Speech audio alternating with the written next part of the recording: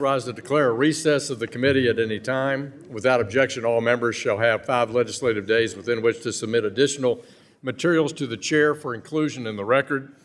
A quorum being present, we'll now proceed to today's business.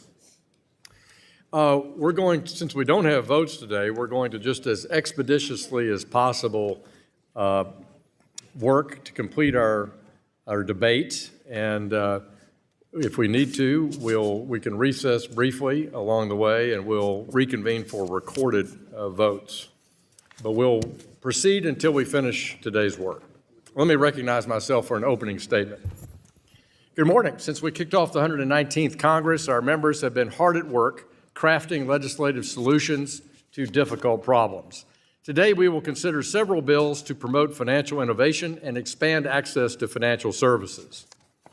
3 of these bills are part of our ongoing effort to promote financial innovation through sound digital asset policy, while the other 2 seek to enhance access to credit by removing compliance burdens and fostering greater competition through new bank formations. Payment stablecoins present a new and flexible payment innovation. This largely frictionless finance will simplify the ability to move money around the world in an instant.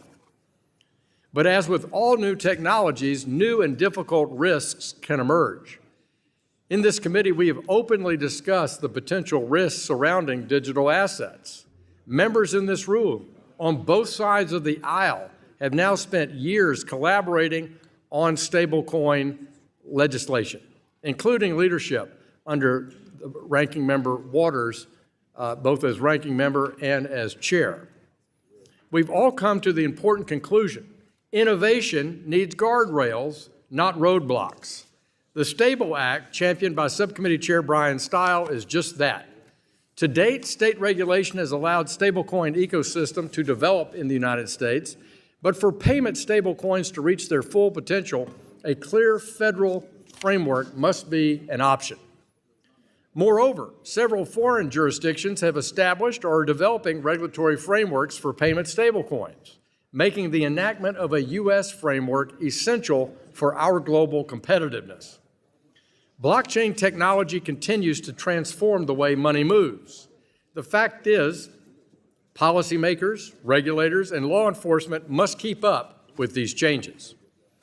Representatives Nunn and Himes' leadership on the Financial Technology Protection Act will ensure that government is informed, equipped, and coordinated on emerging financial technologies. The working group established under the bill will bring law enforcement and firms in the digital asset ecosystem together to come up with ideas to improve anti-money laundering, counterterrorism, and countering other illicit financing efforts. Committee Republicans have been clear. Digital asset policies must promote private sector innovation and foster competition to ensure the United States remains the world's leader in global payments. The Federal Reserve cannot issue a digital currency without congressional authority. Majority Whip Emmer's Anti-CBDC Surveillance Act represents years of work and ensures that Americans' financial privacy by prohibiting the Federal Reserve from issuing a CBDC without explicit congressional authorization. In this committee, we are committed to increasing access to financial services for small businesses, consumers, and households. Small Business Committee Chair Roger Williams' 1071 Repeal to Protect Small Business Lending Act is crucial to ensure that small businesses have access to competitive, cost-effective credit from their local financial institutions. Importantly, Financial Institutions Subcommittee Chair Andy Barr's Promoting New Bank Formation Act creates a phase-in period for de novo financial institutions to meet capital standards, helping to promote in a prudential manner new entrants to serve growing communities. The reality is that small financial institutions have struggled mightily under an increasingly heavy regulatory burden since the 1990s. Allowing new bank entrepreneurs time and flexibility to open their doors will boost competition and expand access to credit for the financially vulnerable Americans and our communities. I look forward to the discussion today. I thank members on both sides of the aisle for their work on these important pieces of legislation, and I yield back. I now recognize the ranking member for an opening statement. Thank you very much, Mr. Chairman. When I was chair of this committee, I launched the congressional effort to create a federal framework around stablecoins. I wanted robust protections, especially in the wake of major crypto scams that robbed investors of their life savings. After years of hard work, Farmer McHenry and I came to a bipartisan agreement. While not perfect, was a great step in that direction. And Mr. Chairman, I think you worked also with Mr. McHenry to come to where we had decided we could agree on a number of things. But things have changed. Since last Congress, President Trump has come into office and leveraged the power of the presidency to establish multiple crypto schemes to enrich himself and his family, from a fraudulent meme coin, which collectively lost his investors $2 billion, while him and his family pocketed $350 million to a crypto reserve that boosts the price of crypto held by him and his cabinet, to most recently launching, in the middle of our negotiation, his own stablecoin through World Liberty Financial. It's a display of greed. So, Mr. Chairman, I attempted to talk to you last week, and what I really wanted was that we could agree that we not pass a bill that legitimizes what is a blatant greed and corruption. And I wanted you to work with me, and I wanted inserted language into the bill that we could move forward, but would prevent the president from using this legislation to unjustly enrich himself. We could not come to an agreement on that. With this stablecoin bill, this committee is setting an unacceptable and dangerous precedent, validating the president and his insiders' efforts to write rules of the road that will enrich themselves at the expense of everyone else. And I understand that you were heard at some point to say that Trump's entanglement make this work quite more difficult. But Mr. Chairman, that is hands down the understatement of the year. Trump likely wants the entire government to use stablecoins, from payments made by the Department of Housing and Urban Development to Social Security payments to paying taxes. And which coin do you think Trump would replace the dollar with? His own, of course. But Trump, despite the fact that this absolutely harms this bill, there are some other things that I don't really agree with, and I was hoping that we may be able to work out some of these things with amendments. But if we go forward with this bill, knowing the President of the United States of America and his wife have already created their meme coins, and now in the middle of the work that we're trying to do, where you and Mr. McHenry and I have put forth such an effort, if he's not blocked from owning a stable coin bill, I cannot go any further with any amendments to try and agree on some of the other things that I have some problems with.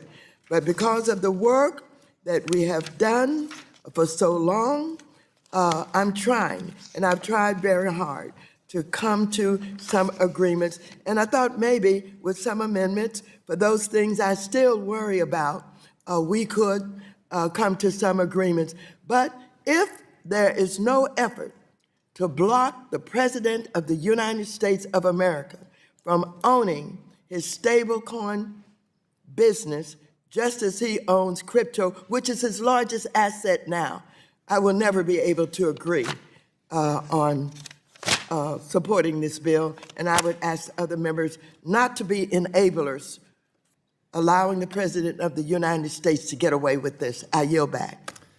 The gentlewoman yields back. Pursuant to notice I call up H.R. 2392, the Stablecoin Transparency and Accountability for a Better Ledger Economy, the Stable Act of 2025, introduced by the gentleman from Wisconsin, Mr. Steil. The clerk will report the bill, copies of which were distributed in advance.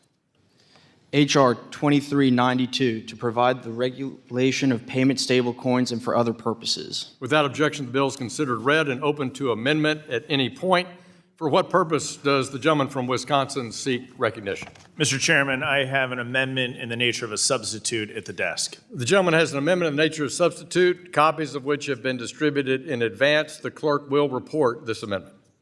An amendment in the nature of a substitute to H.R. 2392, offered by Mr. Steil of Wisconsin. Without objection, the amendment in the nature of a substitute is considered read and will serve as the base text for purposes of an amendment. The gentleman from Wisconsin is recognized for 5 minutes in support of his amendment. Thank you very much, Mr. Chairman. Thank you for holding today's markup. I'm proud to support my bill, the Stable Act, which will shape the future of digital asset regulation and protect the integrity of our financial system. The bill establishes a comprehensive framework for the issuance and operation of dollar-denominated payment stablecoins in the United States. We're living in the golden age of digital assets. The rise of blockchain technology and cryptocurrencies has revolutionized our approach to financial systems, payments, investments, and the internet. Stablecoins, digital currencies pegged to stable assets like the US dollar, are already giving rise to innovation across industries, cementing the US dollar as the world's reserve currency. They allow American manufacturers to export products abroad easily and receive payments backed by the US dollar, allow contractors at home to send payments faster and cheaper, encourage entrepreneurs in other nations to conduct business with the backing of the US dollar. They're positive developments making money movement fast, inexpensive, and secure. However, with innovation comes responsibility. We must ensure that as we embrace these advancements, we also establish the necessary safeguards to protect consumers, maintain trust, and ensure the integrity of our financial systems. The Stable Act provides the oversight needed to foster innovation, giving businesses the regulatory clarity they need to continue developing secure and effective digital payment solutions. This legislation is a foundational step towards securing the future of financial payments in the United States and solidifying the dollar's continued dominance as a world reserve currency.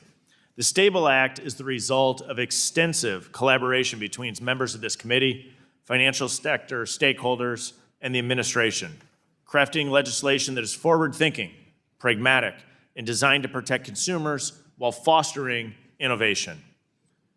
The absence of consistent federal regulation for stablecoins has led to uncertainty and risk for both consumers and businesses.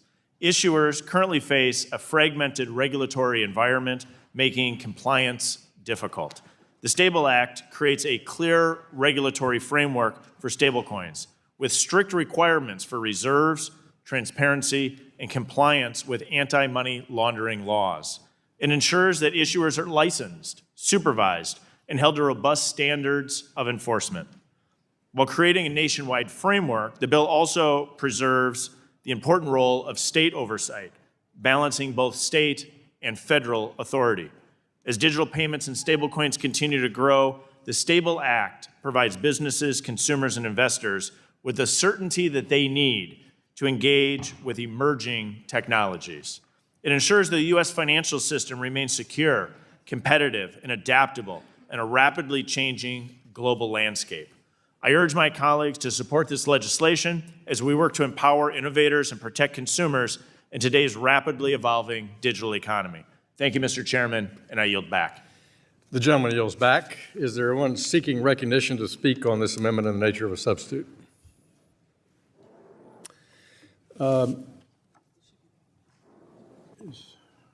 He's not here. Gentleman from Nebraska is recognized. Mr. Flood. Thank you, Mr. Chairman. My interest in stablecoins in the committee from the beginning has largely focused on protecting the state pathway. In 2021, I wrote and passed legislation that allows state-chartered banks to custody digital assets and creates a pathway for those institutions to issue stablecoins. The Nebraska Department of Banking and Finance immediately got to work implementing the bill and drawing up regulations, and this year we have our state's first preliminary approval for a digital asset depository institution.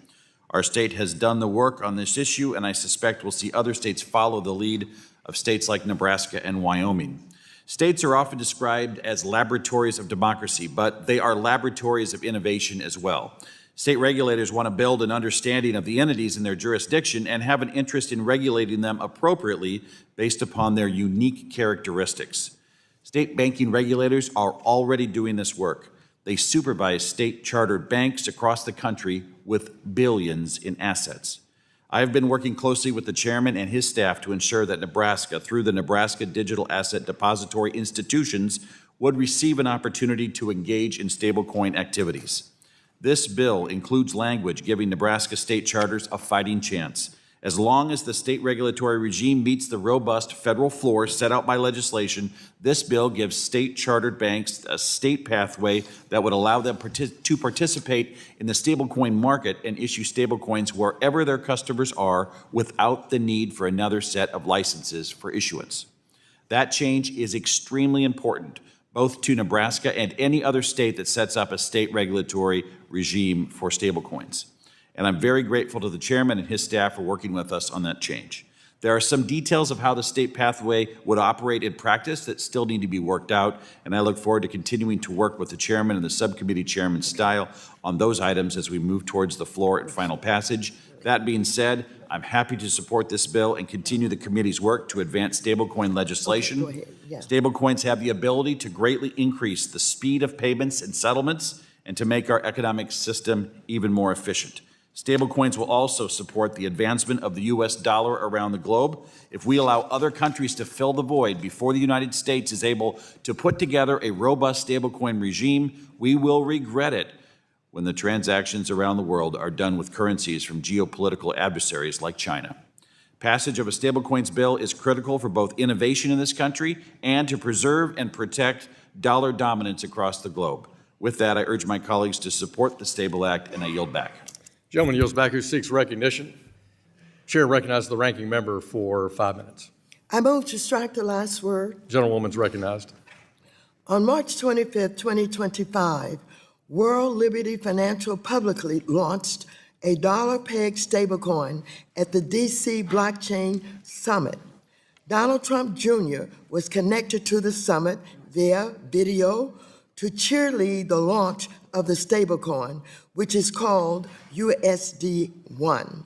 I'm deeply concerned that the president launched his own stablecoin exactly a week prior to this markup. I negotiated with my colleagues across the aisle for the past 3 years to create a safe regulatory framework for stablecoins.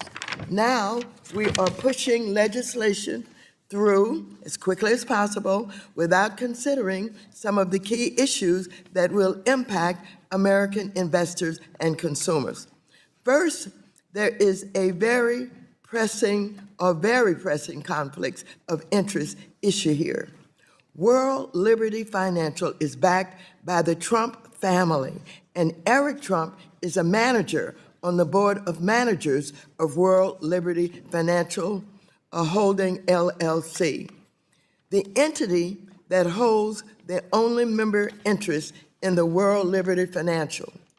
President Trump's picture is also prominently featured on the World Liberty Financial website. Additionally, Commerce Secretary Ludnick is the former chairman and CEO of Cantor Fitzgerald, the primary custodian of Tether. While Ludnick stepped down, his son, Brandon Ludnick, is now chairman. There are just clear conflicts of interest here, which should be concerning to members on both sides of the aisle. There is also no separation of banking and commerce in the current bill. Without that separation, commercial companies like Walmart, Amazon, Facebook could all launch their own stablecoin. Our very own co-president, your very own co-president, Elon Musk, could also launch his own stablecoin on X under this bill. Additionally, the bill does not adequately address national security concerns. I recognize there is an 18-month prohibition on custodial intermediaries offering or selling payment stablecoins in the United States unless the payment stablecoin is issued by a permitted payment stablecoin issuer. This is a step toward addressing our tether concerns, but practically will not be effective. That is because there are no criminal penalties or enforcement mechanisms to hold violators accountable. To make matters worse, this bill lacks many of the consumer protections that Chair McHenry and I worked on to ensure customers could hold payment stablecoins confidentially. The bill does not include any oversight or consequences to entities that harm consumers. However, the Federal Reserve does not have any authority over state-regulated digital wallets that consumers use to hold of their stablecoins. This leaves American consumers who use those wallets vulnerable. And what if a stablecoin issuer fails? The bill does nothing to set up a resolution regime to protect consumers in that event. If we want to preserve the power of the U.S. dollar, this is not the way to do so. There will be serious consequences to the American economy if, in fact, stablecoin issuer fails, and the bill does nothing to stop taxpayer dollars from being used for a stablecoin bailout. We need the proper guardrails to protect the American people. Without those guardrails, we expose our economy to a potential crypto collapse while Trump's billionaire cabinet remains unaffected. Moreover, there is nothing stopping President Trump from forcing the American people to use his own stablecoin, USD1. USD1 could be the way Americans receive their tax returns and their Social Security checks if they receive them at all. USD1 could be used for housing grants, forcing local governments and suppliers to use the token for their critical housing projects. It is not a coincidence that Russia elites have used digital assets, particularly U.S. dollars-backed stablecoins, to evade U.S. and international sanctions. This evasion enriches themselves and Putin. Does that sound familiar? We must first address these issues before we can move forward with stablecoin legislation. Mr. Chairman, I still think we can work out some of the issues. They could get my support and other support, but not with the ownership of the president and his cabinet with stablecoins. I thank the gentlewoman. She yields back. The chair recognizes the vice chairman of the full committee, Mr. Hazanga, for 5 minutes. Thank you, Chairman Hill, and congratulations to you and gentleman from Wisconsin, Mr. Steil, and the work that's been put in on this particular issue. But I also want to recognize the contributions of our former chair of this committee, Patrick McHenry, and the work that he did to get us here, frankly, cannot be overstated. And having been a part of the leadership table under now 3 different chairs, the work that everyone at that leadership table, Ms. Wagner, Mr. Barr, Mr. Davidson, others throughout that time, and Mr. Hill, you've been a part of it. We've had robust and active conversations about this particular issue, stretching back nearly a decade. And that's so important that we're here today as we debate the Stable Act. And I think it's important to take a step back and acknowledge how we as a committee got here today in the more recent history. In the 117th Congress, Republicans established a first of its kind digital asset working group. This was birthed out of the Capital Markets Subcommittee that I was chairing, and the initial group set parameters. We debated about what some guiding principles should be and can and must be included.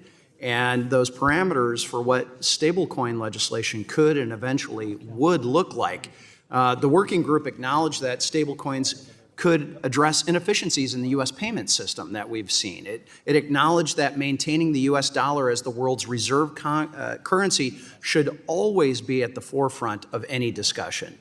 It acknowledged that the private sector must lead the way, fostering innovation and competition. And finally, it acknowledged a clear regulatory framework would be needed to usher in this modern technology. So how does today's Stable Act stack up against those initial guiding principles? Well, first and foremost, it establishes clear definitions and regulatory classifications for payment stablecoins, something that is desperately needed. Second, it recognizes several regulatory pathways for approving and regulating stablecoin issuers, specifically preserving a state option that offers a lighter touch at times. This, quote, race to the top allows states to compete to implement more stringent regulatory frameworks, signaling that their jurisdiction can offer the safest and most consumer-friendly regime. Third, it sets requirements for issuers of payment stablecoins in comparable jurisdictions abroad. While several foreign jurisdictions, including the European Union, have established or are in the process of developing frameworks for stablecoins, a U.S. federal framework is essential for maintaining global competitiveness. And lastly, and frankly, probably most importantly, it provides vital consumer protections, including a prohibition on commingling of customer funds by custodians, prioritizing payment stablecoin customers over issuers and creditors, and subjecting payment stablecoin issuers to Bank Secrecy Act obligations. So, Mr. Chairman, Congress and regulators should recognize the unique nature of these innovations and establish a regulatory framework that targets the activity and not the technology. And for the detractors, this issue is and should not be partisan, regardless, frankly, of who is president of the United States. Nearly 4 years ago, in testimony before this committee, Treasury Undersecretary for Domestic Finance, Nellie Lang, rightfully noted, quote, "We hurt both innovation and we increase risks if legislation is not passed." So, Mr. Chairman, not doing something actually has greater conflicts and pitfalls than passing this bill today. So where does that leave us? Today, there are more than 200 different types of stablecoins with a collective capitalization worldwide that exceeds $221 billion US. But after years of inaction, we have an administration that is ready to embrace these products, and the time is now. So let me close with a few observations. Applying a one-size-fits-all regulatory framework to stablecoin issuers will prevent smaller startup stablecoin issuers from being able to comply with the larger, more established players that can afford the cost of compliance with the federal banking regime. Limiting stablecoin issuance to federally chartered banks would stifle innovation and would limit the ability of both federal and state authorities to tailor regulations to the specific risks of stablecoins. Stablecoins have the potential to bring benefits to the existing payment system by supporting faster and more efficient payments, with one study estimating that stablecoins could reduce remittance costs by as much as 80%, which would save individuals nearly $30 billion per year. Not all stablecoins are created equal. With the proper safeguards to protect reserves and maintain liquidity, the risk of being a catalyst in the downfall of the financial system is minimal. Straightforward rules based on preventing fraud and promoting transparency will ensure that innovation is nurtured within the United States and not overseas. Digital asset-related crime remains a small part of the overall digital asset economy. It's comparatively smaller than the share of illicit funds involved in traditional finance. So, Mr. Chairman, I know you know this, we're at an inflection point. It comes to digital assets, and this is the first step in a long journey, but it's a crucial one, and I look forward to the debate today. Now, I yield back. Thank the gentleman from Michigan and also for serving as our distinguished vice chair. It's such a big help to the committee's work. The chair now recognizes the ranking member of the Foreign Affairs Committee, our distinguished member from New York, Mr. Meeks, for 5 minutes. Thank you, Mr. Chairman. I have long believed that clear and consistent rules of the road are essential for a well-functioning financial system. They protect consumers, help prevent illicit financing, and are crucial to maintaining our global competitiveness. And since 2015, the New York Department of Financial Services has set the gold standard for regulating virtual currency businesses in the United States. And I don't think we'd be here today without New York's innovative approach and steadfast leadership. And so with that, I'd like to thank Chairman Hill and Chairman Steil for their willingness to work with me to improve the Stable Act in a few key respects. This bill provides authority for a state licensed issuer to offer stablecoins in another state called a host state with some important guardrails. In addition to notifying the host state, the out-of-state issuer must comply with all requirements of the home and host state's regulatory regimes when conducting business in the host state, including consumer protection laws. My understanding is that the intent of the drafters was for the issuer to remain subject to certain supervision, examination, and enforcement authority of state payment stablecoin regulator of such host state. I yield to Mr. Steil just to ask him, would I be correct in that assessment? Yes, Mr. Meeks. Thank you. And the ability to supervise, examine, and enforce is critical to ensuring that strong states like New York, with robust supervision, aren't undercut by lighter touch regimes.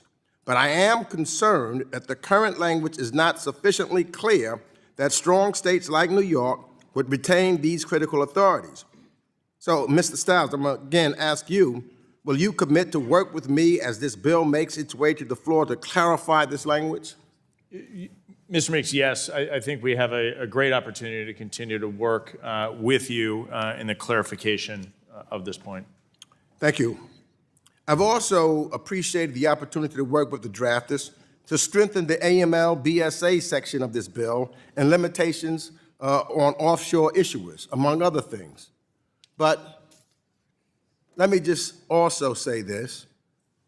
I want to thank Ranking Member Waters because she was working hard in a bipartisan way to make this bill a bipartisan bill and to work together to make sure it protects all. And she's correct. It is completely inappropriate for the president's family to announce their intention to launch a stablecoin while he is still in office. The Trump family has repeatedly ignored conflicts of interest, and this is just a prime example of that. The only thing that the president seems to have achieved with his recent announcement is undermining bipartisan negotiations that are taking place here in Congress. He is and has continually moved to enrich himself and his billionaire friends. However, I looked at this and I said stablecoins are here to stay. And as I've said before, it's our responsibility to establish clear rules with a high regulatory standard for issuers to meet. I talked to individuals in my district who look to invest in stablecoins. They need that clear certainty. In my role as the ranking member on the House Foreign Affairs Committee, I've talked to some of our allies who are developing on the continent of Africa, in Central and South America. They too are using stablecoins. So there needs to be some clear rules and regulations and certainty. Certainty is important. Unlike the president's tariff policy, I believe certainty is crucial. So companies know exactly what the rules they need to follow and can plan accordingly.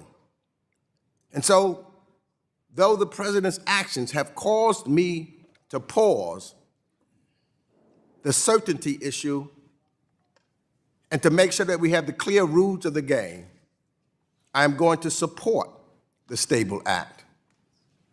And with that, I yield back the balance of my time. Gentleman yields back, seeks recognition. The gentlewoman from California, Ms. Kim, is recognized to strike the last word. Thank you, Chairman Hill, for recognizing me to speak on this very important piece of legislation.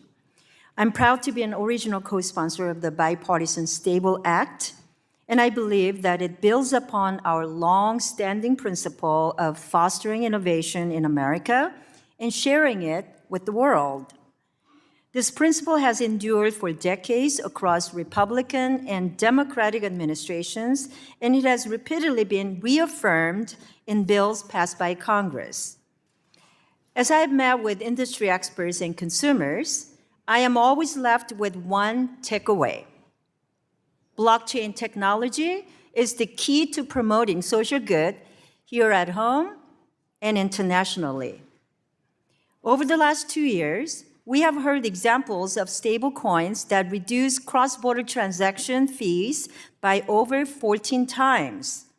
As a result, U.S. aid can be delivered more efficiently, and we can better uphold American values and interests around the world.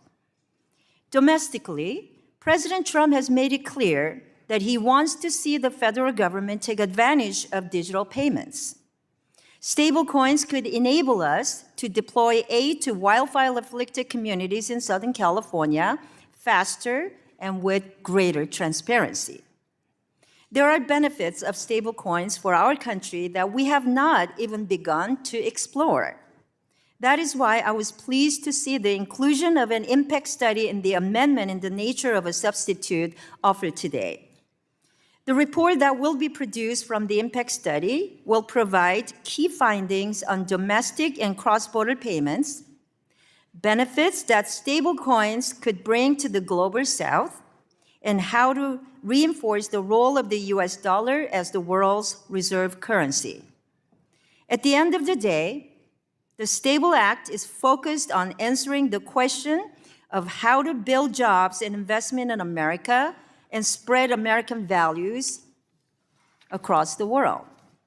Mr. Chairman, let me add one other point. The story of this country is the innovation sparked in garages and classrooms. Those of us in California have witnessed that firsthand with all the innovative companies that call our state home. The state charter pathway that is included in this bill would preserve that innovation by giving small companies access to a regulator tailored to their risk and size.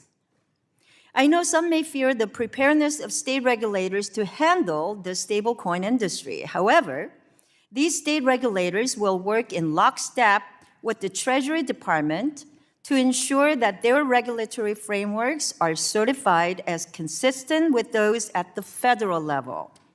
This dual pathway will be critical to fostering the type of innovation that has come to define our country. Mr. Chairman, I want to thank you and Mr. Steil for the hard work that you have both done on this legislation. I urge my colleagues to support this measure, and I yield back the balance of my time. The gentlewoman yields back, seeks recognition. Yeah. The gentleman from Georgia, the distinguished longtime member of our committee, Mr. Scott, you're recognized for 5 minutes. Thank you very much, Chairman. And may I say you're doing a great job and enjoy your partnership on this measure. But this bill is full of problems. First, the bill lacks clear, enforceable requirements for stablecoin users, issuers to maintain sufficient and verifiable reserves. And consumers must be certain that every digital dollar they hold is backed by tangible assets, basic finance. Unfortunately, without strict and transparent reserve audits, issuers could engage in risky financial practices, putting everyday users at risk of losing their firms in the event of a collapse. And the bill strips the Federal Reserve of any authority over state-regulated digital wallets that consumers use to hold their stablecoins. Additionally, the bill fails to provide strong recourse mechanism.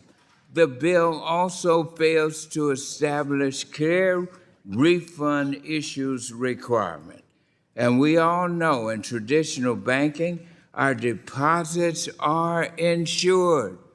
Why should stablecoins, which millions may rely on for everyday transactions, be any different? And worst of all, the fact that this bill does not address the massive conflicts of interest with President Trump, Elon Musk, and this administration.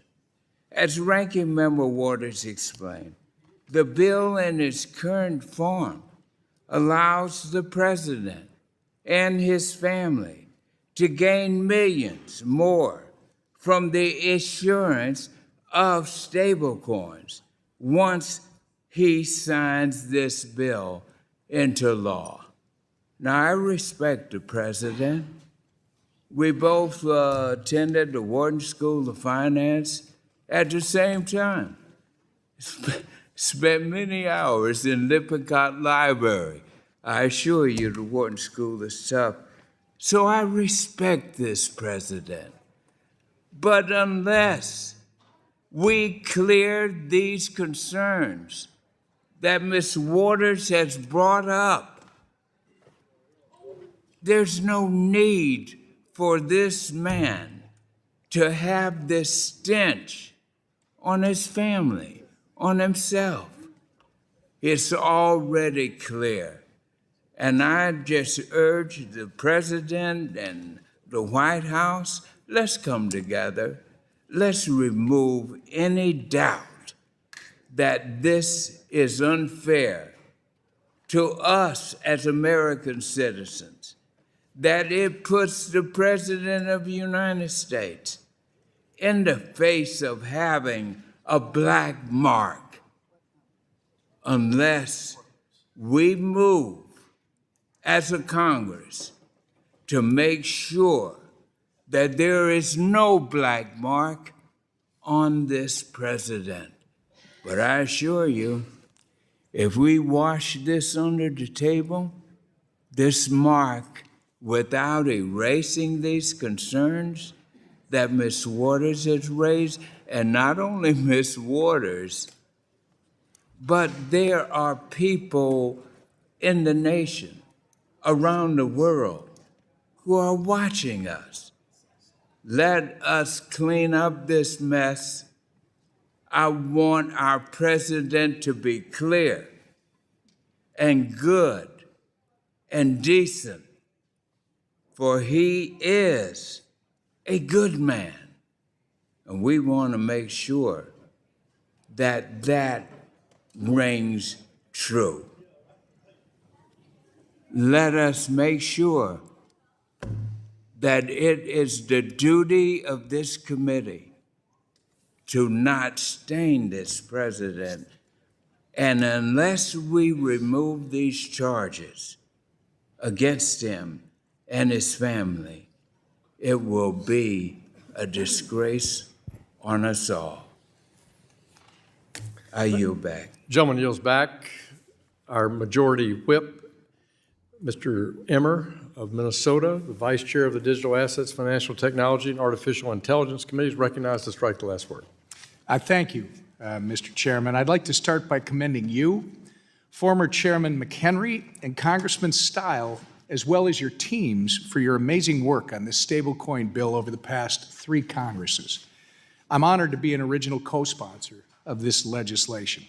Fundamentally, any stablecoin bill is about national security and preserving and extending the dollar's dominance as the world's reserve currency.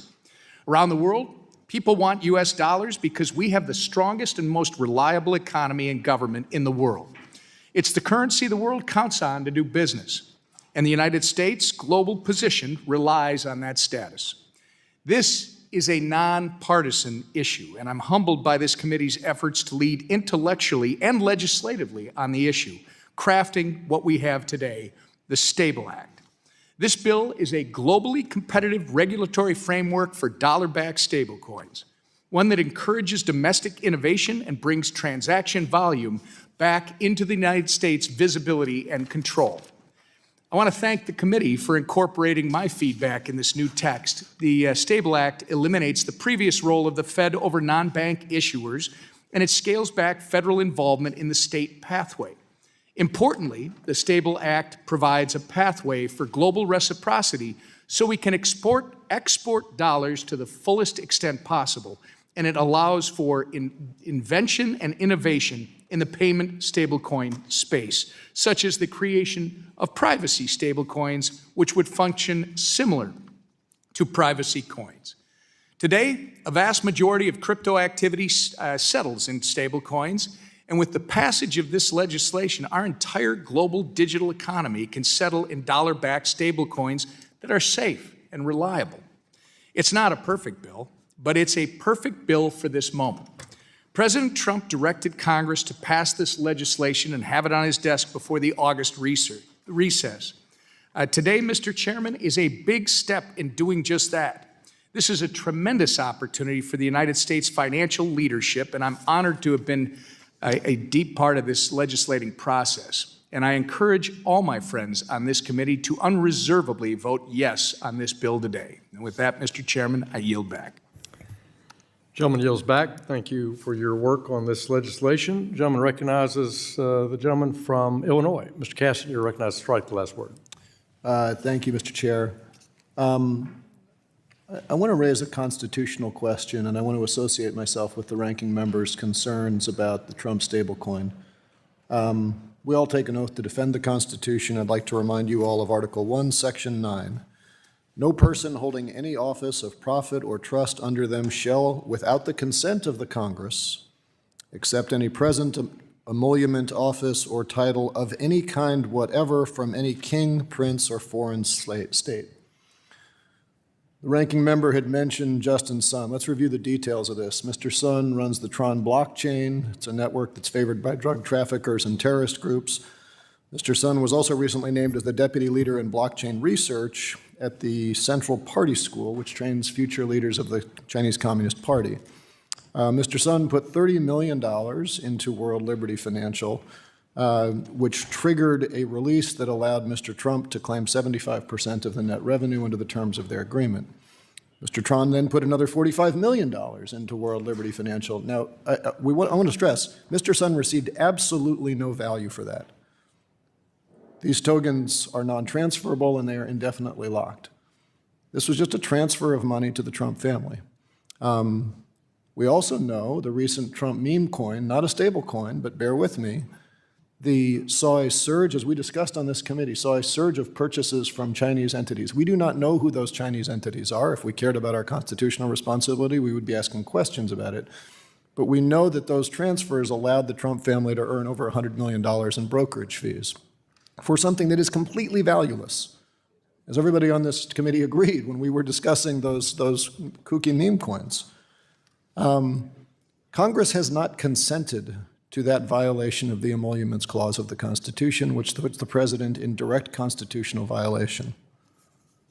Now we could, you all are in the majority, if you think that's a good thing for the president to be taking money from Chinese nationals, princes, what have you, you could bring a vote to the floor, you could give congressional consent. I don't think you'd get any Democratic support, maybe you'd pass it.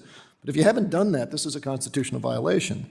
And so if this bill doesn't address the issues that the ranking member raises, then we are complicit in violating our oath to the Constitution.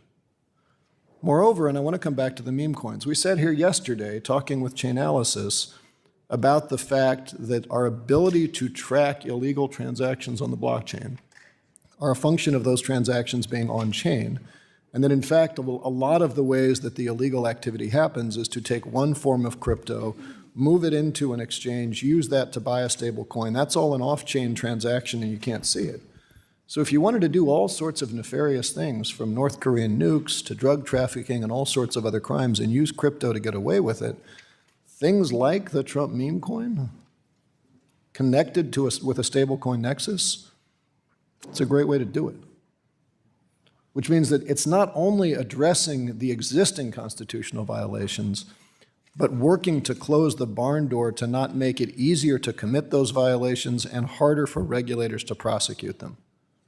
That does not mean that we cannot have stablecoins. It doesn't mean that we can't have robust stablecoin regulation.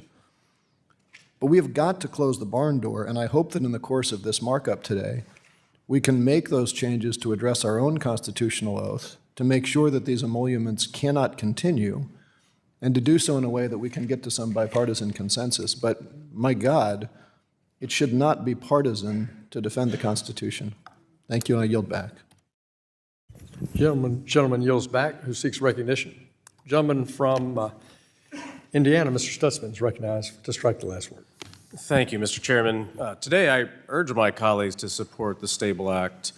Within the first week of his presidency, President Trump signed an executive order to establish United States leadership in digital financial technology, noting specifically that the U.S. should take actions to promote the development and growth of lawful and legitimate dollar-backed stablecoins worldwide. This committee has taken seriously the issue of how digital assets will be integrated into the U.S. financial ecosystem, and it's an honor to return to this committee and take part of this historic moment.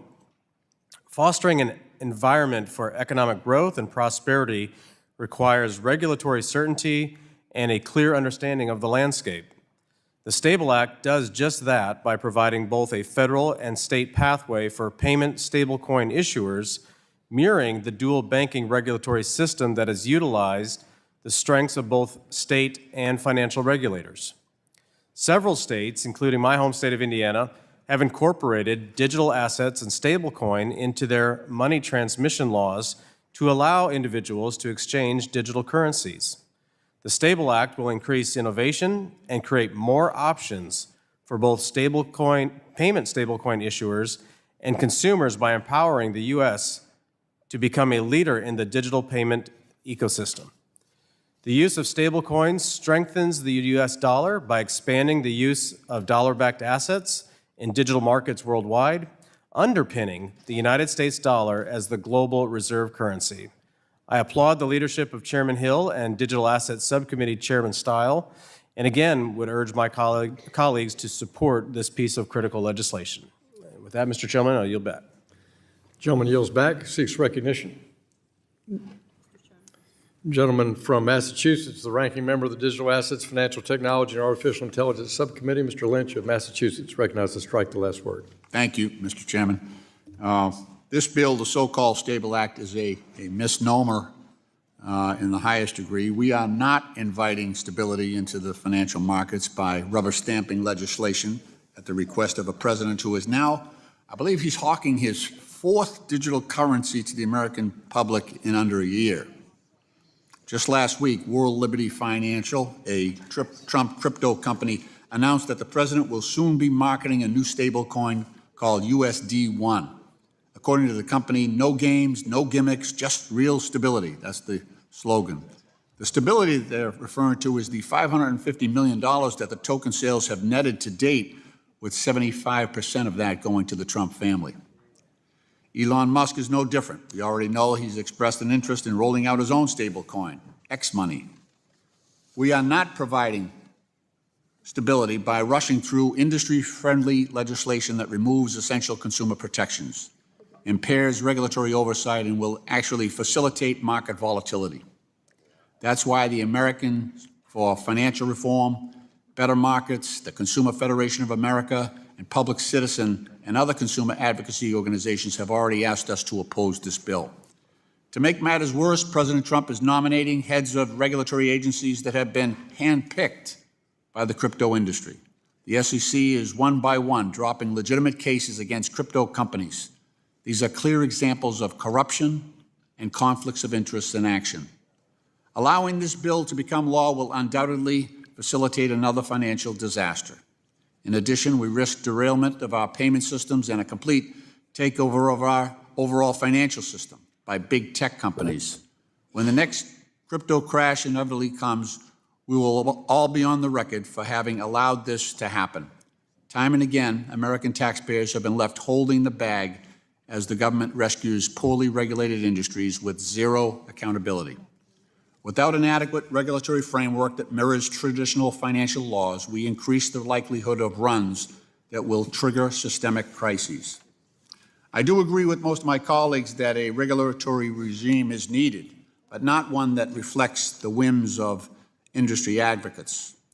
This proposal would essentially give stablecoin issuers the privileges entitled to depository institutions without having to comply with any of the regulations that accompany those responsibilities.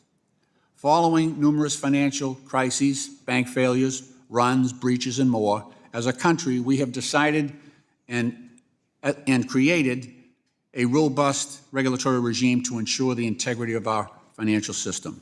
That's why America has succeeded greatly in the financial industry, because of the trust that the rule of law has created here for investors from around the world. Rules around capital liquidity, safety and soundness, and anti-money laundering. Those are what make our economy the envy of the world. Why would we allow one industry to circumvent all of our carefully crafted laws and regulations? In closing, despite industry claims, stablecoins have proven to be anything but stable, and over 20 stablecoins have collapsed between 2016 and 2022. Each of the world's largest stablecoins have lost their pegs to the US dollar on multiple occasions, and provision in this bill to do little to ensure that stability. I plan to expand further on glaring gaps in this bill through my forthcoming amendments. Thank you, Mr. Chairman, and I yield back. Gentleman yields back, seeks recognition. Gentleman from Iowa, Mr. Nunn, the Vice Chair of the Subcommittee on National Security, Illicit Finance, and International Financial Institutions Subcommittee. Mr. Nunn, you're recognized to strike the last word. Thank you, Mr. Chair. To both Chairman Hill, to our colleagues on the other side of the aisle, and to our leader on this, Mr. Steil, I'm very proud to be able to support Chairman Steil's Stable Act. How we manage and provide money is rapidly transforming. We all recognize that stablecoins already are offering a powerful opportunity to shape a modern and efficient payment system that candidly will reshape the future of America's financial success. So simply put, American-backed stablecoins provide a digital money designed to keep a steady value tied to something as stable as the US dollar. So for folks back home in Iowa and across the country, think of it this way. You could buy a $50 gift card at your local convenience store. This day marks the 40th anniversary of Casey's General Store. Everybody knows it from its breakfast pizza, but also one of the best places to be able to buy a gift card for your family. So whether the price of gas goes up or the price of gas goes down, the gift card is still $50. Think of it this way with stablecoin. The economy may fluctuate, but with stablecoin, unlike other cryptocurrencies that fluctuate in value, they remain consistent because they're able to buy back the real value of a US-backed dollar. American-backed stablecoins can authorize, clear, and settle payments almost instantly. This is the ability to reduce the friction, the transaction time, lower consumer fees for the ultimate American who's using it, and help manage volatility, addressing many of the concerns that may have been raised earlier with stablecoin. With stablecoin market now valued at over $234 billion with a B dollars, this market signals that it has a clear potential and makes stablecoins one of the best payment options. I would offer, however, if we continue to lack leadership in this space, we risk ceding growth and abandoning our leadership on the world stage. While the United States has hesitated, other countries have acted decisively, Mr. Chair. Japan, Singapore, folks in London, the EU, all have created clear, effective regulatory frameworks for stablecoin, and with it comes the attraction of capital, the attraction of talent, and the leadership in innovation. The United States should not be left behind or afford not only our friends, but also our adversaries to take lead in this role. If we can effectively regulate these assets, they will have the capacity to modernize our payment system and, as I noted, lower our transaction costs, help crack down on illicit financing schemes, and improve the stablecoin ecosystem. As a former counterintelligence officer, I understand how critically important it is to get AMLS BSA protections in the Stablecoin Act right. Section 4 treats stablecoin issuers as a financial institution under the Banking Secrecy Act and requires the Secretary of Treasury to issue regulatory applying tailored BSA obligations for payment of stablecoin issuers.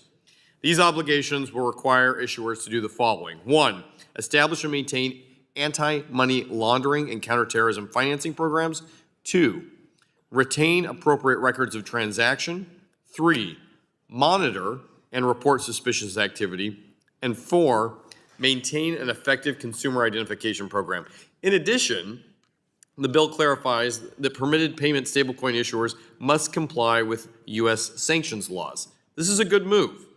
We need this legislation to ensure that stablecoins are not only safe, secure, and properly regulated, but the stakes are too high to turn our back on it. Our economic competitiveness, our national security, and the dollar's role in the world as a reserve currency, they're all on the line. We must lead in the way that building the next generation of financial technology starts with not only being made in America by Americans, but as a future for America on the world stage. With that, I'm proud to co-sponsor this bill. I'm proud of Representative Steil's leadership and this committee taking the first step forward. Together, we have the opportunity to not only vote in favor of it, as I urge my colleagues to do, but take a leadership role for the entire world. With that, Mr. Chair, I'd yield back my time. Gentleman yields back. The chair recognizes the gentlewoman from New York, our ranking member of the Small Business Committee, Ms. Vasquez, to strike the last word. Thank you, Mr. Chairman. I would like to thank you and Ranking Member Waters for tackling this issue of digital assets and stablecoins head-on and attempting to craft a bipartisan compromise that could bring everyone to vote yes. I also want to thank Ranking Member Waters for her leadership and trying to craft bipartisan legislation that maintains strong oversight, consumer protection, and enforcement, while also promoting financial inclusion and supporting innovation. I believe these priorities can and should work together. From the beginning, I have said that developing stablecoin legislation should be a committee priority, and I have had hope to be able to support this bill. While I'll be offering amendments later to raise specific concerns with the text, I want to start by addressing a more fundamental concern about the environment we find ourselves in this morning. Mr. Chairman, we do not legislate in a vacuum. As we consider the merits of stablecoin legislation, we cannot ignore the actions of President Trump, Elon Musk, and other members of the administration, their connection to the cryptocurrency industry, and their broader attempts to destroy our government to meet their ends. The Trump administration is plagued by conflicts of interest and profiteering, particularly among those connected to crypto. President Trump's and co-president Elon Musk's Doge is itself a reference to a meme coin that Musk has long promoted on social media. His activity has repeatedly driven up the coin's value and sparked lawsuits alleging price manipulation. 3 days before his second term started, President Trump launched his own Trump Money meme coin and promoted it on his social media platform. Melania Trump issued her own meme coin the day before the inauguration. When the price of the coin crashed, Trump insiders sold their holdings, and it was ultimately the investors that were left holding the bag, suffering more than $2 billion in losses, while Trump and his insiders made more than $350 million collectively. Separately, Secretary of Commerce Howard Lutnick has deep involvement and connection to the cryptocurrency Tether, a digital asset widely known for its role in facilitating illicit activity. His close connection with the scandal-ridden coin raises serious conflict of interest concerns and questions about his ability to put the interests of the federal government and the American people before his own. Meanwhile, according to media reports, Elon Musk is working to turn X.com into a virtual wallet and payment platform with plans to launch his own stablecoin. Adding to this, World Liberty Financial, a crypto firm launched by Donald Trump and his sons, recently announced plans to release a stablecoin called USD1. Despite all these red flags, this legislation doesn't include any language prohibiting senior members of the executive branch, including the president and cabinet officials, from having ties to or profiting from the issuance of a payment stablecoin.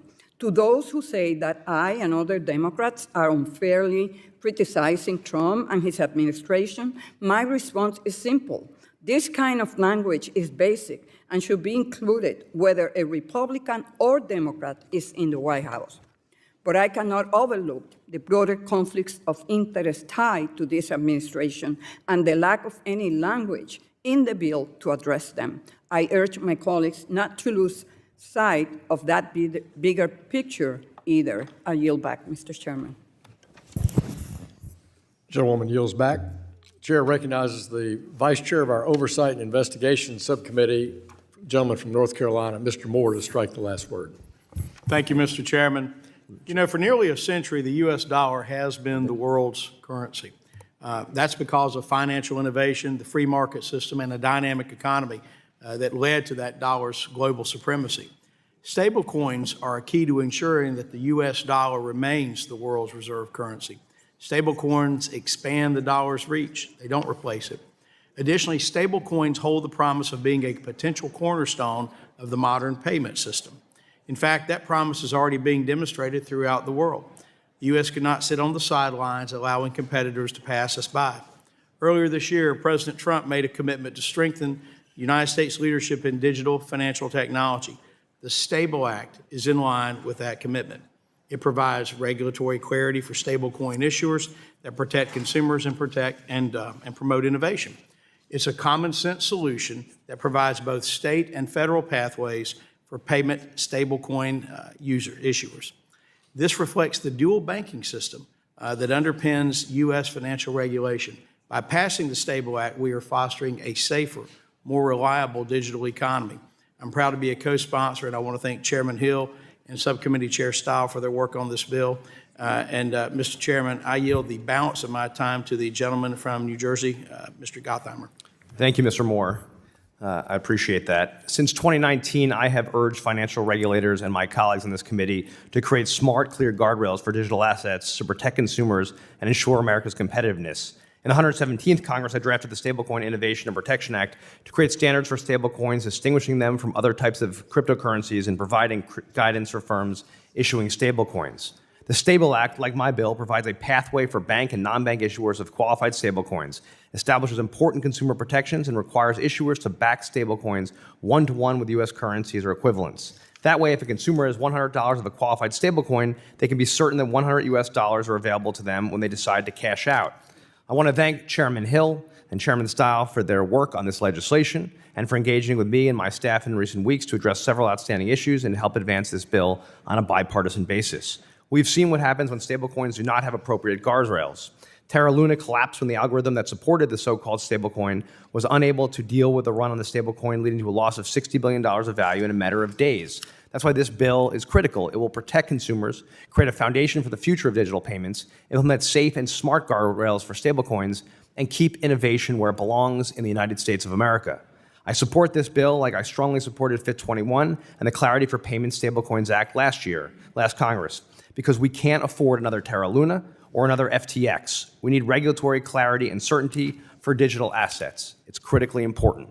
I again want to thank the chairman. Mr. Chairman, thank you for working across the aisle on this legislation. I'd also like to thank Ranking Member Waters for her longtime engagement on this issue. I strongly urge my colleagues to support this important bill. Thank you, and I yield the balance of my time back to the gentleman from North Carolina. I yield. Gentleman from North Carolina yields, who seeks recognition. The chair recognizes the distinguished gentleman from Illinois, Dr. Foster, the ranking member of our subcommittee on financial institutions. You're recognized to strike the last word. Thank you, Mr. Chairman. I will be introducing 4 amendments to this. I do not support the bill in its current form, but if these 4 amendments are accepted, I intend to support it. So I'll just go through them rapidly. Firstly, the legislation is silent on the issue of taxpayer bailouts of failed stablecoins. One of the lessons of the 2008 financial crisis is ambiguity about taxpayer backstops is the worst of all worlds. When you looked at the failure of Lehman Brothers and then one day later, the bailout of AIG, which resulted in chaos in the markets and lawsuits that went years later. So we have to be clear. Many of you have emphasized the value of clarity of regulation. Nothing is more important as making it clear does the government and does the taxpayer stand behind a failed stablecoin or not? And if so, is it the taxpayer of Wyoming or the taxpayer of the federal government or the Federal Reserve? We need clarity. The amendment I'll be offering is simply to say there will be no bailout, period, specifically about the 13.3 powers of the Federal Reserve, which is the big dog in this. So that is the first one. The second one is Republican witnesses in recent hearings have emphasized the value of the freeze and seize capability that the issuer maintains to reverse fraudulent or mistaken transactions. The Senate recognized this, and the Senate included freeze and seize conditions as a necessary thing that issuers should put in. My amendment essentially inserts the Senate language on that. The third one is a rather small ball. It's simply to establish in FinCEN a digital ID officer. Countries around the world are going to digital ID systems. The EU will have every EU citizen will have a digital ID. Most countries of the world already have this. We will be interacting with those systems, and FinCEN is the point of interaction. Having a single point of contact has been very valuable, and this would simply codify the existence of that very important role. The last one has to do with optional wallet verification and KYC. And this, I think, is crucial. This bill that we're marking up here provides a potentially vast payments highway where all of the automobiles on that highway and all the drivers have no licenses. So this would simply provide the stablecoin issuers with the option, if they want, of issuing coins into a highway where all of the participants are KYC'd. All of the drivers have driver's license. All of the cars have license plates. And there are reasons why the market might prefer those. A simple example: let's say that you're working in crypto markets and you want to keep a lot of your net worth sitting in a stablecoin, and if you get hacked with the current system, you transfer it into the hacker transfers it into an anonymous wallet, and you're dead. All right. However, if you're storing your stable coins in a system where only KYC participants can exist, the only thing you can transfer that hacked crypto into is to another wallet that's been KYC'd. So at least for the first step, you can find out where that stolen money went. Same thing applies to ransomware. So this, I think, would be, as I say, these four amendments, if they get adopted, would bring me to a yes on this bill, because this would be a big improvement. And with that, I yield back. Dr. Foster yields back, seeks recognition. Gentleman from Pennsylvania, Mr. Muser, the chair of the Subcommittee on Oversight and Investigations, recognized to strike the last word. I move to strike the last word, Mr. Chairman. Thank you. I urge my colleagues to support H.R. 2392, the Stable Act introduced by Representative Steil and Chairman Hill, of which I am an original co-sponsor. I do want to acknowledge all the work the Trump administration and crypto czar David Sachs has done to undo the very anti-crypto policies of the Biden administration. This legislation accomplishes three critical goals that serve both our national interests and the everyday needs of the American consumer. First, the Stable Act reinforces the U.S. dollar's status as the world's reserve currency by ensuring stablecoins are issued under a dollar-backed, robust framework in America. This legislation ensures the U.S. continues to lead in global finance. The reality is that stablecoins are already in widespread use, moving billions of dollars every day, and we have a unique opportunity to shape that market in a manner that strengthens American business and our currency. Second, this bill provides a private sector alternative to a central bank digital currency. I share the concerns of many of my colleagues about the risks of a government-run digital dollar, risk to privacy, to free enterprise, and to the proper role of the Federal Reserve. Stablecoins offer a market-driven solution that enhances consumer choice without opening the door to excessive government surveillance or financial centralization. This is the kind of innovation we should be encouraging. Third, the Stable Act will help modernize our payment system, reducing costs, speeding up transactions, and improving access to banking services. Stablecoins are already being used to streamline commercial transactions and increase financial access, especially for underserved communities. With the right regulatory clarity, these benefits can reach more Americans.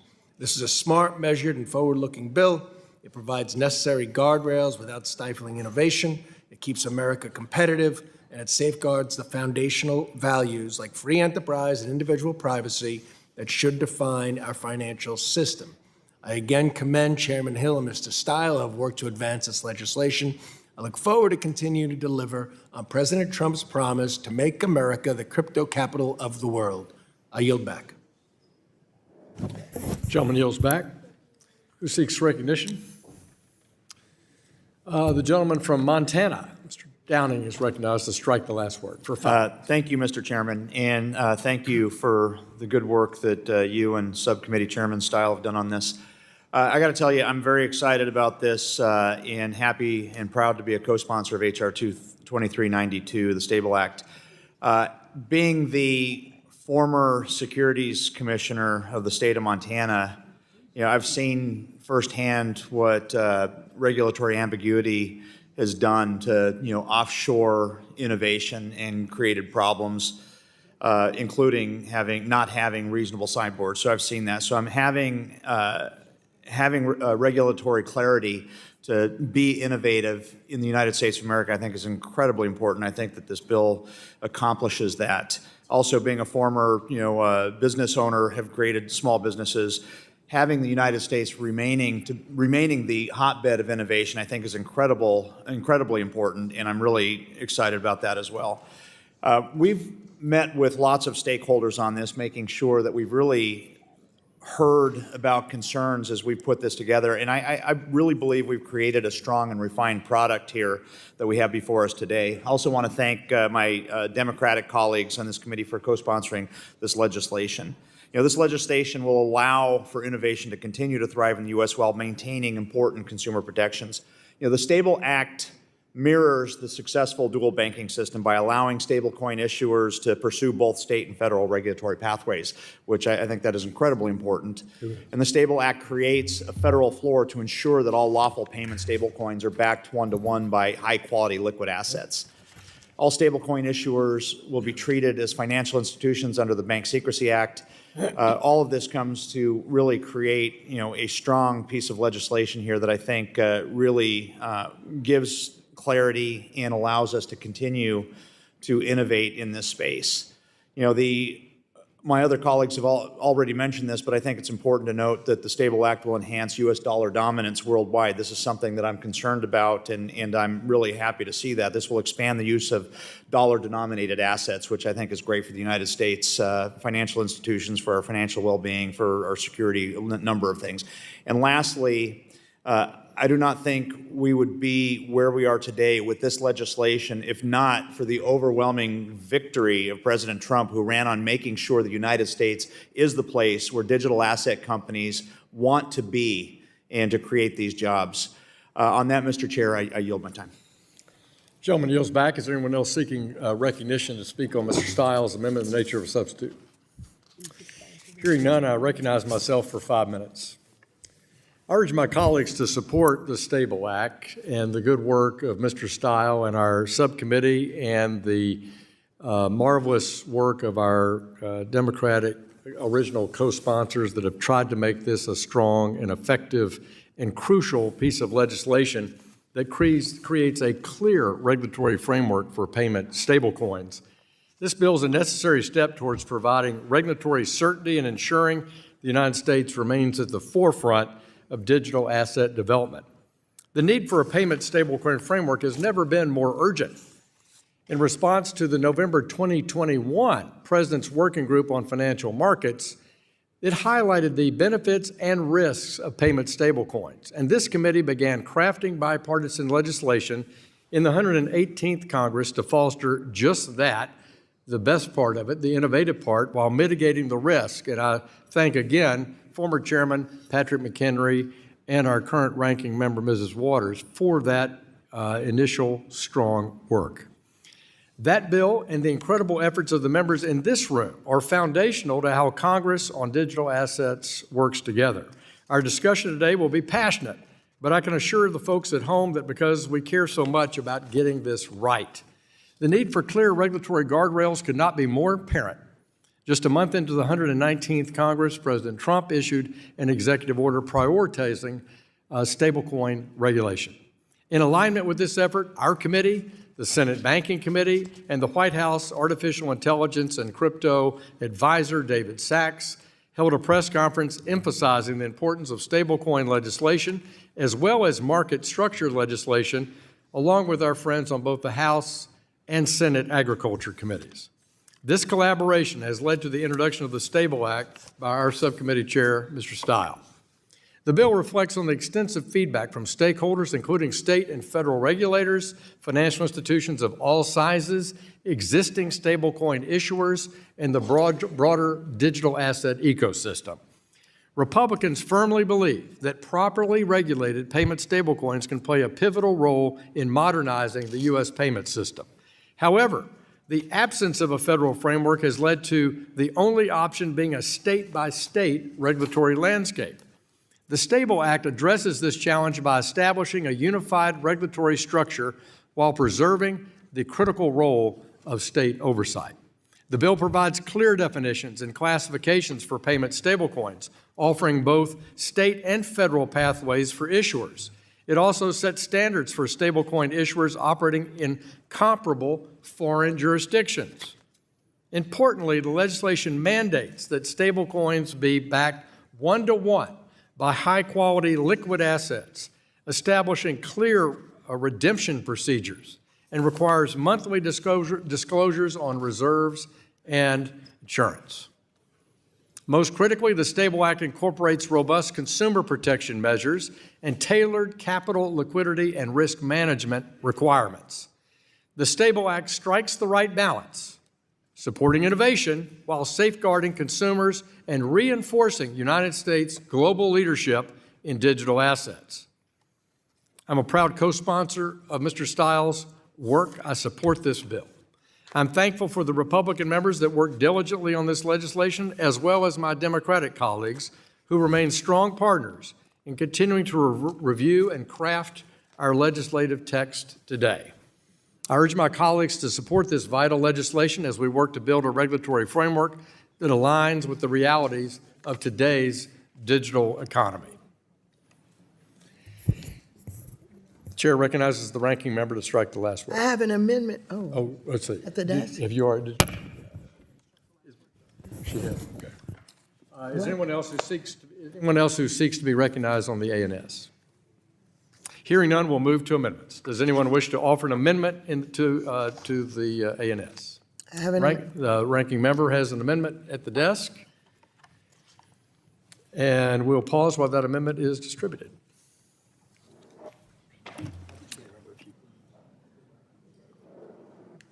Mr. Chair, I reserve a point of order. Gentleman has reserved a point of order.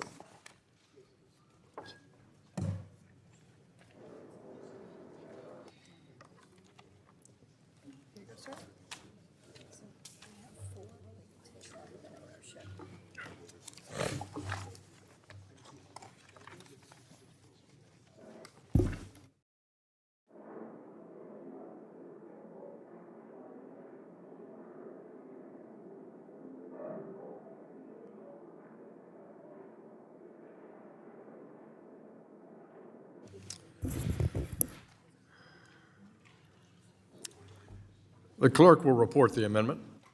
An amendment to the amendment in the nature of a substitute to H.R. 2392, offered by Ms. Waters of California. Without objection, the amendment is considered read, and I now recognize the gentlewoman from California to be recognized on her amendment. Thank you very much, Mr. Chairman. This amendment would be an important protection against conflicts of interest in the stablecoin ecosystem. The amendment would ensure that entities controlled by the President, Vice President, heads of executive departments, members of Congress, and their spouses, children, sons, and daughters-in-law could not review proposed or final rule text before that text is made available to the public. Why is this important? This is important because when we pass legislation, this legislation ends up in the hands of the department that's going to put the rules together that make sure that the legislation is consistent with the intent of that was announced in the production of the bill. Now, what happens now is the President of the United States said, instead of continuing to operate so that the rule is done by the so-called independent agencies and get the public involved, no, you send it over here to me, to the White House, so that we can do whatever we need to do to ensure that we are not interfered with in the way that we want to control this legislation. And so the bill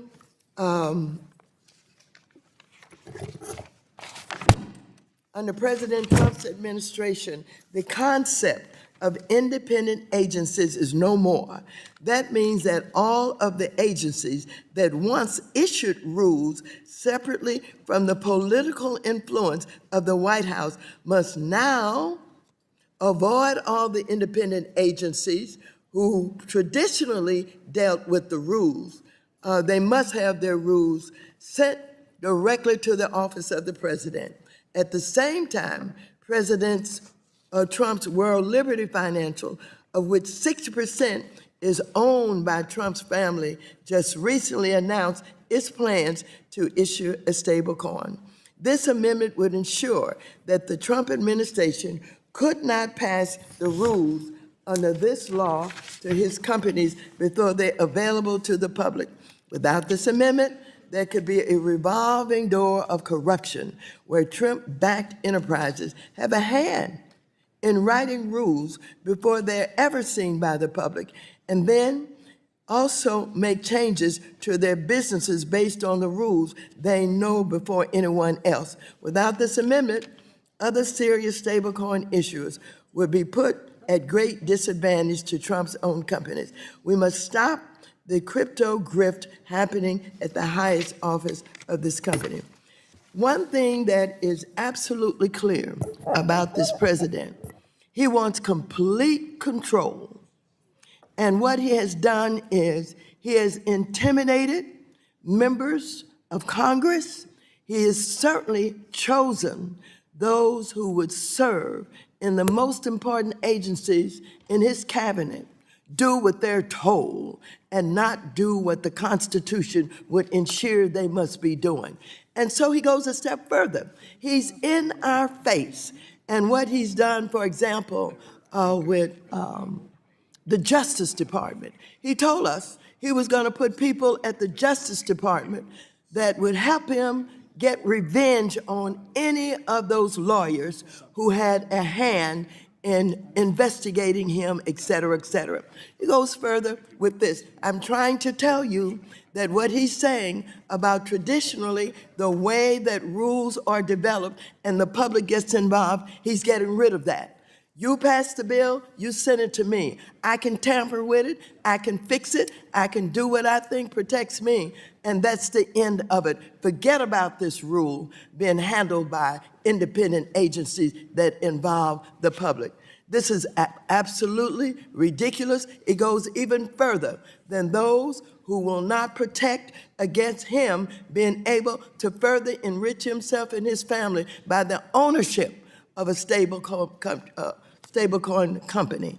He's saying, do not do anything in the legislation that would prevent me from owning. And further, once you pass the legislation, if I win, I'll take care of it, and I make sure it fits what I wanted to have done and not even what the legislation intended. With that, I rule back. I rule back. Gentleman yields back. Rule back. I yield back. I wish I could rule back. Does the gentleman from Wisconsin insist on his point of order? No. Is there any more debate on this amendment?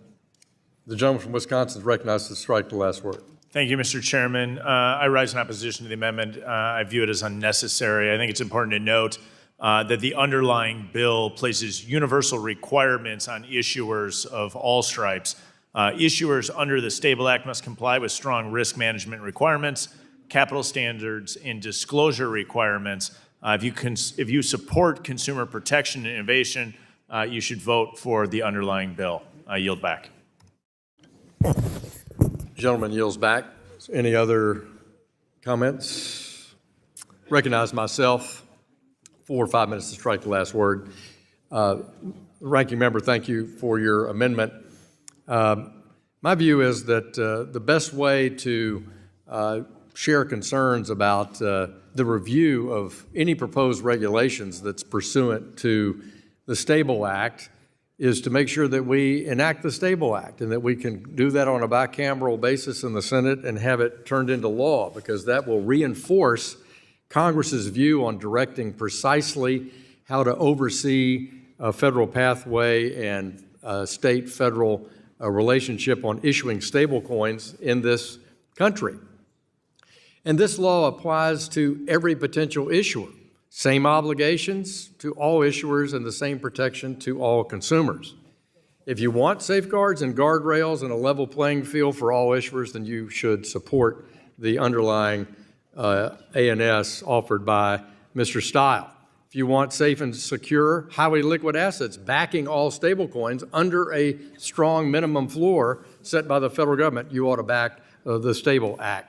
We don't discriminate against entrepreneurs based on who they are or where they come from when it comes to federal legislation. This bill does not pick winners and losers, but creates a pathway for all issuers subject to very strict standards. Our regulatory agencies are subject to leaders confirmed by the United States Senate.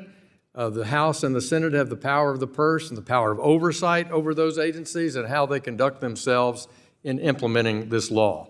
So for those reasons, I don't believe that I can lend support to it. I urge members to reject the amendment by Mrs. Waters, and I yield back the balance of my time. Is there any other debate on Mrs. Waters' amendment to the ANS? If there's no further debate, the question now occurs on the amendment offered by Mrs. Waters of California. All those in favor of the amendment shall say aye. Aye. Those opposed should say no. No. In the opinion of the chair, the nays have it. The nays have it, and the amendment is not adopted. Ranking member asks for a recorded vote. All those in favor of a recorded vote, please raise your hand. A sufficient number of hands being raised, the recorded vote is ordered pursuant to subsection C5 of Rule 3 of the committee rules. Further proceeding on the amendment are postponed.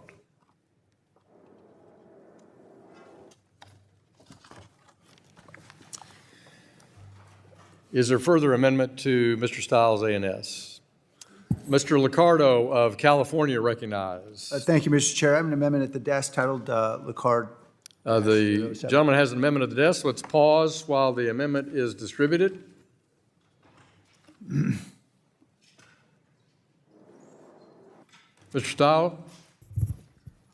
Mr. Chair, I reserve a point of order. Point of order has been reserved.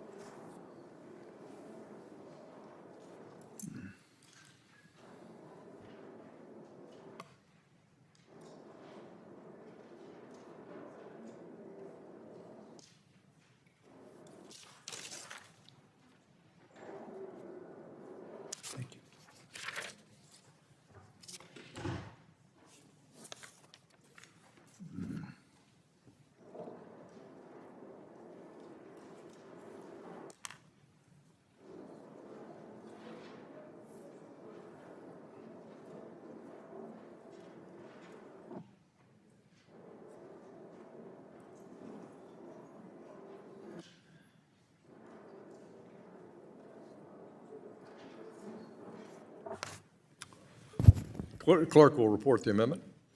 An amendment to the amendment in the nature of a substitute to H.R. 2392 offered by Mr. Liccardo of California. Without objection, the amendment is considered read. The gentleman from California is recognized for 5 minutes in support of his amendment. Thank you, Mr. Chair. I'm going to strike the last word. I want to thank Chairman and Mr. Stiles for their collaborative approach with regard to this legislation. I'm a co-sponsor because I believe this is a long overdue first step to sensible federal regulation of stablecoin and, for that matter, of cryptocurrency. I didn't say it was perfect, though, and I don't think there's any such thing as perfect legislation, and I very much share Ranking Member Waters' very serious concerns, particularly in light of the very recent news that this president and his family are apparently engaging in this very industry that we are seeking to have the federal government regulate today. Obviously, this comes on the heels of the issuance of a Trump meme coin only weeks ago. I am introducing an amendment to prohibit federal officials, including the president, the vice president, members of Congress, and other senior federal officials, from sponsoring, issuing, promoting, or licensing payment stablecoin. One would think this would be a fairly self-evident and obvious proposition. We want to avoid the inevitable conflicts of interest that arise where the president's appointees, such as the Secretary of Treasury, are regulating the very product that provides unique and exclusive financial benefit to the president and his family. Secondly, we should expect substantial use of stablecoin, as is today, in international payments, and we should want to prevent corrupt foreign influence that could foreseeably result where foreign governments and business entities might seek to curry favor with this president or other federal officials through the use of the stablecoin. One could imagine, for example, if we had a member of the executive branch who owned a hotel chain and how that might get abused. Third, I think we want to avoid enabling anyone's kleptocratic instincts, and whether, regardless of who it might be that's involved in this business, let's all agree this is not a sensible business for elected federal officials or senior federal officials to be involved in. For that reason, I have offered this amendment. It's obviously part of a separate bill that I've already introduced that would prohibit federal officials, including members of Congress, from getting in the business of sponsoring or issuing any financial instrument, whether it's security, commodity, or digital asset. I yield back. Gentleman from California yields back. Mr. Steil, do you still insist on your point of order? I withdraw my point of order.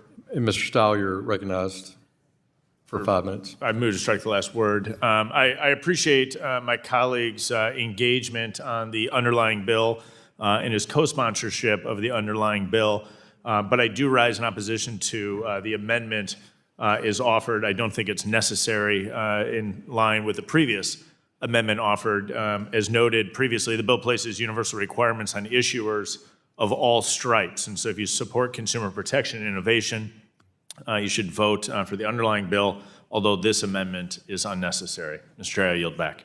Gentleman yields back. Is there further comment on Mr. Liccardo's amendment? The ranking member is recognized to strike the last word. I move to strike the last word. This amendment would provide important ethics boundaries for the president, vice president, and other public officials in the stablecoin ecosystem.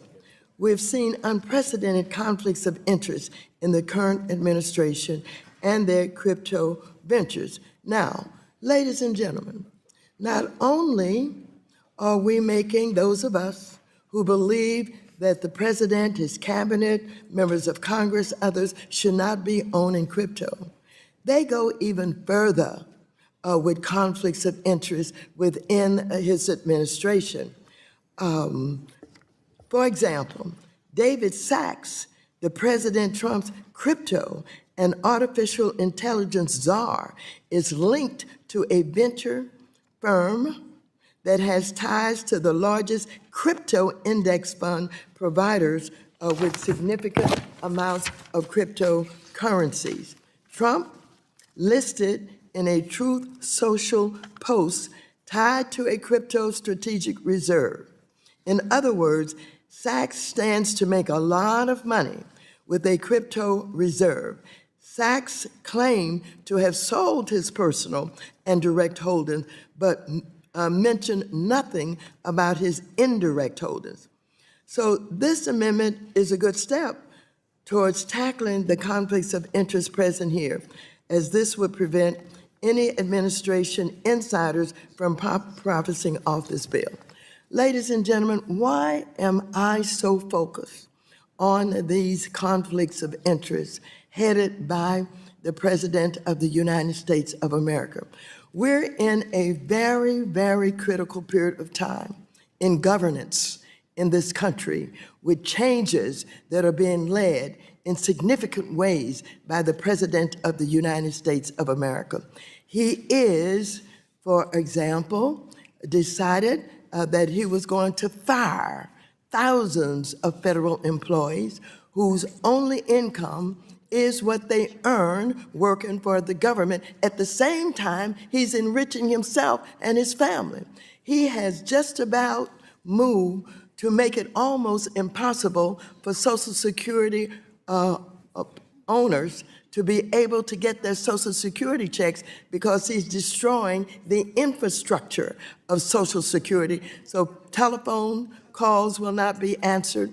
Those who are attempting to apply for their Social Security cannot be taken care of. He's talking about getting rid of, in HUD, Section 8 programs that is a program that helps people to have a decent rental opportunity because they don't earn enough money to pay for the high cost of rent.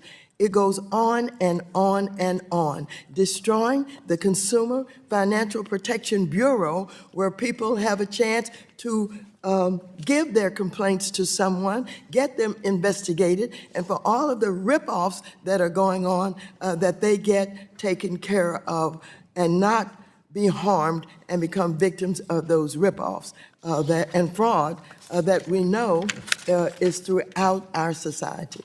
So it is not only that it is outrageous for the President of the United States and his family to own these cryptocurrencies, it is outrageous for others that are not even mentioned here in his cabinet that are involved to own and be a part of the crypto industry as they are, while people have started to suffer already, losing their jobs. I want to tell you, when Elon Musk went into some of these departments, he said, get out by 5 o'clock. And so we're depending on the courts to give us a little help now. We have some temporary decisions that are being made by some judges, have not gone into the final hearings yet, but people are suffering, not knowing. Even when we look at the stock markets, the uncertainty is causing us all kind of problems, and the stock market is losing and going down. What are we thinking about here? Why is it we want to protect the president and others in the cabinet for being able to enrich themselves on the backs of the American public while they're destroying the opportunity for people to have decent careers and a job that they have invested in for many, many years? This is outrageous. I support the amendment, and I still insist that if this committee wanted to exclude the government, and exclude the president and the members of Congress all from being involved in this way of ownership of stablecoins, of crypto, we could do it. Why not? Thank you. I yield back. Gentlewoman yields back. Is there further debate on the amendment? Chair recognizes himself. I'm sorry, I didn't see Mr. Lynch. You're recognized to strike the last word. Thank you, Mr. Chairman. I fully support Mr. Liccardo's amendment. I think it's a common sense amendment. Let's think about this. So we have seen a pattern of collapse of these stable coins. It's been a steady march of these collapses, and then the government comes in. 2023, we saw the situation with Silicon Valley Bank. Circle was involved in that. They had $3.3 billion in uninsured deposits at Silicon Valley Bank. So the FDIC had to come in and rescue that.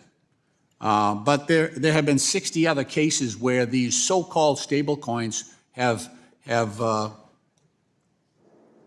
become unpegged to their underlying reference, whether it's the dollar or some other combination.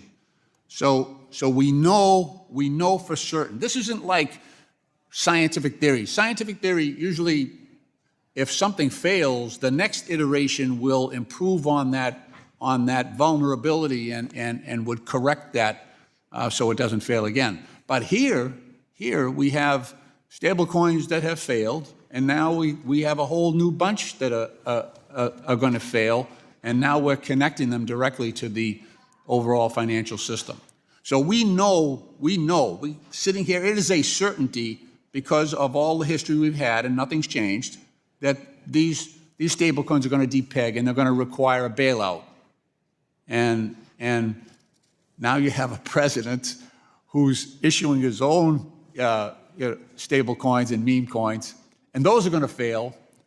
And you got members of Congress that have become the darlings of the crypto industry, and so the American taxpayer is going to be the ultimate loser here, because you know that members of Congress will vote for the bailout. That happened back in 2008. We saw that happen. I voted against all the bailouts, by the way, because none of the guilty parties had to take a haircut, and some of them made a ton of money after they took down the economy. But in this case, the president is going to sign off at the end on the bailout for his company. So that's why Mr. Liccardo's amendment is so important, because there's a built-in conflict here. Look at Liberty World Financial. That's the Trump family, crypto company, and so the president will be put in a position, unless you adopt this amendment, the president will be put in a position where he will have the opportunity. He'll probably be happy to do it, but he'll sign off on a bailout for his own company at the cost of the American people, at the cost of the American taxpayer. So I know that Mr. Foster and myself, a number of us have talked about the bailout aspect of this, Mr. Caston as well. There's some amendments that also try to get at that, but I think Mr. Liccardo's amendment is a good one, and we should support it, and I yield back the balance of my time. Gentleman yields back. Is there further debate on the amendment? Seeing none, I'll recognize myself for 5 minutes. I want to thank first Mr. Liccardo for being an outstanding new member of the committee. Thank you for being so engaged on the work of the committee, and thank you for co-sponsoring the underlying bill and trying to be constructive in improving the text of the Stable Act. I know Mr. Steil has enjoyed working with you. I appreciate your offering the amendment, but as I said in regard to the ranking member's amendment, if we really believe in having rules of the road, transparency, and assert the right way to do digital assets in this country, that I would invite members on both sides of the aisle to support the Stable Act and its vigorous, strong, transparent regulatory structure, supporting both a state and a federal framework, as well as, I have to say, also help us successfully introduce a market structure framework where the rules of the road, the oversight, the responsibilities, the legal ramifications of digital assets are made transparent and clear across the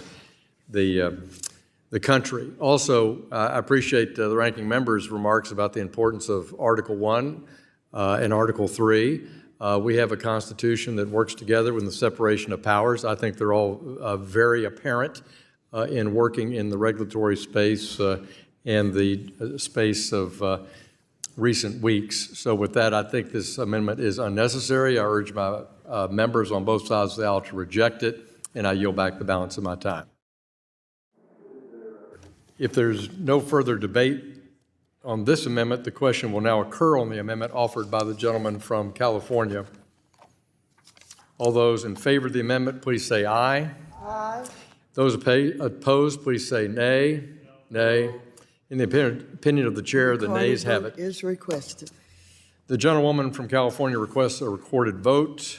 All those in favor of a recorded vote, raise your hands. A sufficient number having raised their hand, a recorded vote is so ordered.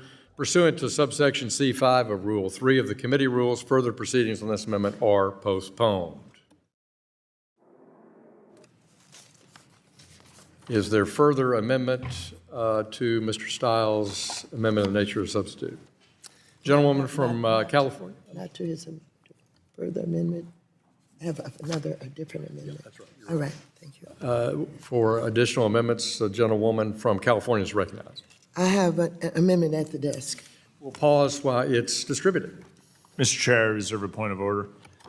Mr. Steil reserves a point of order.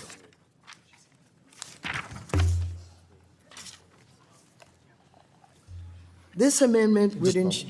she's All right. Oh, she's passing out. All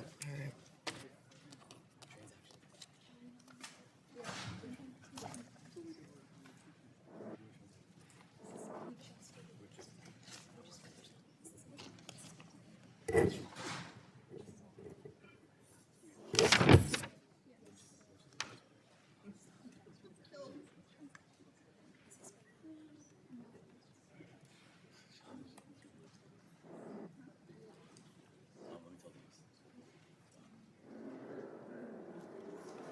Clerk will report the amendment. An amendment to the amendment in the nature of a substitute to H.R. 2392, offered by Ms. Waters of California.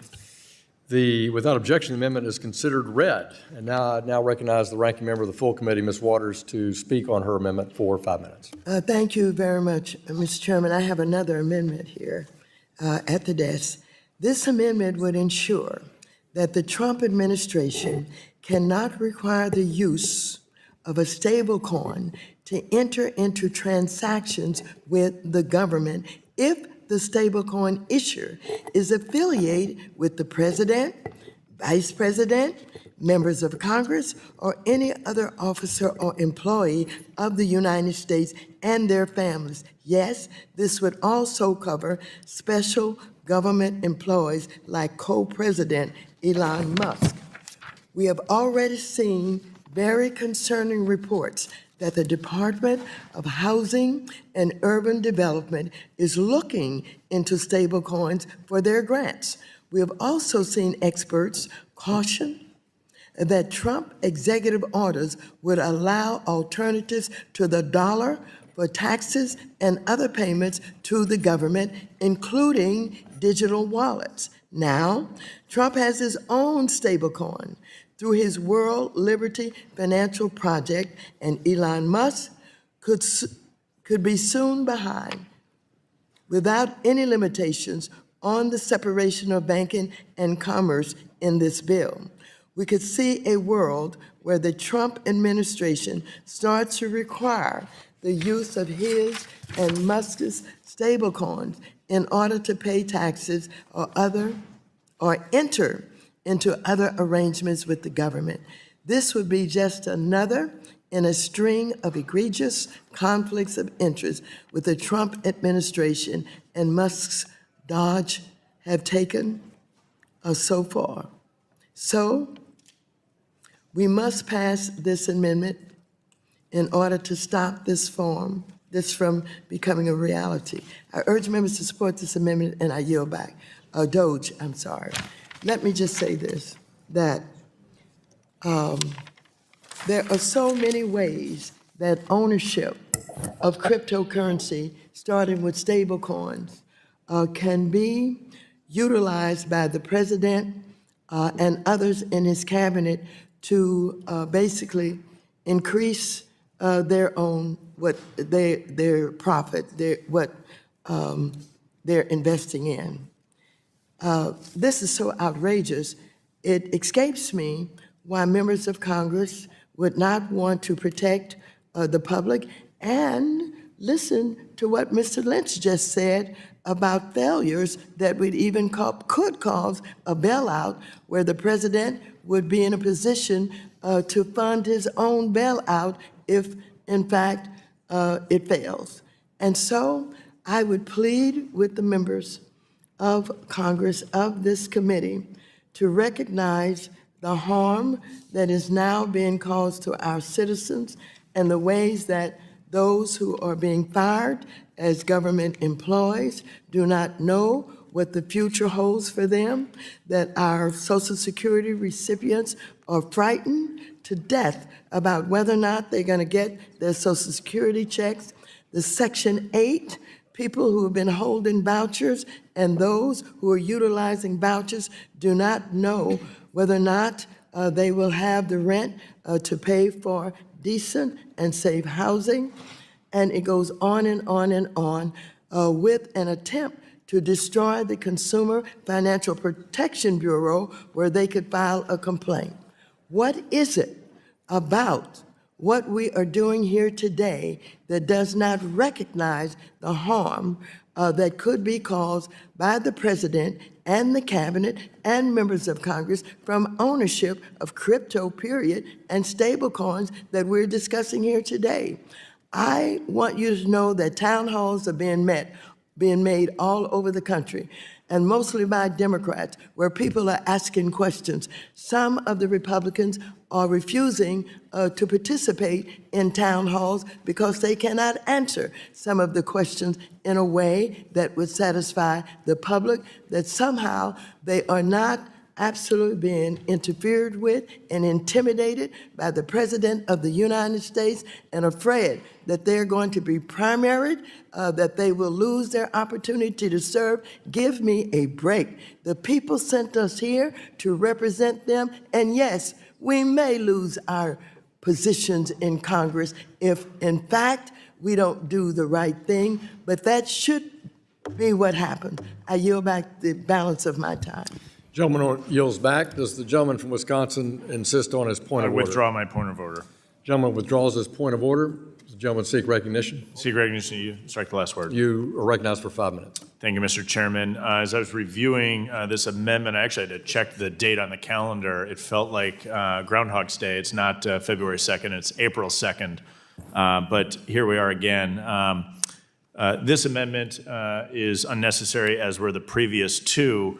As noted, the bill places universal requirements on issuers of all stripes. So if you do support protection of innovation, but also protection of consumer protections, and support consumer protections, you should be voting for the underlying bill. I think we actually continue to hear arguments in support of the underlying bill as these amendments come forward. The amendment itself, though, is unnecessary. I do not support it, and Mr. Chair, I yield back.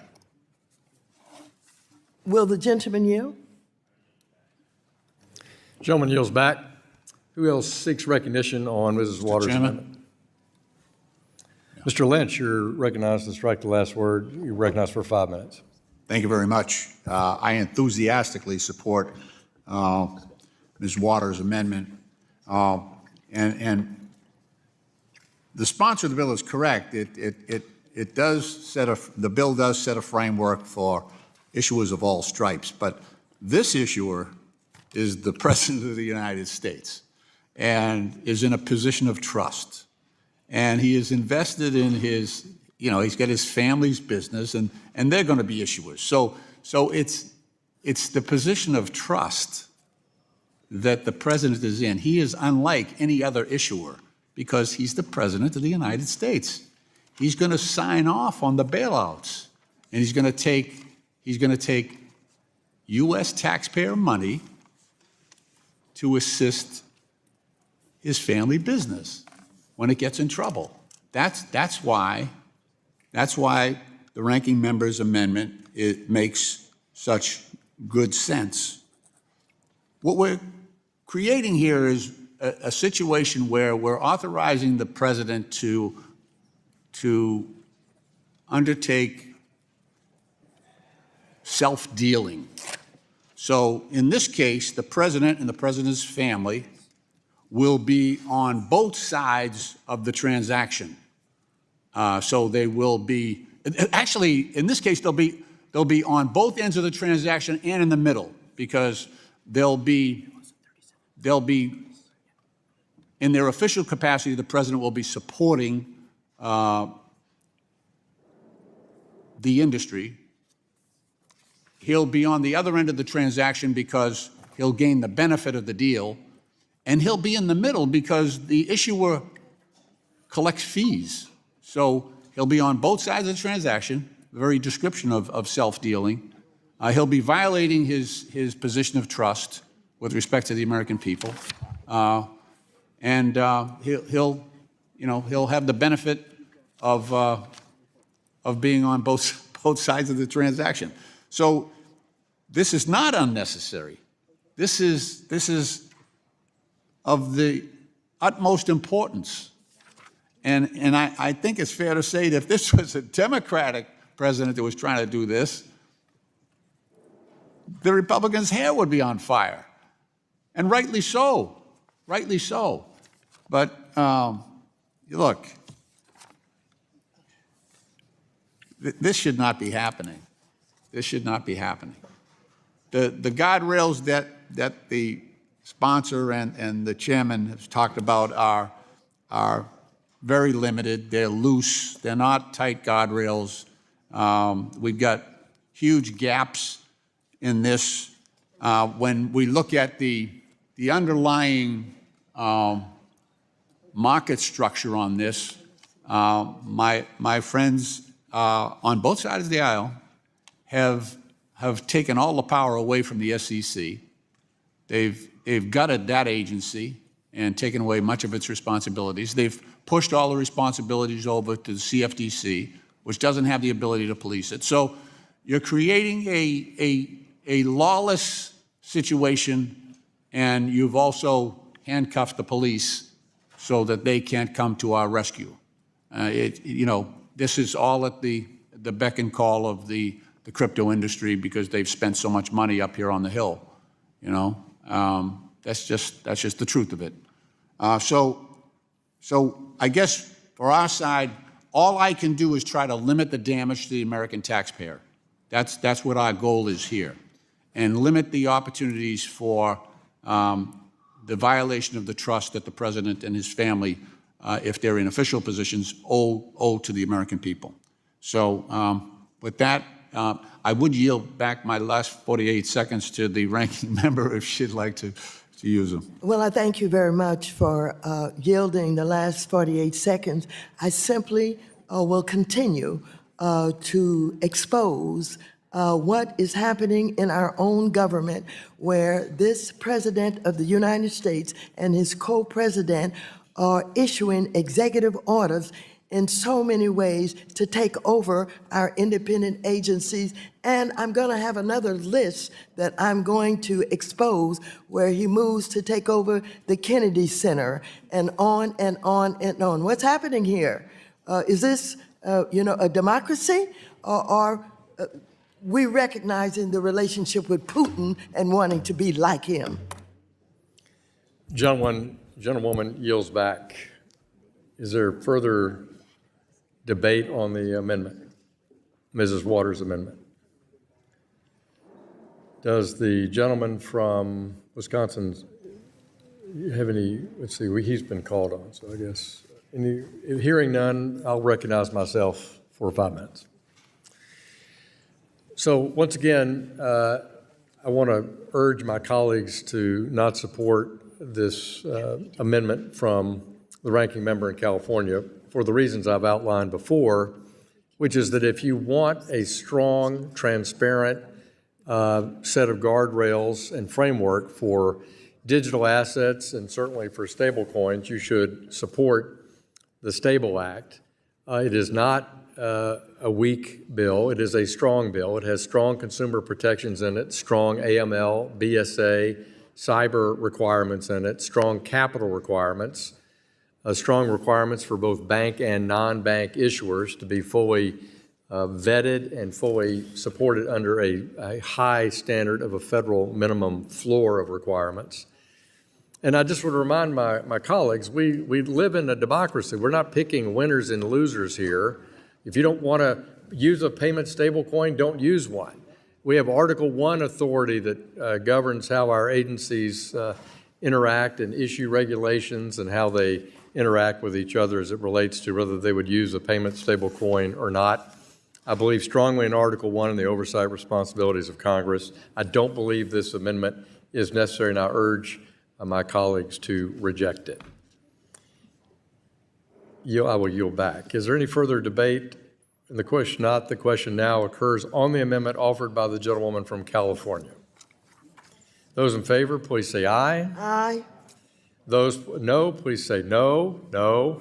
In the opinion of the chair, the nays have it, and the amendment is not adopted. I require a recorded vote.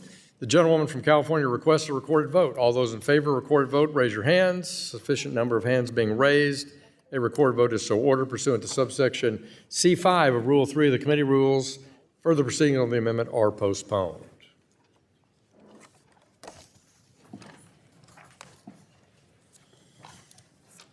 Is there further amendments? Gentlewoman from California, you're recognized. I have an amendment at the desk. We'll pause for the amendment to be distributed.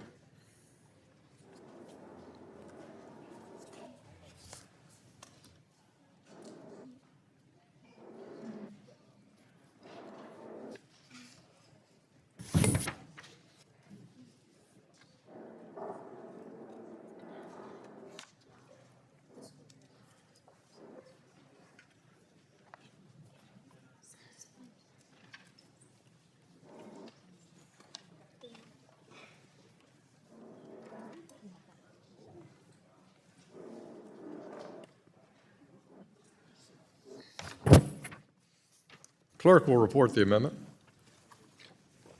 I reserve a point of order. An amendment to the amendment in the nature of a substitute to H.R. 2392, offered by Ms. Waters of California. The amendment will be considered as read. The gentleman from Wisconsin has reserved a point of order. The gentlewoman from California is recognized to support her amendment. Thank you very much, Mr. Chairman.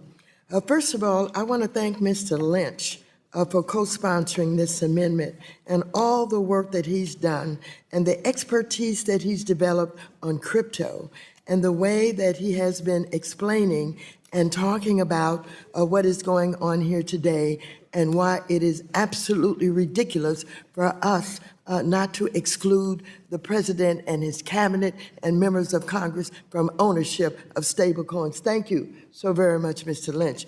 This important amendment would prohibit non-financial commercial companies from having their own stablecoins and maintain our country's vital separation of banking and commerce.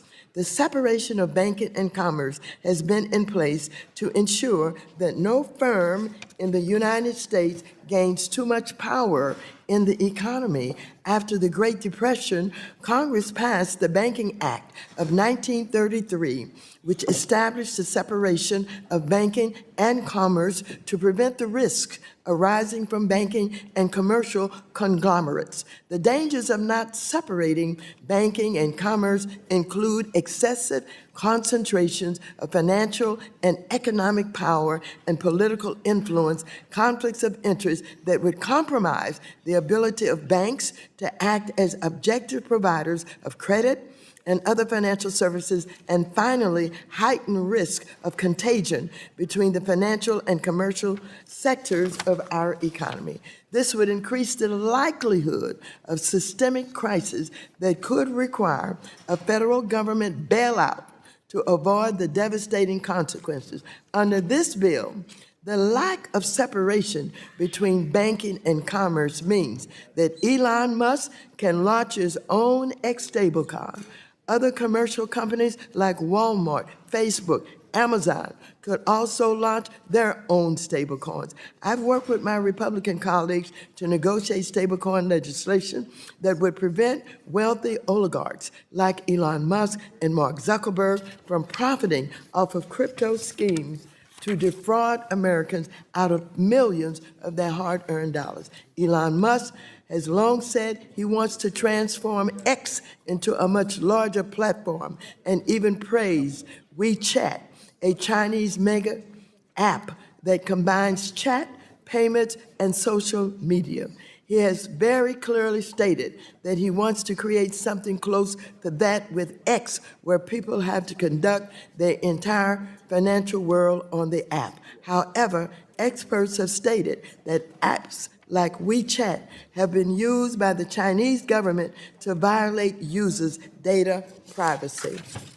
On top of that, big tech companies are already using AI to become even more powerful. Now we're allowing them to get into the business of banking as well. Meanwhile, the Republicans are attempting to overturn the Consumer Financial Protection Bureau's big tech rule. If they're successful, the CFPB will no longer be able to supervise big tech companies to ensure American consumers are protected from fraud, scams, and illegal data collection when they use these apps to make payments. Thankfully, the Republican rule aiming to overturn CFPB's failed yesterday.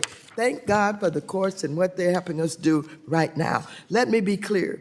I'm for financial innovation if the everyday American is adequately protected from frauds and scams. So we need to make sure there are safeguards to protect consumers and their personal data. This importance of a clear line between banking and commerce is one of power in the economy. The Trump administration wants to keep his billionaire cabinet wealthy while he takes away Social Security checks from Americans, continue to order mass layoffs of federal employees across the country, and imposes tax on consumer goods, preventing one firm or a group of oligarchs from gaining too much power has been a long-standing principle in the United States. The risks are too disastrous for Americans who are already struggling to make ends meet in this economy. I cannot stress enough, we need to protect American consumers and investors in order to keep bolstering responsibility and innovation in our economy. So I urge members to support this amendment. And let me just close by saying, you saw the billionaires with the president at his inauguration. The big boys, the Billionaires Club, have decided that they're going to take over this government. Be damned the Constitution and democracy. The big boys have aligned themselves, the billionaires. Do they care about all these people who are losing their jobs? I don't think so. Do they care about the Social Security recipients? I don't think so. I yield back. Gentlewoman yields back. Does the gentleman from Wisconsin insist on his point of order? I withdraw my point of order. He withdraws the point of order. Does the gentleman seek to be recognized? Seek 5 minutes to strike the last word. Gentleman's recognized to strike the last word. Thank you very much, Mr. Chairman. The bill we're considering today sets strong standards for payment coin or stablecoin issuance in the United States, regardless of who is issuing the stablecoin. We're always looking for innovation and development, and it's always been really at the heart of financial services, from the ATM to online brokerages to peer-to-peer money transfers. Technology is always improving the financial services space, and the separation of commerce and banking is an important consideration in the banking context.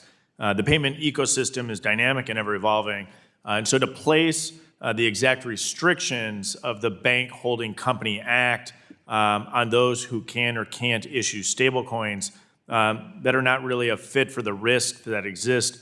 And I'm concerned, Mr. Chairman, that it'll really lead to a stifling of innovation. That being said, the concerns about companies acting in an anti-competitive manner can be addressed, and I'm happy to work with my colleagues to mitigate this concern, but in a more nuanced manner.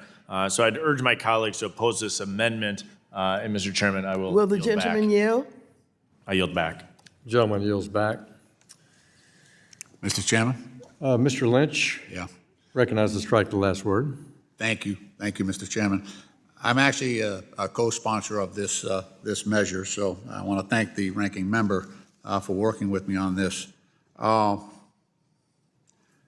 This bill basically destroys the separation between banking and commerce that has been a wise construct in our financial system from its inception.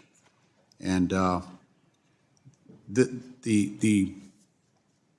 the breaking down of that barrier introduces a whole new set of risks. Think about this, especially with respect to these big tech companies. What we're going to do in this bill, we're going to allow Meta to start issuing stable coins. Meta, right now, has 3.35 billion daily users every single day. 3.35 billion. So if you don't think there's some competitive risks here, They are, remember, they were trying to do this before. Zuckerberg was trying to do Libra back in the day, and we squashed that because we knew that he would overpower all the competition out there because of look at the vast amount of information that he has already on every single American. 3.35 billion people. He knows, their purchasing habits. He knows a whole lot about individual families and individual citizens because he's been vacuuming up all their data for years. And now you're going to let him issue his own currency. And he's going to be able to, use that database, that collection of daily users, 3.35 billion people. I bet there are a lot of banks and some of these small startups that are worried about that. And so these are the people that you're supposed to be representing. These are other people in this competitive market that you're trying to create. You're creating, a couple of real giants. X has about 1 billion people, 1 billion people each and every day, regular users. Amazon has about 300 million. They're small in comparison. So these big tech firms are now going to be able to operate as banks and without any of the restrictions and responsibilities that you've put on regular banks in terms of how they deal with this, and how they deal with the public. What constrictions are on their conduct. You're creating a Wild West with 2 or 3 huge players that are going to be able to dominate this field. So I don't see the strong safeguards here. As I said before, in your market structure bill, the FIT 21 Act, you basically castrate the SEC. They can do nothing. You don't add considerably to the ability of the CFTC to deal with, especially players of this size. They're just going to steamroll the regulator, especially after you've taken all their power away. And then there's the state aspect of this. What do you think the matchup is going to be when Meta, with 3.35 billion daily customers and a barrel of money, goes up against the state of Wyoming with 600,000 people, less than I have in my congressional district, one state? I think they're going to be overpowered, and I think there's a real question out there when we need to bail out these companies, when we need to bail out when the stablecoins lose their peg. Is it going to be the people of Wyoming that are going to pay that, or is it going to be spread across the United States for all 50 states? They're going to have to step up as well. That situation still has to be addressed. With that, Mr. Chairman, I feel I'm repeating myself because some of these things are so common to different aspects of the bill, but I yield back. Gentleman yields back. Is there further amendment on Mrs. Waters' amendment? So I'll recognize myself for 5 minutes. I recognize certainly the element of repeating oneself here this morning. I appreciate Mr. Steil's constructive comments on this discussion about separation of banking and commerce, and I thank Mrs. Waters and Mr. Lynch for raising this issue today. I want to just take a minute and elaborate on why placing the Bank Holding Company Act restriction on stablecoin issuers and some other aspects of the language of their amendment I don't believe is fit for purpose to address this issue, and I just don't think it fully addresses my colleagues' concern that they've expressed. First, the list of financial activities in the Bank Holding Company Act, which was passed back in 1956, was updated in the 1990s by Graham Leach. The current list of financial activities does not contemplate any kind of digital asset activities, which I think we would all on both sides of the aisle agree are financial in nature. In our market structure bill from last Congress, Fit 21, we exactly defined market participants and activities that we all agreed were financial in nature in a digital asset context.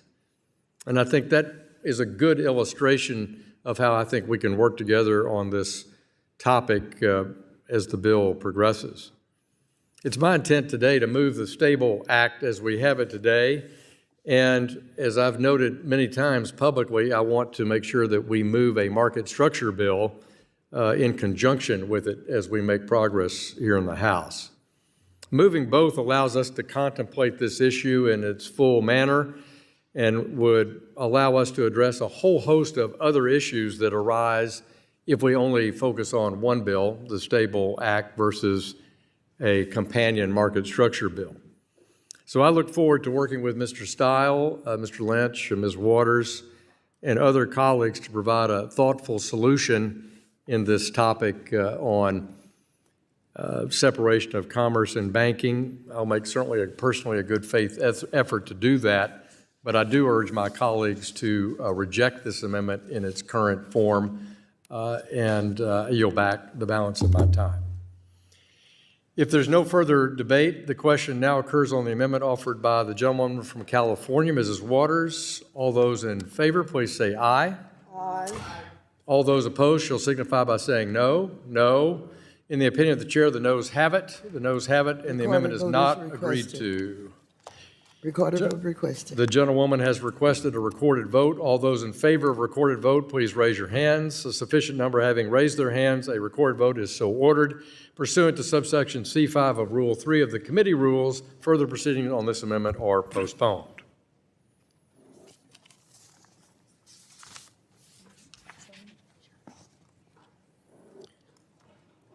Is there further amendment on Mr. Stiles' ANS? Mr. Chairman, I have a few amendments at the desk.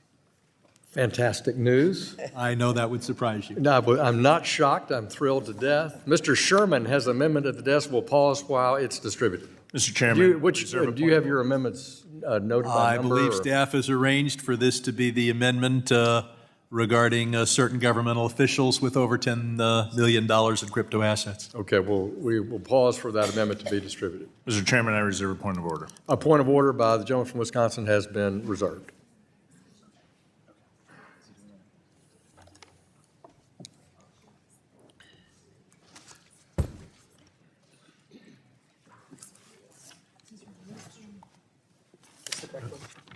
Does it have the word 10 million in it?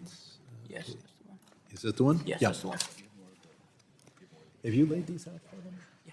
And you have one A in case this one gets point of order. Why? Because they're doing it like buckets. So they want to do this first is about Trump, then they have to do it about consumer protection. Oh, okay. Well.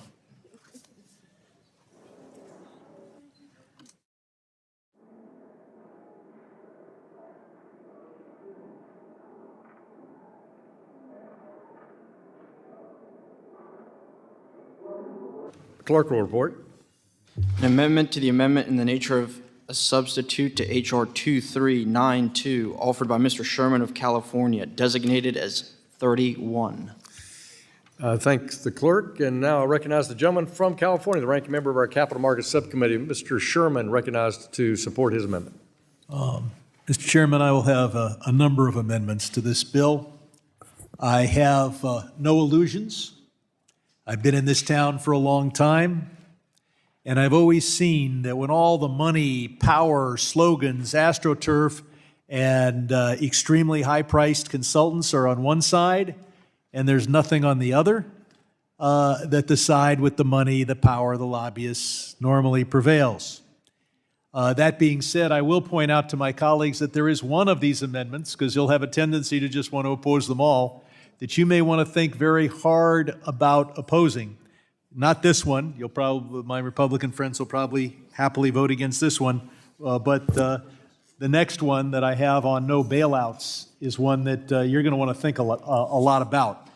As to this amendment, there is no part of the financial world that has been more subject to fraud, Ponzi schemes, wrongful actions of all sorts than the crypto world. And there is no greater disinfectant than sunlight. Now, we are all members of Congress, and we'd like to think we're important, and that therefore it's appropriate that we make sure that all of our decisions are made without a conflict of interest that is not disclosed. And that's why we all, with some great joy, fill out our financial disclosure statements and at least let the world know of every one of our transactions. And the world needs to know, because we believe we are important. But I've got news for most people in this room. You're not as important to governmental decisions these days as President Trump or Elon Musk. And so if we're going to have disinfectant in this area, we need to know what conflicts Trump, Musk, and other members of the cabinet have. This bill applies only to those who have over $10 million invested in stablecoin and other crypto assets. We know that the president fits into that category, and there's substantial reason to believe that Mr. Musk fits in that category. Donald Trump has 4 coins. Now, we've already seen Elon Musk's situation. You see, the day President Trump was elected, Musk knew that there'd be an important organization that he would head that would be very cool in the eyes of the Republican Party. But only he knew that it would be named after a meme coin. So for 1 week he had that knowledge. God knows who else had it. The election of Donald Trump caused all cryptos to go up. Bitcoin went up 22%. Dogecoin went up 6 times as fast. Some $37 billion was earned by persons unnamed who knew for 1 week between the election of the president and the announcement of the name that this coin would be more valuable. So let us bring the disinfectant of sunlight. Let us require that we know as much about the investments of Elon Musk in crypto as the world knows about any of our investments in crypto. Everything disclosed. And if a cabinet member has only modest investments in crypto, they're exempt from this bill. Otherwise, we will have to wonder, what are the motivations? Who is gaining? So who wants to speak against disclosure? Who wants to say that conflicts of interest should be unknown? Who wants to say that those who claim to be in public service are free in an undisclosed manner, hiding under the table to profit from their decisions? Let us at least bring the attention of the public to these investments. And with that, I yield to the ranking member. Thank you very much, and I appreciate it, and I certainly support the amendment. I want to ask you something. I just had an amendment earlier that was about the independent agencies now being excluded from the rule of development, and that the president has said, you know, all rules come to me so that I can see them and deal with them, whatever. Would your disclosure help us at all with that? Well, the disclosure would apply to the special government employee and all the cabinet members and the president, and I think those are the people making the decisions. Gentleman yields back. I withdraw my previously made point of order. Is there further debate on the amendment? Seeing no further debate, I recognize myself for 5 minutes to strike the last word. I appreciate Mr. Sherman's interest in the space, but this amendment is outside the scope of the bill, as the amendment applies broadly to all digital assets, not just payment stablecoins. Last Congress, the majority worked closely to address concerns from some of our Democratic members about members of Congress owning digital assets. For example, in our own market structure bill would be a more appropriate forum for that conversation. Note that members of the cabinet are subject to a robust confirmation process in the United States Senate through which financial disclosure forms are filed. And so I would urge my colleagues to oppose this amendment, and I yield back. If there's no further debate, the question now occurs in the amendment offered by the gentleman, Mr. Sherman from California. All those in favor signify by saying aye. Aye. All those opposed, nay. In the opinion of the chair, the nays have it. The nays have it, and the Recorded amendment. vote requested. A recorded vote has been requested. All those who favor recorded vote, please raise your hand.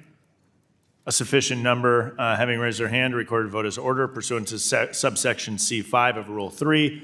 The committee rules further proceedings on the amendment are postponed. Is there Mr. Chairman, I have another amendment at the desk that's very similar to this amendment, but addresses your issue, so I'll bring that up. There's an amendment at the desk that we will pause while the Yeah, amendment this is, I guess, Sherman Amendment 1A, very similar to the last one, except it deals only with stablecoin and not with other crypto assets. We'll pause while the amendment is distributed.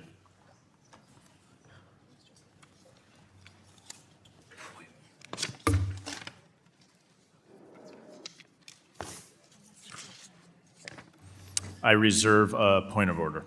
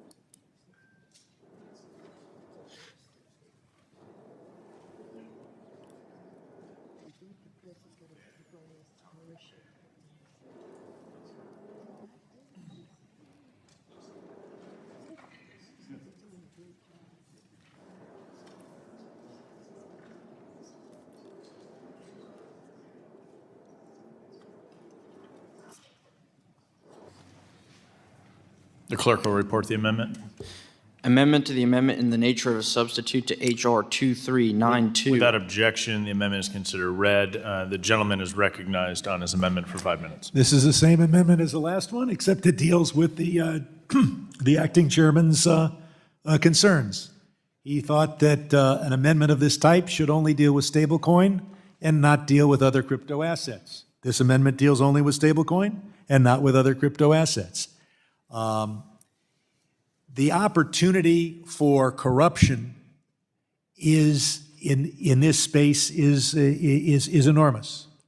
All a cabinet officer has to do, all a special employee has to do, all the president has to do to accept unlimited, undisclosed gifts is create a coin and then see who buys it.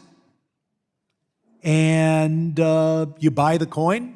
The money goes right into the creator's pocket. In return, you get some code, a quote digital asset, nothing more than a non-fungible token. And the president has your US dollars, or the cabinet member has your US dollars. We may have seen a tiny portion of this when Hunter Biden was selling his artwork, but at least he wasn't a governmental official, and at least there was a physical item of art. But here, why do we even have all this disclosure stuff that you and I and cabinet members fill out if we don't disclose the easiest way to bribe a important governmental decision maker? And that is to have them make a coin and out of thin air and say, and we've seen this. We saw this I've charted Mongoose coin. In this room a couple of years ago, I said there wasn't a Mongoose coin. People created a Mongoose coin, and for a while it was worth millions of dollars. They owned it all. They said it was worth millions of dollars. There were a few transactions involved with it.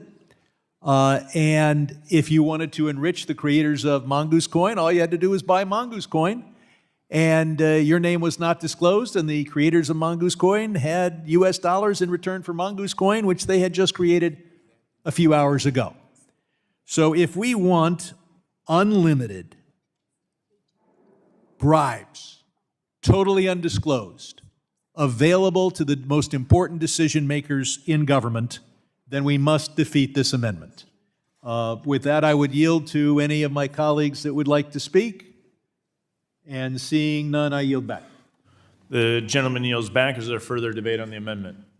Seeing none, I recognize myself for 5 minutes to strike the last word. Appreciate the adjustment that my colleague from California made per my previous concerns of the previous amendment, but this also is unnecessary, also is best addressed inside the market structure aspect of our two-part bill, or two bills that will ultimately come before the committee. It is a distraction in the underlying text. I would urge my colleagues to oppose the amendment, and I yield back. If there's no further debate, the question now occurs in the amendment offered by the gentleman from California. All those in favor signify by saying aye. Aye. Those opposed, nay. In the opinion of the chairs, the nays have it. The nays have it, and the amendment is, the gentlewoman has requested a recorded vote. All those in favor of recorded vote, please raise your hand. A sufficient number having raised their hand, a recorded vote is ordered pursuant to Section C5 of Rule 3 of the committee rules. Further proceedings on the amendment are postponed. Is there an additional amendment? Mr. Chairman, I believe I have an amendment at the desk. The gentleman has an amendment at the desk. We'll pause while it's distributed.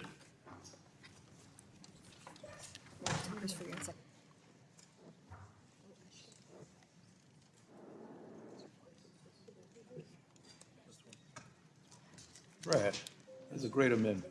Well, thank you. Does Mr. Downing, the gentleman from Montana, reserve a point of order? Mr. Chair, I reserve a point of order. The gentleman reserves a point of order. Yeah. Yeah, yeah.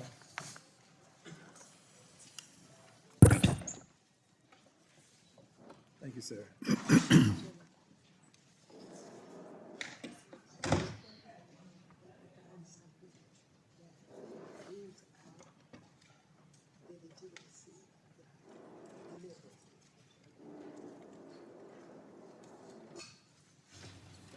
The clerk will report the amendment.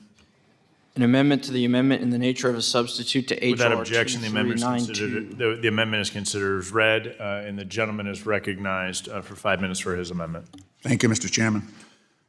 Mr. Chairman, my amendment would limit the activities. So what I'm trying to do here is, because we had such a long and strong history of these stable coins collapsing, they are not stable. That's a misnomer. And because we've had a steady drumbeat of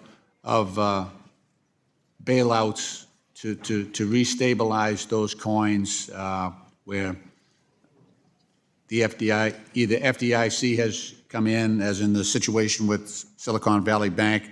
What I'm trying to do here with this amendment is create a firewall. Since we have seen, I think, 60 of these stable coins fail, they collapsed, they had to be rescued.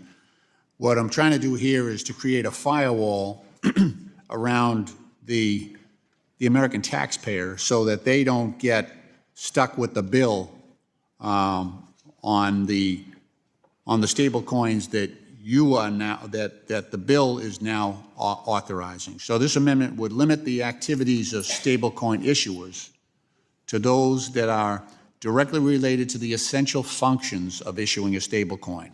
Specifically, this includes activities such as issuing or repurchasing or transferring stablecoins or acquiring and managing the reserves that are supposed to back up those stablecoins.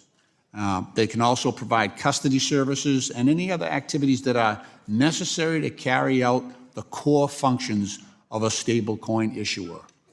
What this tries to get at is the fundamental separation between banking and commerce.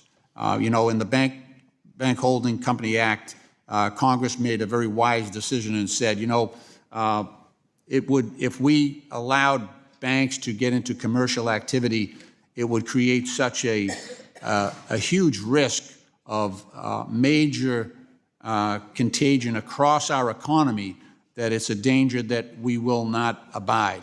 And so they require that separation. This amendment would follow in line with that thinking, especially with respect to commercial activities that are speculative or high-risk ventures that we've seen time and time again lead to catastrophic results. That happened back in 2008, and I'll talk about that in a minute. What I'm concerned about is the language that would allow stablecoin issuers in this bill to undertake such non-payment stablecoin activities that are allowed by the primary federal payment stablecoin regulator, close quote.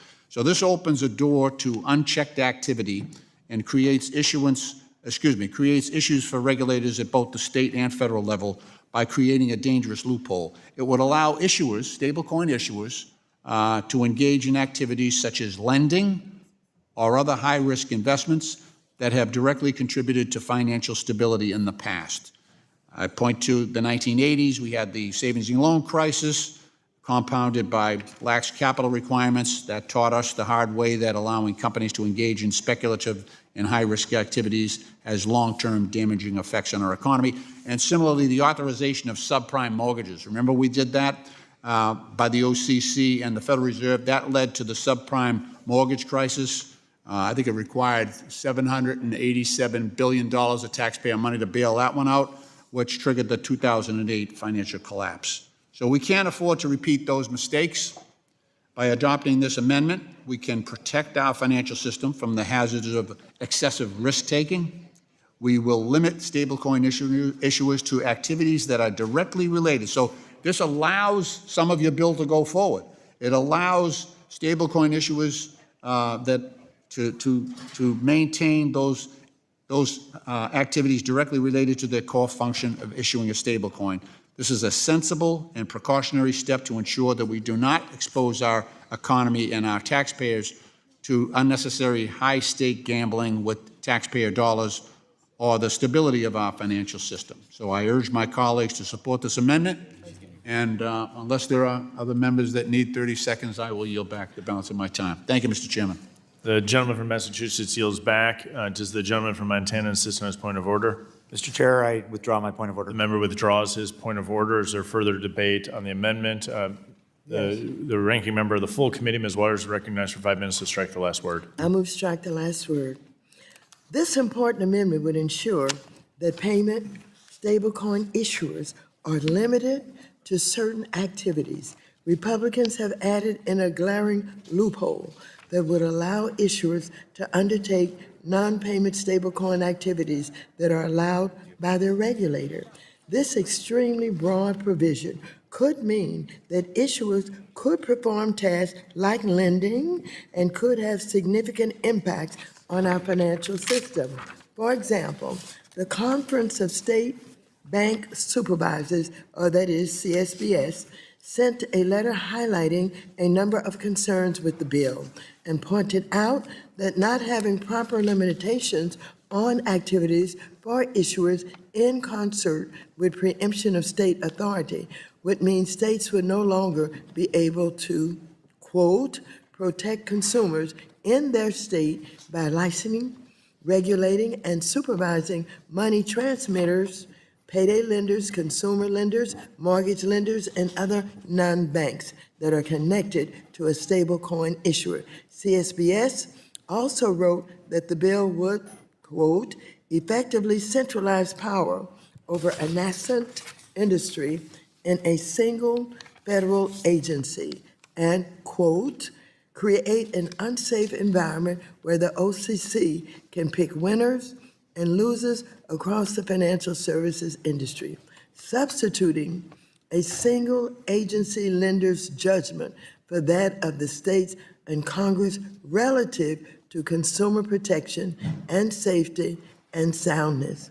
And so, members, as I have pointed out, the conflicts of interest and urge my members to ensure that the President of the United States, his cabinet, and even members of Congress could not own stablecoins or crypto.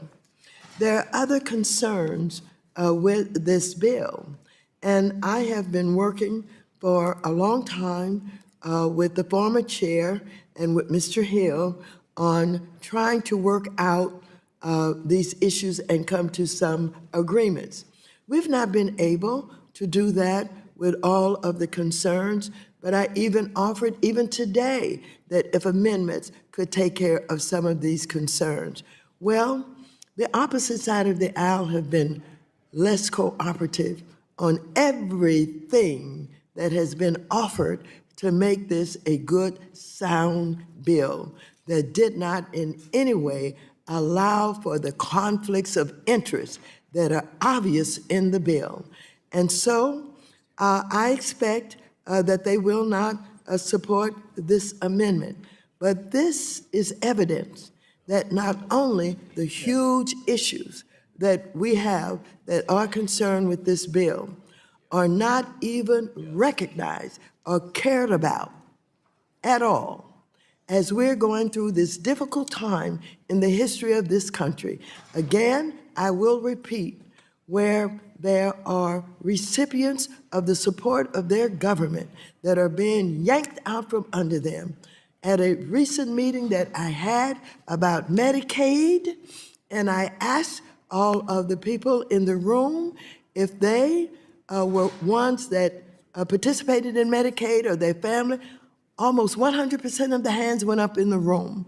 And while we're trying to protect all of the recipients of government assistance, at the same time, we are helping the President of the United States and his cabinet and others become owners where they will enrich themselves, where they will increase their access to these opportunities. And so I'll keep mentioning this because it's outrageous for the opposite side of the aisle to not have anything that they care about as it relates to whether or not there's a conflict of interest, or whether or not the public is being harmed, or whether or not the people working for the government are being fired and told to get out of their offices by 5 o'clock, or whether senior citizens are going to get their checks, or where Medicaid is going to help people who cannot afford, proper medical care to be able to stay alive. This is outrageous, but I will keep mentioning it over and over and over again. I yield back the balance of my time. Gentlewoman yields back. Is there further debate on the amendment? Seeing none, I recognize myself for 5 minutes to strike the last word. I appreciate the intention of my colleague from Massachusetts in regards to this amendment. I note that the underlying restrictions of activities in the bill in Section 4, paragraph 8, is actually pretty robust. In the amendment as offered would effectively strike subsection G, undertake such non-payment stablecoin activities are allowed by the primary federal payment stablecoin regulator. And my concern is that by doing that, we would be restricting options for market participants to engage in innovative and helpful activity. And so I think the amendment, therefore, does not move us in the right direction. I think the underlying text is best as drafted, and I will oppose the amendment, but appreciate the efforts of my colleague from Massachusetts. If there's no further debate, the question now occurs on the amendment offered by the gentleman from Massachusetts. All those in favor signify by saying aye. Aye. All those opposed, no. No. In the opinion of the chairs, the nays have it. The nays have it, and the amendment is not adopted. Requested roll call. A recorded vote has been requested. All those in favor of a recorded vote, raise your hand. A sufficient number having raised their hand, a recorded vote is ordered pursuant to subsection C5 of Rule 3. The committee rules further proceedings on the amendment are postponed. Is there an additional amendment? I do. The gentlewoman from Texas, Ms. Garcia, has an amendment at the desk. Very good. We'll pause while the amendment is distributed. Okay.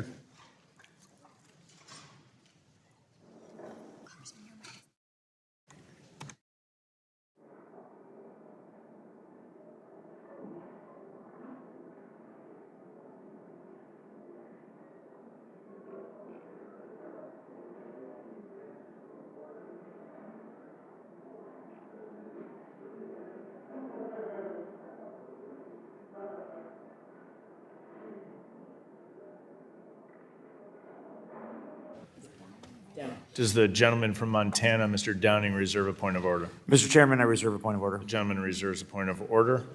The clerk will please report the amendment. An amendment to the amendment in the nature of a Without substitute to objection, the H.R. amendment is considered read. The gentlewoman from Texas, Ms. Garcia, is recognized for 5 minutes on the amendment. Thank you, Mr. Chair.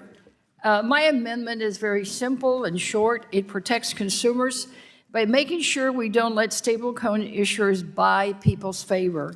Since we've been talking a bit about history today, so let's look a little at history in banking. One of the key flaws that led to the Great Depression was that banks didn't hold enough in reserves. But as credit markets expanded in the early 1900s, another problem emerged. Banks started using credit as leverage, not just financially, but competitively. Businesses and families needed loans to grow, to buy homes, to keep things running. And banks realized they could use that need to push other incentives, like a toaster. Or maybe soon you can get a free ride for a week on a Tesla, or maybe a free weekend stay at Mar-a-Lago. They sweetened the deal with a little perk, and perks do get people's attentions, one that might have been too good to refuse. You all know it. You walk into a bank and they try to upsell you. Choose our bank over the one across the street and we'll give you a toaster. But there's always a catch. You only get the toaster if you open their premium account, which is going to cost you more, or you open another line of credit and you can't buy the toaster from us. The toaster wasn't really free. It was bait, a reward for locking in with that bank and locking out the competition. Now, fast forward to today, again, we could get a free ride on a Tesla for a week or maybe a weekend stay at Mar-a-Lago. So if we're embarking on building a new financial system around stablecoins, let's be clear, there's no such thing as a free lunch. No free toaster, no free use of a Tesla for a week or a weekend stay at Mar-a-Lago, and definitely no free stablecoin. If we don't put limits in place, we're going to see the same old tricks wrapped in some new paper. Waive your fees if you use our coin. That's not innovation, that's coercion. That's anti-competitive. Congress has regulated this kind of behavior for decades. There are clear rules and clear exemptions. Stable coins cannot be one of them.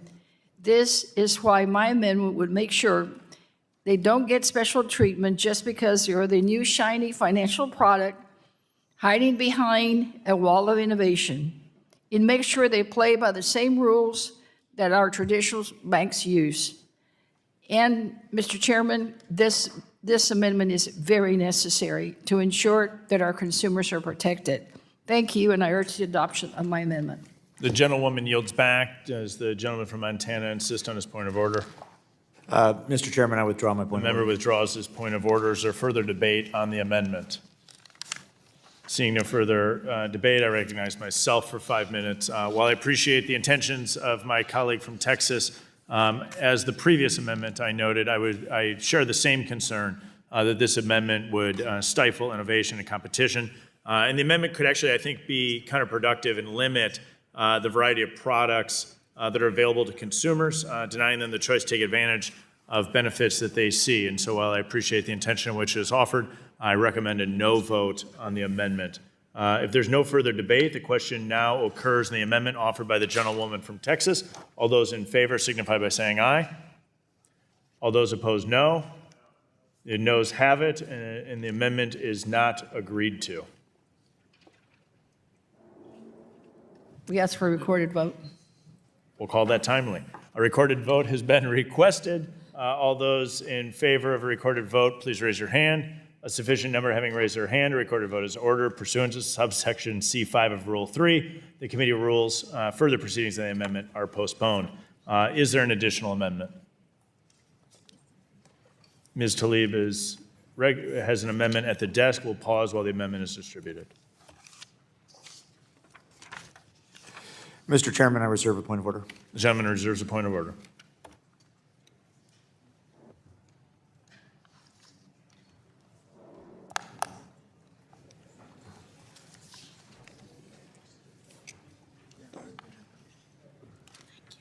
The clerk will report the amendment in a moment. An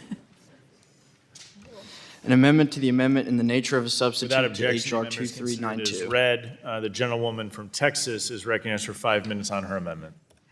From Michigan, but it's okay. I apologize. For the record, the gentlewoman from Michigan, Ms. Tlaib, is recognized for 5 minutes. I apologize. Thank you, Mr. Chair. I just want to read directly from it. It's a very simple amendment, but it says a special government employee may not have any ownership interest in a payment stablecoin issuer. This is important because I'm really incredibly troubled by the massive conflicts of interest which this bill fails to address. I'm actually really looking forward to Representative Sherman's amendment for no bailout, especially if we can't have these protections in place. We all know the President of the United States issued an executive order requiring all regulatory agency rules must be approved by the Office of Information and Regulatory Affairs within the Office of Management and Budget. This means, for folks that are listening, this means the President and those in the administration can press for changes to agency rules, which is a conflict, having them oversee their own conflict. In the present context, Trump, everybody knows this, Trump and his family have strong financial interest in stablecoins right now through their stake in the World Liberty Financial. We also know that Elon Musk, and a special government employee, wants to issue his own stablecoin with his new payments app. We know that the president and those in the administration, like Elon Musk, right now should not at all, because of their conflicts, be able to change agency rules overseeing and regulating those activities. So that's the motivation of this amendment. Many of our constituents can come together and say, look, we can't have corruption within government. They already have a high increase of distrust for many of us here serving in Congress, and it's because we do not stand up against corporate greed and conflicts of interest. They think we're here, again, rigging the system, which it is, and not fixing it, again, to make sure that we have some sort of oversight and, again, accountability. This amendment, Mr. Chair, would ban special government employees, like Elon Musk, again, from owning a stablecoin issuer. This is a simple amendment to blatantly push back against any blatant, again, conflict of interest. And so I hope my colleagues would support this amendment. It's incredibly important. Again, I don't want us continuing to bail out those that are driven by corporate greed, and the conflict of interest is right in our face, and we, again, must, again, have these protections in place. With that, Mr. Chair, I reserve my time, but yield back. The gentlewoman yields back. Does the gentleman from Montana insist on his point of order? Mr. Chairman, I withdraw my point of order. The gentleman withdraws his point of order. Is there further debate on the amendment? Seeing none, I recognize myself for 5 minutes to strike the last word. Appreciate my colleague from Michigan bringing forward her amendment. I'd note our underlying bill sets forward common, universal applicable standards to prevent fraud and ensure stablecoin reliability. Every issuer has to meet the same high bar. And similar to the other amendments that were raised and bringing up similar issues, this bill is not about singling out individuals. It's about universally applicable rules of the road and universal protections for American consumers. We have to protect American consumers with substantive payment stablecoin legislation that ensures these products are supported by safe and secure assets, that American consumers can have confidence in stablecoin circulation. And so with that, I encourage my colleagues to oppose this amendment. There being no further debate on the amendment, the question now occurs on the amendment offered by the gentlewoman from Michigan, Ms. Tlaib. All those in favor signify by saying aye. Aye. All those opposed, no. In the opinion of the chairs, the nays have it. The nays have it, and the amendment is not adopted. Mr. Chair, can I request a record roll? The gentlewoman from Michigan requests a recorded vote. All those in favor of a recorded vote, please raise your hand. A sufficient number having raised their hand, a recorded vote is ordered pursuant to subsection C5 of Rule 3, the committee rules. Further proceedings on the amendment are postponed. Is there an additional amendment? Mr. Sherman is... Yes, I have an amendment at the desk. This one dealing with no bailouts. The gentleman has an amendment at the desk. We'll pause while the amendment is distributed. Mr. Chairman, I reserve a point of order. The gentleman reserves a point of order.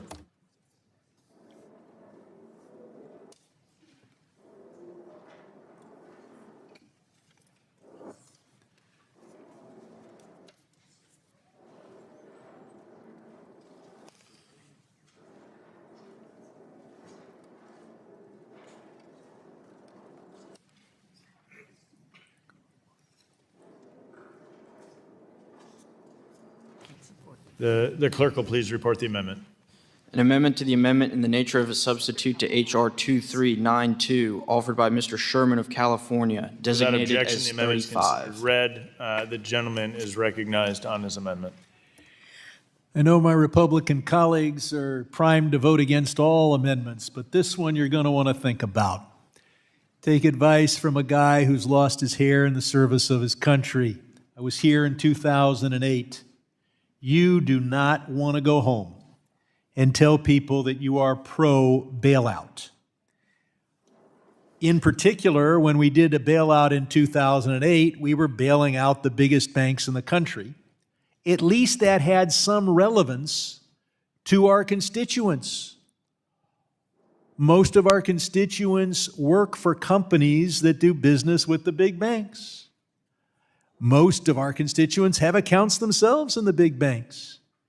And even then, the bailout of the big banks was the least popular thing Congress has done this century. Well, now we have a situation where it is just a few billionaires and maybe 1 or 2% of the population that is actively involved in crypto. Fewer will be involved in stablecoin. And yet they expect a bailout if they're fraud, if their bad business practices, if their high risk causes them to need one. So you need to draw a line here. The chairman, when he was here, told us, if you don't want to use crypto or you don't want to use stablecoin, don't do it. Well, that's fine, until they use your taxpayer dollar to bail out a stablecoin you chose not to invest in. So what would it mean if this amendment is voted down? It would be a symbol, a statement to the entire crypto industry. Congress is ready to bail you out. The Republicans voted to allow Congress to allow institutions to bail you out. The Fed might bail you out. The FDIC may bail you out. And when Congress had its one vote against bailing out stablecoin, they said, bail them out. Do you want to go home and explain that? Go right ahead. Some of your colleagues from 2008 didn't come back. And what they were bailing out has far more relevance to the vast majority of Americans. Now, I know how powerful the crypto industry is. I know they've got all the money, they've got all the power, they've got the lobbyists, they've got the AstroTurf. They've got the most expensive consultants cryptocurrency can buy. No, they don't pay them in cryptocurrency. Those lobbyists are too smart to accept payment in cryptocurrency. They've got the best consultants US dollars can buy. And they want you to vote for them on everything, but they especially want you to vote against this amendment because they want to create an image that they are the same as the banks, that they are pillars of the economy, and if they get in trouble, they will be bailed out, and therefore your money is safe, even when Sam Bankman-Fried's cousin takes the assets to Brazil or the Bahamas. So let's see if you can simply vote against. Now, I will say, the bill contains language that says that stablecoins are not backed by the full faith and credit of the United States. That is obviously not sufficient to provide bailouts. CDs at the Bank of America do not have the full faith and credit of the United States, but we bailed them out. Bank accounts at Citibank do not have the full faith and credit of the United States, but they were eligible for a bailout. Do you want to go home and say, I was so dependent on the crypto industry that I cast a vote facilitating a bailout of stablecoin? If you do, go right ahead. But when you do, you will be sending a message that will be embraced by all of the Twitter sphere, all of the folks that are trying to promote stablecoin and other crypto, and say, don't worry. We don't need audits. We've got a bailout. They voted to bail us out if we need a bailout. And voting against this amendment is voting to send a signal that you're ready to vote to bail them out, or to let the Fed bail them out without a vote, if you can figure out how to do that. And the smartest lawyers in the country will try. So you probably want to vote against all my other amendments. You're going to want to vote for this one. I will yield to any member who wishes to speak. And seeing none, I yield back to the chair. The gentleman yields back. Is there further debate on the amendment? Seeing none, I recognize myself for 5 minutes to strike the last word. Before I do, does the gentleman from Montana insist on his point of order? Mr. Chair, I withdraw my point of order. The gentleman withdraws his point of order. The chair actually will recognize Ms. Garcia for 5 minutes to strike the last word. Thank you, Mr. Chairman. I appreciate my colleague, Representative Sherman, for offering this sensible amendment to broadly make sure Congress is not leaving taxpayers on the hook for the risk-taking of stablecoin issuers. I have shared my concerns about how inappropriate it is for Trump and Musk to write the rules of the road for everyone while they profit off of it with their own stablecoin issuers.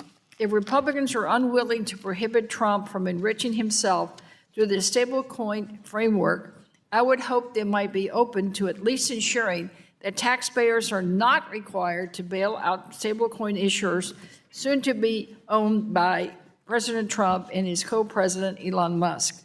Earlier in the debate, the chairman said that if you don't want to use a payment stablecoin, they don't have to use one. Okay, well, using that same logic, I hope that he would agree that American taxpayers should not be asked to bail out stablecoin issuers either. I urge members to support this amendment, and I yield back. The gentlewoman yields back. Is there further debate on the amendment? Mr. Chairman? The gentleman, Mr. Lynch, is recognized for 5 minutes to strike the last word. Thank you. First of all, I wholeheartedly support this amendment. This is really getting at the nub of it. We're worried about the consequences of this reckless action having dire consequences on the American taxpayer. And let's think about this too. Every bailout is going to increase the national debt. So the one we did in 2008, I voted against it twice, but it passed. That cost us almost $787 billion. So that's part of that debt that's overhanging us right now. So each and every one of these failures, and there will be many, because it's the nature of these stable coins to fail, right? We've seen it over and over again. Even the best, even Circle broke the buck, and they're supposed to be like the model in the industry, and they haven't been able to operate without federal assistance. So what this would do is just take the taxpayer off the hook. That's what Mr. Sherman's amendment does. Takes the taxpayer off the hook, and it will stop these stablecoin issuers from coming to you, to Congress, for a bailout. So we can stop this whole process. You can just say to them, you know what, it's against the law. We can't do it. Sorry. And just end it right there. What I'm afraid of, though, is that they've spent so much money up here on the Hill, and the president is fully invested in this. He's got he just launched his 4th crypto currency in the matter of a year. His family has just opened a whole new line of business on crypto. So I think that whole fact has introduced a level of recklessness in the industry. All these crypto bros, they're like, this is great. This is great. We're going to take private risk, private gain, and then any losses we could just push on to the American taxpayer. It's perfect. It's the same thing that Goldman Sachs did back in 2008. They made a barrel of money, $9 billion. We bailed out AIG, and that money went directly to Goldman Sachs. They didn't even take a haircut. So that's the plan here, is to take advantage of the American taxpayer through their representative and through their president, and to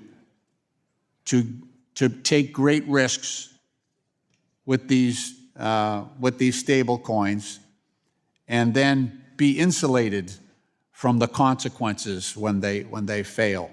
That way, they socialize the costs to the American taxpayer, and they privatize the gains, right? Because we don't have any clawbacks in place right now. I'll introduce one, but we don't have any clawbacks. So these company executives will be able to keep their profits, and then when business goes south, they'll be able to export their losses to the American taxpayer. That's the game here. That's the whole game. That's what this is all about. These stablecoins have failed over and over and over again. This shouldn't be the Stable Act. They should be calling this the Titanic, because it's going down. It's going down. We just know that because we've been watching this game for a long time now. Even the quote best of the stablecoins have broke the buck and needed a bailout, and nothing's changed, except they spent a ton of money up here on the Hill, and now they've got members on both sides bamboozled into thinking that this is something that they should support. So it's a sad commentary, I think, on the way our political system works, but that's a whole other issue. So unless my colleagues need additional time, I'll yield back. Thank you. Gentleman yields back. Is there further debate on the amendment? Seeing none, I recognize myself for 5 minutes to strike the last word. I would agree with my colleague, Mr. Chairman, on our joint goal of making sure that taxpayer money is not used to bail out stablecoin issuers. And I would note for the record, the Stable Act explicitly states that stablecoins are not backed by the full faith and credit of the United States government, are not subject to FDIC or NCUA insurance, and requires the disclosure of this information on every issuer's website. Furthermore, we create a strong risk management framework in this bill to make sure that we address the concern that you just brought up. However, without adequate time to review the text before us, I'm going to urge my colleagues to oppose the amendment.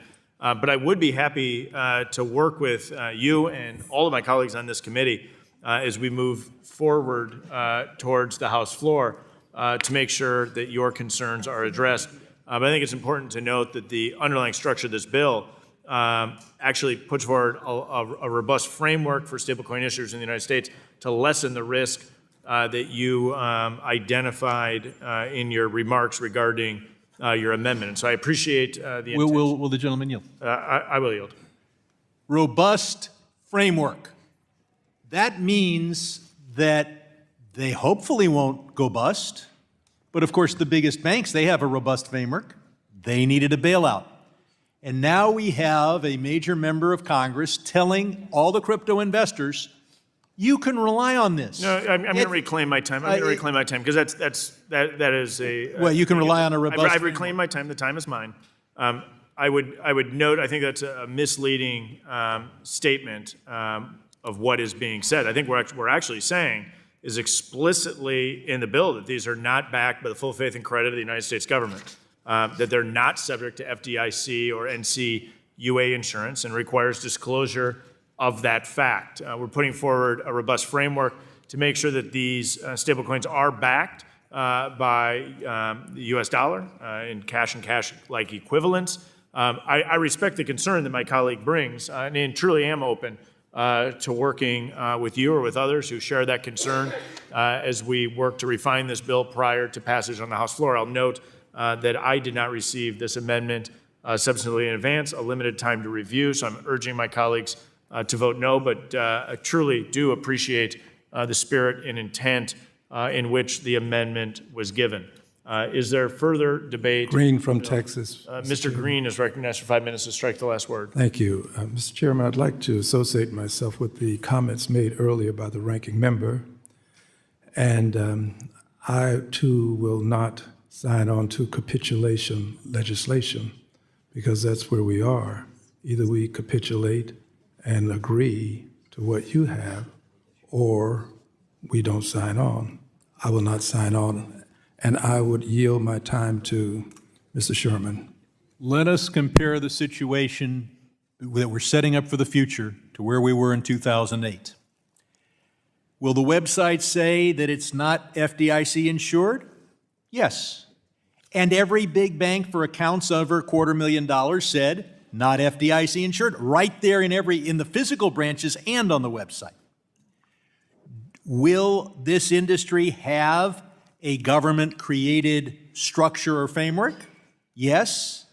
And in fact, our Republican colleagues have done their best to create, or at least asserting to the public that they've done their best to create, a robust framework, just as Congress did its best to create a robust framework for the big banks. Is it enough to say, well, we're not going to bail them out because we have in the language that it's not full faith and credit? Well, let's look at the big banks.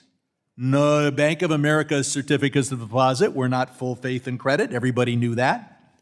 So you go down the list and you're back in 2008, but it's worse. Because when you say this stablecoin reflects full compliance with the best framework Congress could develop, then you're saying, and we'll probably bail you out, because if it fails, it's on us.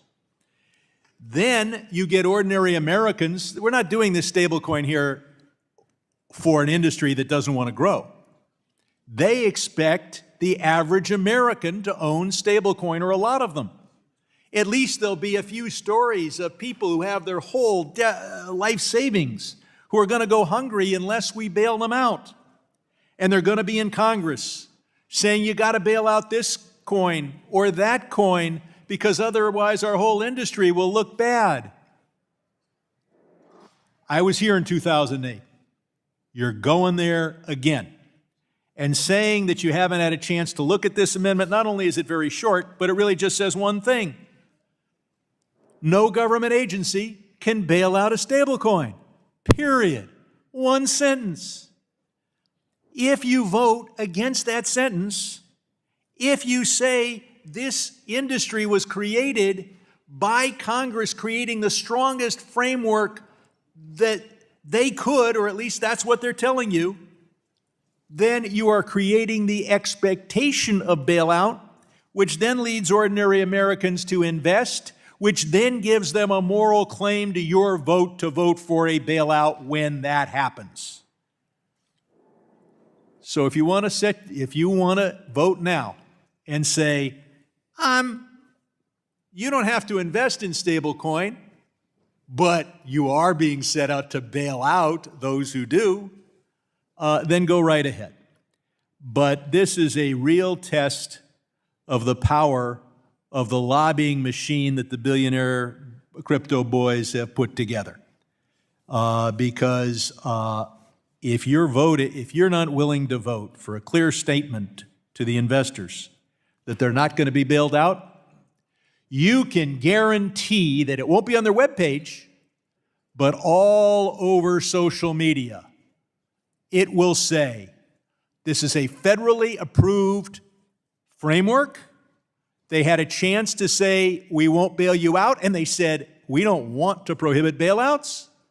In 2008, they bailed them out. The proponents of stablecoin will say that we're building something that will be systemically important to the country, so you can almost assure yourself of a bailout, and then you're going to see the bailout. So it's your choice. You're either pro-bailout or you can't anti-bailout, and don't think you can go back to your constituents and say, well, I didn't like the paragraph on line 15 of page 1 of the amendment. They're not going to listen to that. You're either pro-bailout or you're anti-bailout, and I yield back to the gentleman from Texas. Reclaiming my time, I support the Sherman Amendment, and again would indicate that the legislation, the underlying legislation, is capitulation legislation when you decline to accept amendments that would make it much better than it is. I yield back. The gentleman yields back. Is there further debate on the amendment? Mr. Caston of Illinois is recognized for 5 minutes to strike the last word. So I just make a quick observation here. It's nice to call them stable coins, but they kind of have to be stable if we're going to call them stable coins. USDC, Circle, had $3.3 billion of uninsured deposits at SVB, Silicon Valley Bank, not that long ago. When Silicon Valley Bank collapsed, and they didn't have the cash, the money wasn't in the bank because they were in uninsured deposits. They had $250,000, but not $3.3 billion. USDC collapsed to 88 cents. Not stable. Not stable if a dollar is only worth 88 cents. The only reason we even call that a stable coin today is because the feds overnight rushed money in to bail out the uninsured depositors, which was appropriate to prevent a run on the bank. Right? I'm not saying that in crises like this we should not have people, we shouldn't take extreme measures in extreme circumstances. But the only reason it's stable is because we bailed them out. So I guess I'd yield my time back to Mr. Sherman, but I would love to ask, if this amendment was in place back when SVB was crashing, would we have saved the taxpayers money because we wouldn't have had to bail out these stable coins? And would we then not have the fiction before us today that these coins are stable independent of federal subsidy? And I'd welcome you to tell me wherever it goes, but I'm still perplexed why we call them stable when they are unable to stay stable without massive federal bailouts. Mr. Sherman, I yield my time to If I was selling an asset where in real life it was associated with fraud, Ponzi schemes, Sam Bankman-Fried, I'd call it a gold stablecoin. I'd call it a platinum stablecoin. I'd call it a God-ordained stablecoin. Whenever you're trying to hide something, you give it a title that is the exact opposite. This is not a stablecoin. Many of them will go under. The pressure will be on government to do the bailouts. And you can tell your constituents that you stood here and said no government bailout, or you can tell your constituents the opposite. And I yield back to the gentleman from Illinois. Yield. Gentleman yields back. Is there further debate on the amendment? Seeing none, the question now occurs in the amendment offered by the gentleman from California, Mr. Sherman. All those in favor signify by saying aye. Aye. Those opposed, no. No. In the opinion of the chair, the nays have it. The amendment is not adopted. The recorded vote is requested. All those in favor of recorded vote, please raise your hand. Sufficient number having raised their hand, a recorded vote is ordered pursuant to subsection C5 of Rule 3 of the committee rules. Further proceedings on the amendment are postponed. Is there an additional amendment? Mr. Foster from Illinois is recognized. And at the desk. The gentleman has an amendment at the desk. We'll pause while the clerk distributes the amendment.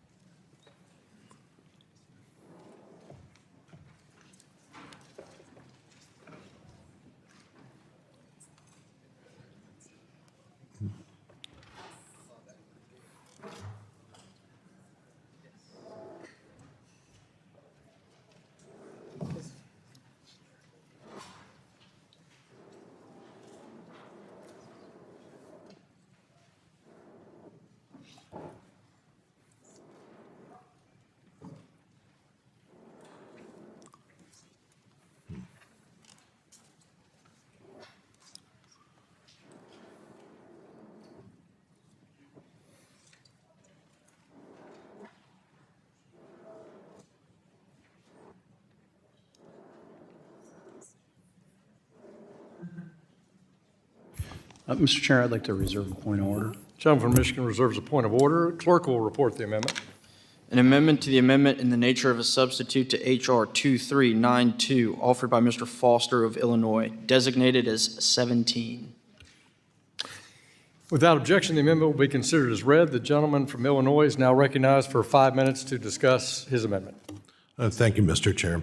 I, too, was present in this committee in 2008. I came in under this committee in March of 2008, months before Lehman Brothers fell and basically cratered the economy. And then one day later, AIG got into trouble and was bailed out. There's a sort of breathtaking description of exactly how that bailout happened, where one specific government employee transferred many, many billions of dollars to the AIG counterparties. And I also, this pin here is the 110th Congress pin. So this pin was on the floor when I voted for TARP twice after the stock market cratered. This pin was present in this committee when we talked about those bailouts.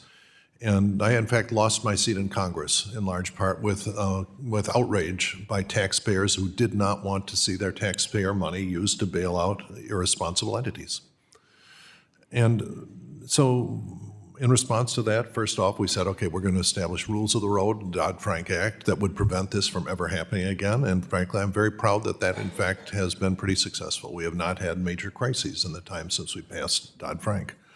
And we also have to understand that and make darn sure we don't introduce new risks into our system that will cause that to happen again. And that risk presents us right here. My amendment here is actually a sort of restricted version of the one that Rep. Sherman just introduced. It restricts the prohibition on taxpayer bailouts to the two major vehicles by which the government is likely to make $100 billion bailouts to failed stablecoins. The 13.3 Federal Reserve Authority and the Exchange Stabilization Fund. And so these are just explicitly banned here so that when the government officials go begging, please, please, can the Federal Reserve bail out this failed coin? The answer will be no, we are not allowed by federal law. And that's a big difference between just requiring that you put on your website some words about the FDIC or something.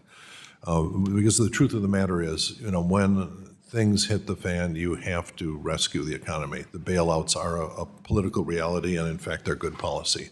The TARP vote was probably one of the most painful votes I took because it was in large part rewarding irresponsible risk-taking. But that's the nature of it because the damage to innocent parties would have been so much higher. That exact calculation will happen again if we get to the point where a stable coin is such an integral part of our financial system and one of them fails, that we'll have the choice of either just letting it fail and the whole system fall apart or put some taxpayer money on the line. So I think, my guess is in the end, what we're going to do if we go down the stablecoin route is that we're going to need an explicit taxpayer bailout mechanism like the FDIC, Deposit Insurance Fund, with some shared responsibility for the whole stablecoin industry to bail out, to take responsibility for the failure of any one single stablecoin. That's what my guess is where we're going. Nothing like that is in this bill. What's in this bill is just taxpayer on the hook once again. The next best thing is my amendment, or even better, Rep. Sherman's, that has a prohibition on that. Also, I think I will close just with a little physics lecture, since I'm the one PhD physicist. You got to sit through this from time to time. There's a concept in physics called stability and a different one called metastability. A stable system is one in its lowest energy state that will stay there forever. You can nudge on it, it will return to that low energy state. A metastable state is a state which looks like it's stable. You push on it gently. You can think of a bowling pin. You push on it gently and it seems like it's stable. You push on it a little bit harder and it flops over and it goes to its true lowest energy state. And that is the one where stable coins will live. A stable coin under mild stress may maintain its peg. Under extreme stress, everyone will view it as worthless. It will become worthless, and that is the stable state which will last forever. right? And so these are not in their lowest energy states. They are metastable coins. And there will always be the danger that a stable coin that looks stable will in fact go to its low energy state of becoming worthless. And so this is, under those circumstances, we cannot put the taxpayers at risk. And so that's the meaning of my amendment, and yield back. Gentleman yields back. Is there further discussion on Dr. Foster's amendment? Yes. The ranking member from California recognized to strike the last word. I move to strike the last word. I appreciate my colleague, Representative Foster, who is ranking member of our Financial Institutions Subcommittee that has oversight to financial stability, for offering this sensible amendment. If Republicans are not willing to support Mr. Sherman's amendment, I hope they will at least support Mr. Foster's amendment to prevent the Treasury and Fed to use tools they have used before to bail out reckless financial firms. During the 2008 financial crisis, we saw how poorly regulated money market funds needed to be bailed out by the Treasury Secretary using the Exchange Stabilization Fund, or ESF. We also saw how the Fed used its emergency lending authority to provide a bailout for AIG. I'll never forget that. I served on a committee that dealt with this issue. This common sense amendment would ensure Treasury and the Fed would be prohibited from putting taxpayers on the hook for bailing out any stablecoin issuer if they mismanage their way to failure. I'd like to engage Mr. Foster for a moment with a little colloquy here. Without this amendment, would the president's stablecoin that he will own as he is moved to own stablecoin, could it be bailed out? Yes, it could. And you know, the president is inevitably engaged in that decision, although it's held by the Treasury Secretary, who serves, you know, under the president. The president will unquestionably had a voice, as had a voice in the bailout of AIG. If the president had forbidden it, it probably would not have happened. And so that you're asking, there's just a tremendous conflict of interest being built into this. Thank you, Mr. Foster. The more we talk about this legislation, the more we discover that not only do we have this giant conflict of interest with the president and the cabinet and Elon Musk and all of these people being able to own stablecoin, then we find out that they have control of the rule, because as a rule is developed by this so-called independent agency, the president is saying, we don't do that anymore. I want that rule to come directly to me so that I can do whatever I think I need, I guess, to protect myself, he's thinking.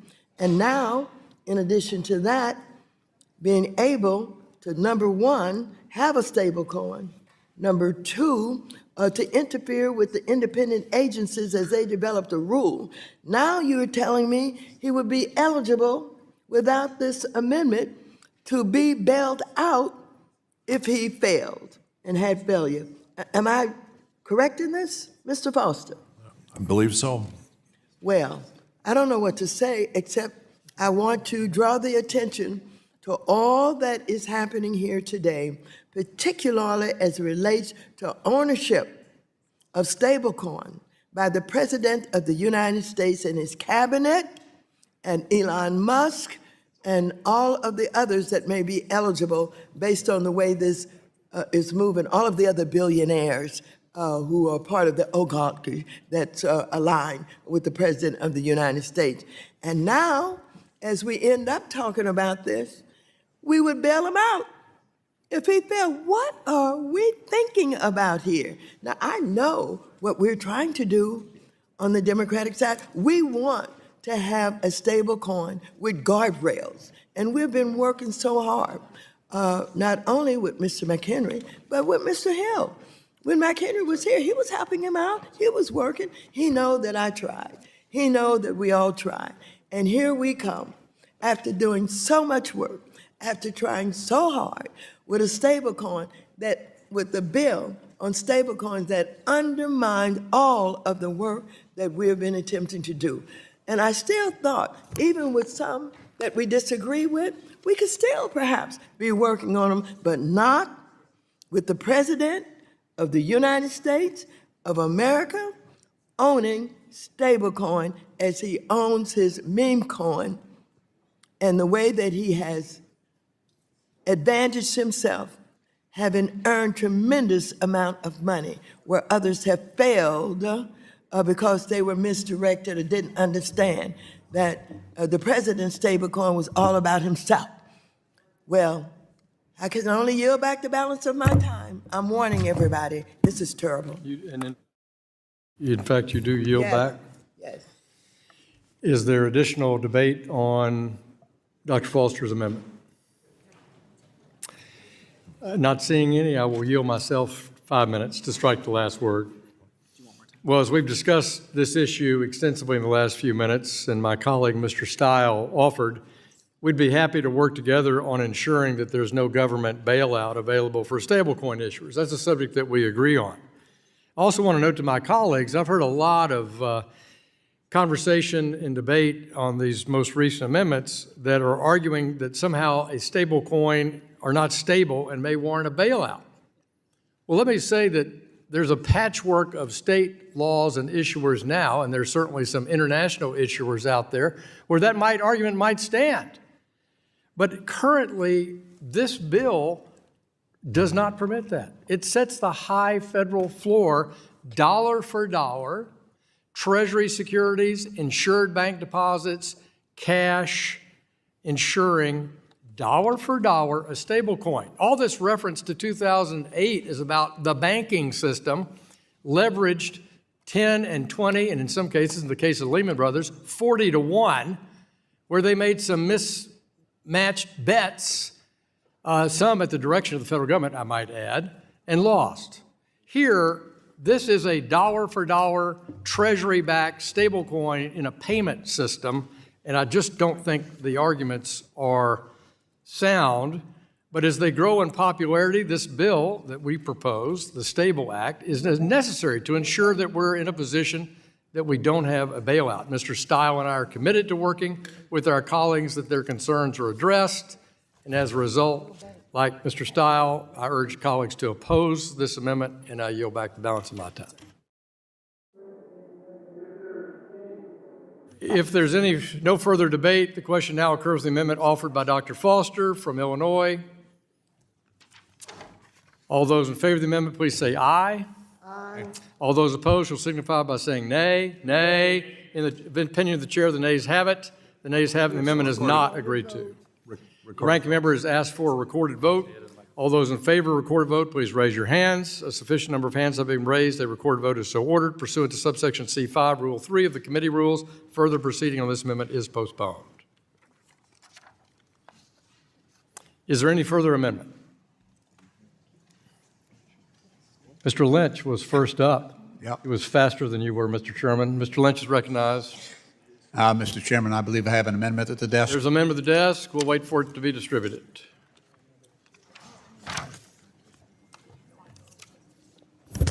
Mr. Chairman, I'd like to reserve a point of order. The gentleman from Michigan reserves a point of order.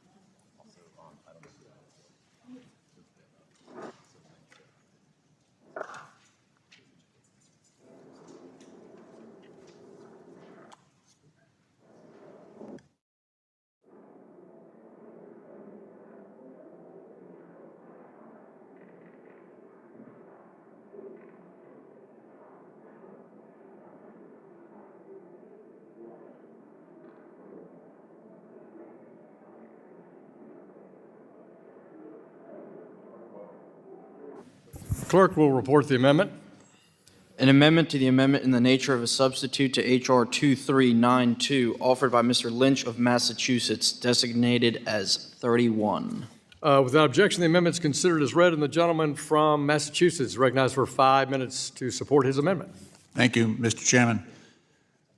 Mr. Chairman, the reason that there are so many amendments to try to shield the American taxpayer from bailouts is because we've seen so many of these stable coins. 20 of the big ones in the past, half dozen years have broken the buck and have required assistance or have just gone to zero. So we would have to be blind not to recognize the likelihood that these stable coins will fail and will require a government bailout. That's why we're all trying to build this firewall to protect the American taxpayer from that eventuality.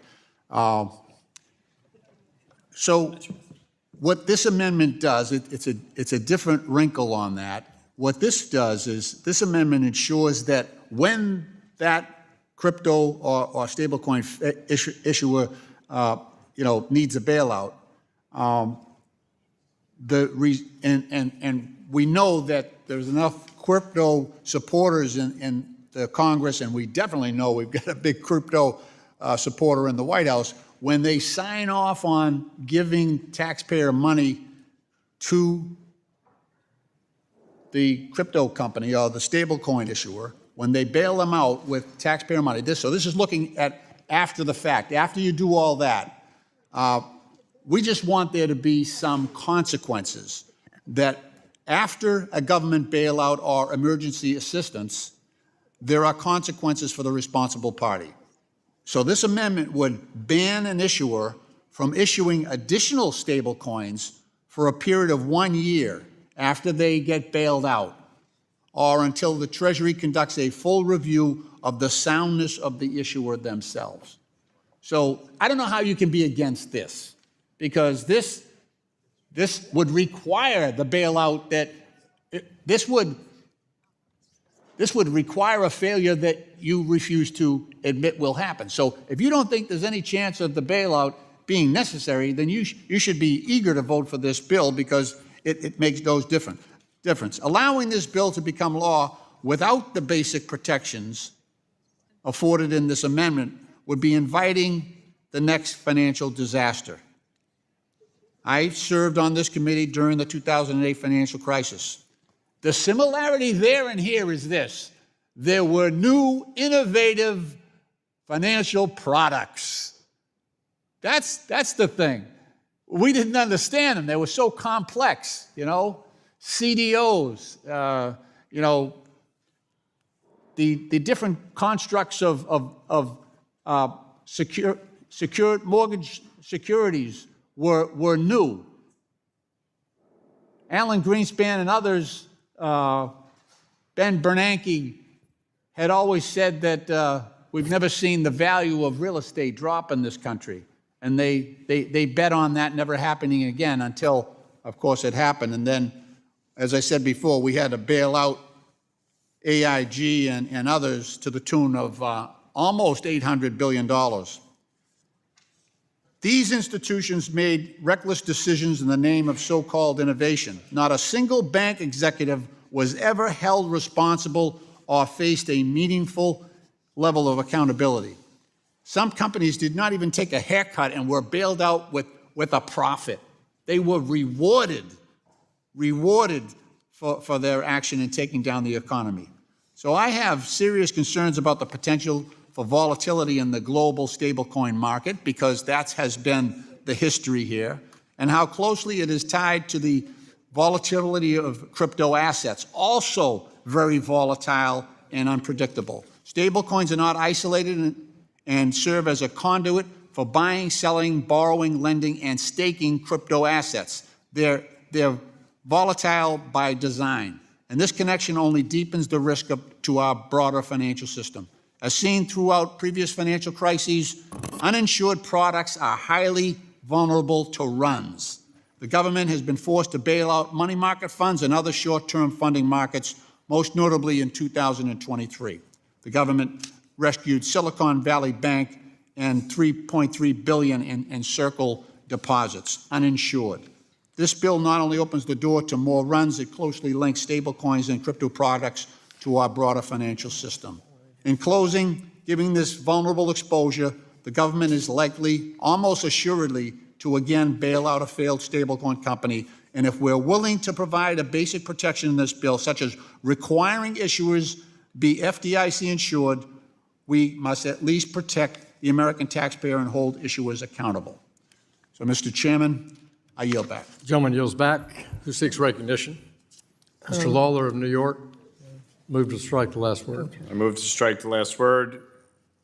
Mr. Chairman, this amendment, like the prior two, are a solution in search of a problem. There's nothing in this legislation that authorizes a bailout. There's nothing in this legislation that provides a bailout. And in fact, if in the event that that were even a consideration, it would require congressional action. It would require Congress to actually pass legislation authorizing a bailout. So you're seeking to prevent something that is not even part of the bill, that isn't happening, and seeking to create a solution for a problem that does not exist and is not created by this bill. And ultimately, with a 1-to-1 ratio in the stablecoin backing and providing an actual framework, which is what this bill does, to make sure that we have a secure stablecoin system. The attempts here, while I'll say generously well-intentioned, frankly, are trying to create a narrative that doesn't exist. If Congress were to even consider such a remedy, it would require congressional action. So even if you pass these amendments, even if they were part of this legislation, and Congress had to act, Congress would not withstand these amendments and act. But that is not what anybody is proposing. And so I don't really understand what the purpose of this amendment is when, in fact... Will the gentleman yield? No. When, in fact, I've already heard your explanation, and you really didn't provide a rational one. When, in fact, if Congress did have to act, it would require legislation to do so. You can shake your head smirking, but the reality is that's what would have to happen. I'm going to remind the gentleman to address his remarks to the chair. So, in the end, there really is no purpose to this amendment. I yield back. Gentleman yields back. Who seeks recognition? Ranking member, gentlewoman from California, recognized to strike the last There word. is great purpose to this amendment, and I yield to Mr. Lynch to put him in his place. I mean, to basically respond. Thank you, Ranking Member. I appreciate that. So if the gentleman took a moment just to read it, what it does is in the event that we do what we did last time. So when we did the bailout in 2008, there was also no provision for a bailout. It was from whole cloth. It was because of the pressure on the economy. The fact that Circle will have a 1-to-1 reserve on their stablecoin doesn't change anything. When we bailed them out back in 2023, they had the same exact model, 1-to-1 reserve with the dollar as the reference currency. It failed. We haven't changed that dynamic. So based on all the other stablecoins that have failed and needed relief, we know this is going to happen again. And the bailout will be required, and Congress will support it. Congress will support it because the economy will have crashed. We saw that. It's history. Those of us who were here recognize that danger. You're a newer member, you didn't go through that, so I don't fault you for that. However, the reality is that because the economy was so badly damaged, enough members here, not all, felt that they had to bail out Goldman Sachs and AIG and a bunch of other people who actually caused the problem. So I don't doubt that that will happen again. It'll definitely happen again, especially with the level of support for the crypto industry in this body, and also because of the president's position and his direct investment. He will absolutely rush to sign off on that.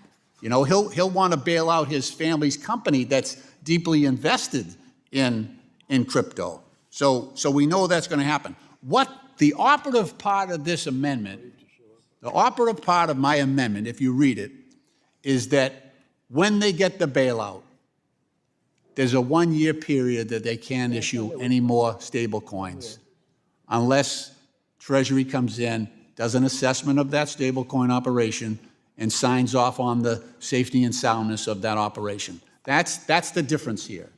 That's the difference. So if there's a bailout, this goes into effect. It's sort of a penalty for breaking the buck, and it provides the only negative consequences to a stablecoin company after they get the benefit of a taxpayer-funded bailout. Reclaiming my time. Okay. You've done a great job with this, and I want to tell you, this is a very reasonable amendment. If they cannot vote for this, they won't vote for anything. Because if it was my amendment, I would say after a bailout, you're out of business for good. You allow them to make corrections, and within 1 year, come back. You can't be any more reasonable than that. And let me just say, Mr. Lynch, I thank you for doing everything that you can to ensure that we understand stable. Well, I'll yield to Mr. Foster, who's anxious. Yeah, no, I just, a couple of points of clarification. The chair said a few minutes ago that only insured deposits were allowed to back these stable coins. It's my impression that uninsured deposits are actually allowed under this text. Mr. Chair, do you know, could you just, I Yield to if I the could chair. yield to you just to get confirmation one way or the I will other. yield to the chair. Insured deposits, U.S. Treasuries 90 days and under, Treasury notes with 93 days or lower in maturity, and Treasury overnight repos. Insured, but not uninsured deposits, Yield is to that Mr. correct? Foster. Yeah, my question involves, are uninsured deposits allowable or not?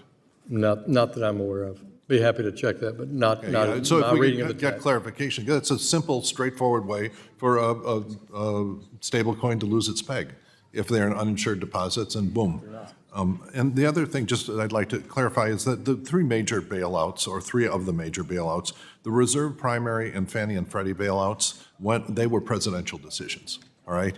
And the AIG one maybe only went through the Treasury Secretary. We're checking on that, but it is, the president will get involved. Gentlewoman's time has expired. Is there further discussion on Dr. Foster's amendment, or Mr. Lynch's amendment, sorry? Mr. Sherman's recognized to strike the last word. The proponents of this amendment say the bill doesn't require a bailout. No, but it certainly allows one, and a vote against this amendment and my amendment and others signals to the market that it will be there, that it'll be available. We're told that it would take a vote of the Congress to authorize a bailout in the past. That's not what happened with AIG. And there is substantial vagueness in the Federal Reserve Act that would allow for a bailout of a systemically important entity or entities. So that is why the crypto industry is fighting so hard to make sure this language is not in the bill. They're smart people. God knows they get paid enough. They knew they could have put limitations on bailout or prohibitions on bailout. They don't want any of that. Now, we're told that no bailout is needed at the present time. That's correct. If you're building a house of cards, it doesn't fall down when you just put the first few cards there. It's going to be a while before before you need a bailout. So you don't need a bailout at the present time.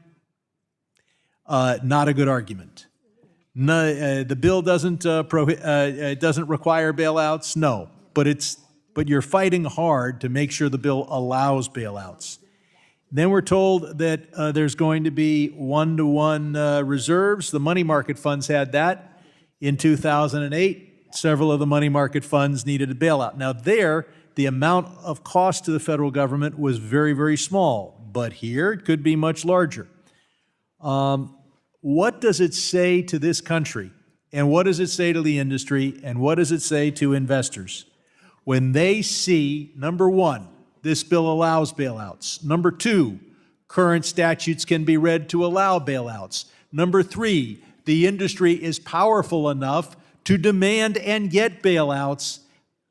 And number four, the industry is powerful enough to prevent the prohibition of bailouts. And then even with Mr. Lynch's amendment, the industry is powerful enough to make sure that if they take a bailout, they don't even get a one-year slap on the wrist. That is a powerful industry. We have current statutes that allow bailouts. Many Americans will invest believing that there will be bailouts should they be needed. The industry will spend tens of millions of dollars with that as their advertising theme. Ordinary Americans will come to us and say, I thought this was safe. And then you will say, the administration won't bail them out and Congress won't bail them out.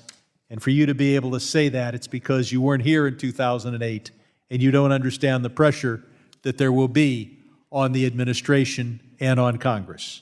So you want to go back to your constituents and tell them that you voted to make sure that even after they get the bailout, there isn't even a one-year slap on the wrist because you wanted the crypto bros to not even have to endure that after a bailout. Go right ahead. But it's very hard to say this amendment makes this bill worse in any substantive way unless you believe that there will be a bailout. If there is never a bailout, this amendment never becomes operative. And the cost, and so its sole cost to our country is the cost of printing it in the congressional record. The only reason to vote against this amendment is not because you think there won't be a bailout, but because you think there might be, and you want to make sure that the industry is not even put in a one-year penalty box if there is. So you can't vote against this amendment just because you think it will never come to pass.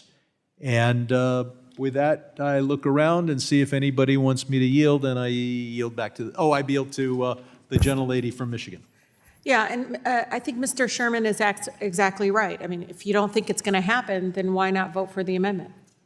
If you're that confident that we're not going to bail them out, there's no bailout that's going to be in the future, then vote and support this bill and protect the American people. They don't need us bailing out folks that are being irresponsible, reckless, and again, the number of conflict of interest that we continue to see. With that, again, I urge my colleagues to please support Mr. Sherman's amendment. Does anyone else want to speak on Mr. Lynch's amendment? Seeing none, I'll yield myself 5 minutes. Well, I've never heard more people talk about they don't support bailouts and talk about bailing out stablecoins more than my colleagues, and it reminds me that I'm sure they all supported Janet Yellen and the bailout in Silicon Valley under the existing laws. Let me just simply say that during 2008, 2009, 10, while you all were here voting on Dodd-Frank, I was actually in a bank as a CEO during the financial crisis. And I can tell you that government policy incented that financial crisis. I'm blessed to say that our company was not a victim of it, but I saw a lot of nonsense in and around federal policy that led up to the run-up of that crisis. Some of the comments made here is, we need a firewall. Well, guess what the firewall is? It's the Stable Act. That's the firewall against a potential need for a bailout or for a poorly run stablecoin. Mr. Lynch is right. that there have been past stable coins that have, quote, broken the buck, to quote him. Guess why? Because there's no high federal standard. There's some state standards that are okay. There's some international standards that are terrible. We're setting the high federal standard to build the firewall that he's arguing was. Second point, not after the fact. We're arguing in fact that we're building a firewall today. It's the mistakes made of not passing this bill several years ago that has delayed and created consumer risk. We are the people standing in this committee under your leadership and McHenry's leadership to ask for a firewall on stablecoins, and this Congress is going to deliver it. Second point. There's a talk about money market funds breaking the bank, that they were dollar for dollar. Nothing comparable between a money market fund in 2008 and a dollar-backed stablecoin under this bill. Why? Because the money market fund offering invested in a lot of things that were not immediately liquid. And let me say, Dodd-Frank corrected that. That was a good move. They invested in the commercial paper of Lehman Brothers because it had a high rate overnight. So yeah, they broke the buck. And that's why we have in this bill U.S. Treasuries, insured deposits, in answer to Dr. Foster's question, 100% insured deposits, and overnight Treasury repurchase agreements. So we have addressed exactly the concerns that my colleagues have outlined on building a strong firewall, having high standards, have an outstanding federal regulatory assertion around a stablecoin. And if we had this in place, like we've argued for 2 to 3 years, maybe we would have protected consumers and had less mischief out in the stablecoin arena. And finally, I will conclude by saying, Chairman Steil has offered to work with our friends on the other side of the aisle to share this view. No one here is arguing for a bailout. Quite the contrary. I urge this amendment be rejected, and I yield back the balance of my time. Mr. Chairman.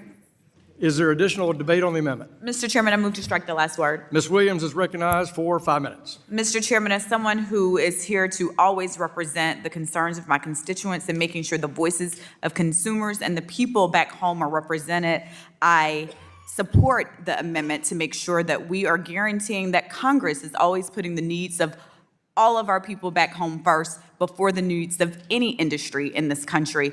And with that, I'd like to yield more time to Mr. Lynch. I thank the gentlelady. Again, if we want to, I respect the gentleman's argument about the nature of the reserves that will be held. However, they are held against probably the most volatile financial instrument that we have in the world today, which is crypto. So that volatility and the uninsured nature of these, look, if we wanted to adopt one amendment, which would be require FDIC insurance on stable coins, a lot of this problem would go away. Because runs would not occur. There wouldn't be a rush to the exits on any of these financial products, because everyone would know, okay, my deposits, my investments are insured, and no matter come hell or high water, I'm going to get my money back. That's not the case when a stable coin breaks the buck. There's a rush for the exits, as we saw with Silicon Valley. That money moves so quickly that we had a weekend to try to auction off control of that bank among several suitors, and that whole exercise was conducted by the FDIC and Martin Grunberg, and it was the banks that had required insurance that bailed out the parties that did not. The idea here is to prevent that from happening again. The idea here is to protect the taxpayer. And again, if you don't think that this, as Ms. Tlaib noted, look, You may think this might be unnecessarily in the end run, but based on what has happened in the past and the number of times that the taxpayer is on the hook, why don't we just take a minute and just say, okay, how can we protect the American taxpayer on two levels? One, in the short-term rescue of a innovative financial product, and secondly, the eventuality of the bailout that might occur. As we expand the prevalence of stablecoins throughout our financial system, the bailouts are going to get bigger and bigger and bigger. So what we're doing here is trying to have the foresight to create that firewall. We don't think that the provisions in the bill right now are sufficient to prevent. This bill was heavily influenced by the industry, and they're trying to use leverage as much as possible. So they're dead set against providing deposit insurance, FDIC type insurance on these stablecoins, because they know that's a cost factor, and they know that they will be bailed out when push comes to shove, because we've done it so many times before.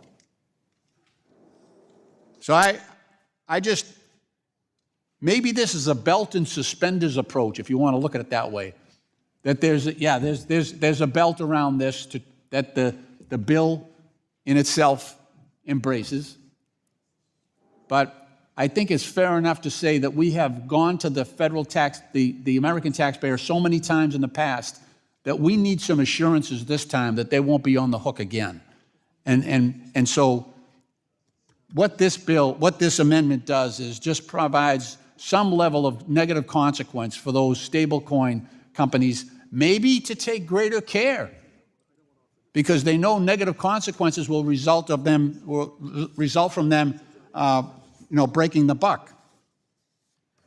And with that, Mr. Chairman, I'll yield back the balance. Well, I'll yield my time. Gentleman yields back to Mrs. Williams. Mrs. Williams yields back to the chair. Is there any further debate on the amendment? Mr. Chair. Ms. Garcia of Texas, you're right now. I move to strike the last word. Thank you. I'm just baffled by the position and some of the debate that I've heard, and I, for one, want to associate myself with the ranking member and Mr. Lynch and others who have just, the bottom line is, as Ms. Tlaib said earlier, if you all really think this is never going to happen and that we're just acting, not out of order, but unnecessarily, well, then what are you afraid of? Put it in there, and if we'll never use it, we never use it. But it's always good to have a safety net in there, especially when we're talking today. I think this afternoon, I don't know if the White House has made their announcements on the tariffs, but everyone is predicting that I have seen, everyone from Moody's and Wall Street, that we're getting closer and closer to a recession. I think the number I saw last week was 30% chance. Moody's has said that it's doubled the likelihood. And if we may happen to be bailing out more than just crypto people. So I think this is extremely necessary. And with that, I plan to vote for this amendment and yield the remainder of my time to Mr. Foster. Thank you. I'd just like to return quickly to this issue of insured versus uninsured deposits. I might make sure we're looking at the same piece of text here. On the text that was distributed, page 14, section 4, line 16, it says it includes as among the list of allowed things to comprise reserves, funds held as demand deposits at insured depository institutions. Those are not insured to the extent that they exceed $250,000. And so it's my reading of that language, line 16 through 19, that in fact uninsured deposits are in fact allowed as reserves under this legislation. And I was just wondering if I have clarification of that. Are you yielding? You're yielding? Yeah. It is my time, so yes, sir, you can. The answer is yes, they're allowed? Yes, there are. They're allowed. No, All right, so well, they're no, uninsured hang on, deposits. hang on. First of all, if you yield, who is yielding to me? All right, And what's the I am question? yielding to you. And the question is, will uninsured, will deposits at demand, at insured depository institutions be allowed to the extent that they exceed $250,000 and are thus not subject to the insurance? Funds in a demand deposits at insured depository institutions. So I don't anticipate uninsured deposits being Well, isn't served that as- exactly what happened? When, if you exceed $250,000 in your account, then everything above $250,000 is not insured. I don't anticipate there being uninsured deposits. So that none of the issuers will be putting more than $250,000 into any. Well, I'm not going to tell you what people are going to do or not do. But can they? But this would allow them to put arbitrarily large amounts into effectively uninsured deposits under this. I guess I'm still Mr. responding. Chairman, it is my time, and Yeah, no, it's. Mr. Foster, are you done, sir? What? If you. The bill calls for the use of insured deposits at insured depository institutions under the limitations set by regulation, subject to the FDIC and the NCUA respectively, to address safety and soundness risk of the insured depository institutions. Mr. Chair, I did not see the word insured. You just said as insured demand deposits. If you're willing to insert on line 16 the word insured, then it would be clear that when you go above $250,000, it would actually be insured. Because as I read it right now, uninsured deposits are arbitrary amount of uninsured deposits. I believe I've been told also there's going to be an amendment to discuss this exact issue. Maybe that's the time to have this. Maybe if you want to get into this level of detail, we can discuss that. But I want to remind everybody, it's funds held as demand deposits at insured depository institutions in addition to treasuries. So I hear what you're saying. I know what your question is. I can't answer that directly. I'm happy to work with you on that. Yeah, well, yeah, Mr. Caston, I believe, will be offering an amendment. So if we could just get staff level clarity on exactly what's involved prior to that. It would Sure, of course. I yield back to you, and you may yield back to Ms. Garcia, and your time has expired. Thank you, sir. I yield back. Yeah. Is there further debate on this amendment? If there's no further debate, the question now occurs on the amendment offered by the gentleman from Illinois. All those in favor, please say aye. Aye. Any opposed, say no. No. Recorded vote requested. In the opinion chair, the nays have it. The nays have it. The amendment is not adopted. The ranking member has requested a recorded vote. All those in favor of recorded vote, please raise your hands. A sufficient number having raised their hands, recorded vote is so ordered pursuant to Section C5 of Rule 3 of the committee rules. This proceeding, voting on this proceeding is postponed. Is there any further amendment to Mr. Steil's A&S?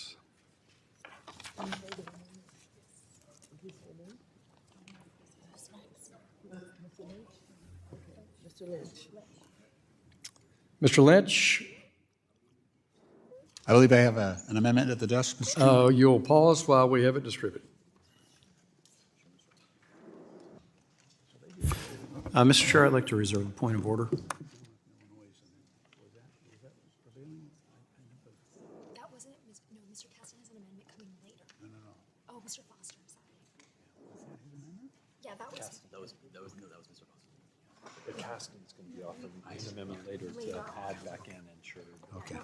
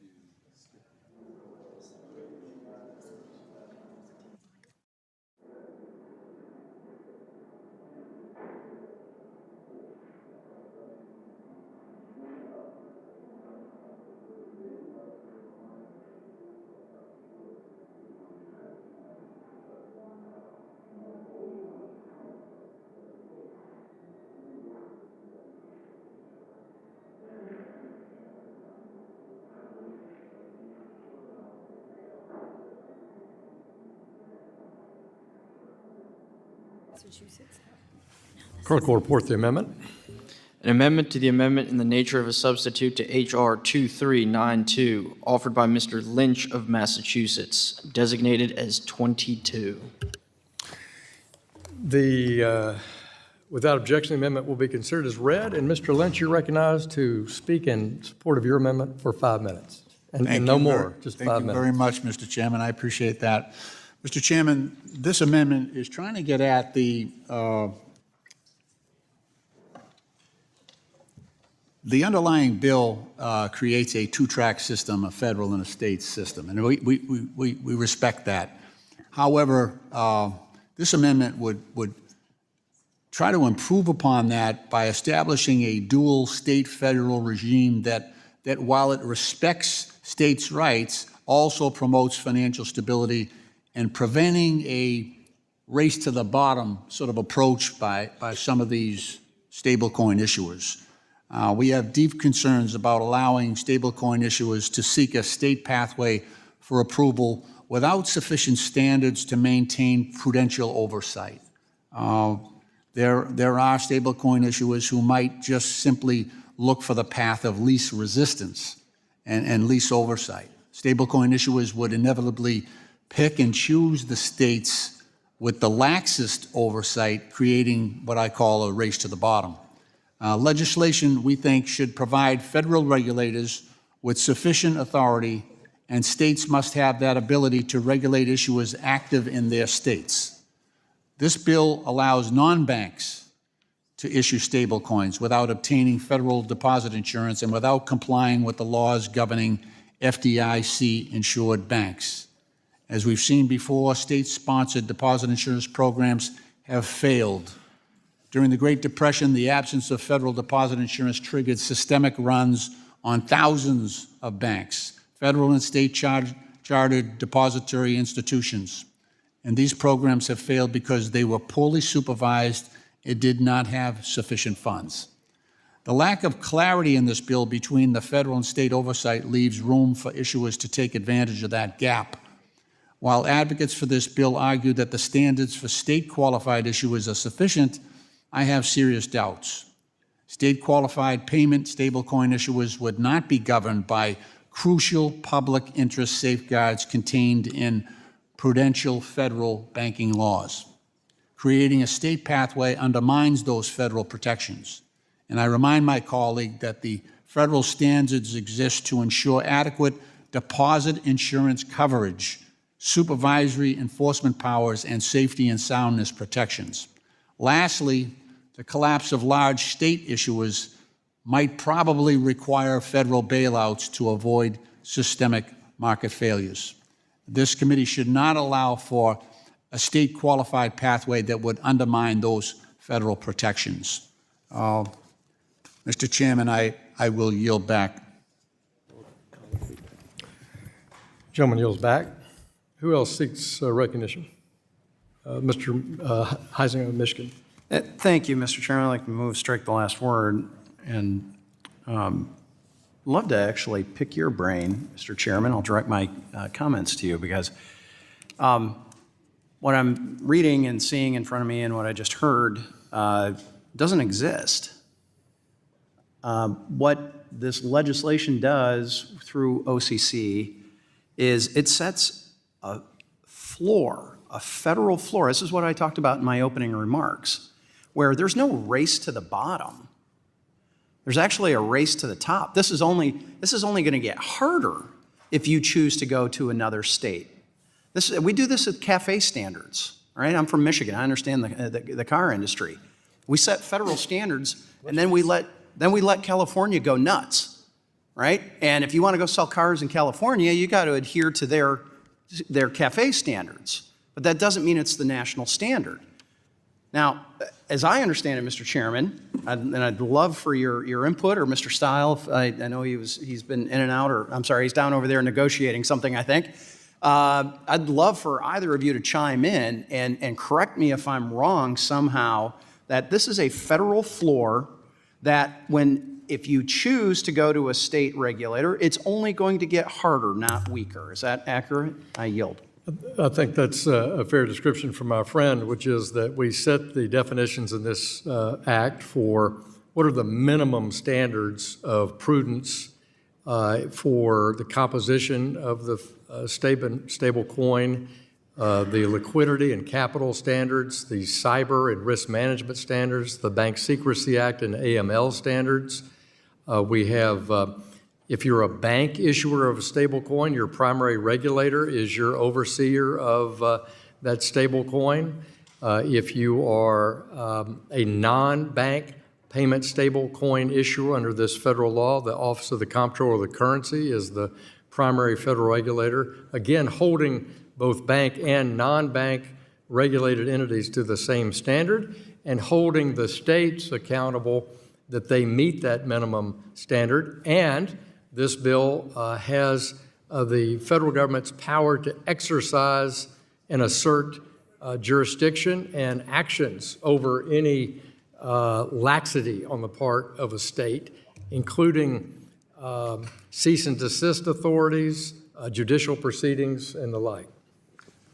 Reclaiming my time, it sounds like you've covered the waterfront there, and I guess I'll ask one more simple question here, Mr. Chairman, to you, which is this amendment necessary to make, and is this amendment going to make this bill safer somehow, or we already have this safeguarded in there? I yield. Well, this bill builds on the good work of Mr. McHenry and Ms. Waters on how do you try to balance maintaining a state pathway where you have an existence such as New York State. Which we've determined, sorry to interrupt, but we've determined is an important part of this. It is. Everybody has said we want the states to have an option. It is, but as has been noted here, we didn't want to race to the bottom. And so I just would say to my friend from Michigan, that's why we set this high federal standard and set this intervention of federal regulators for both bank and non-bank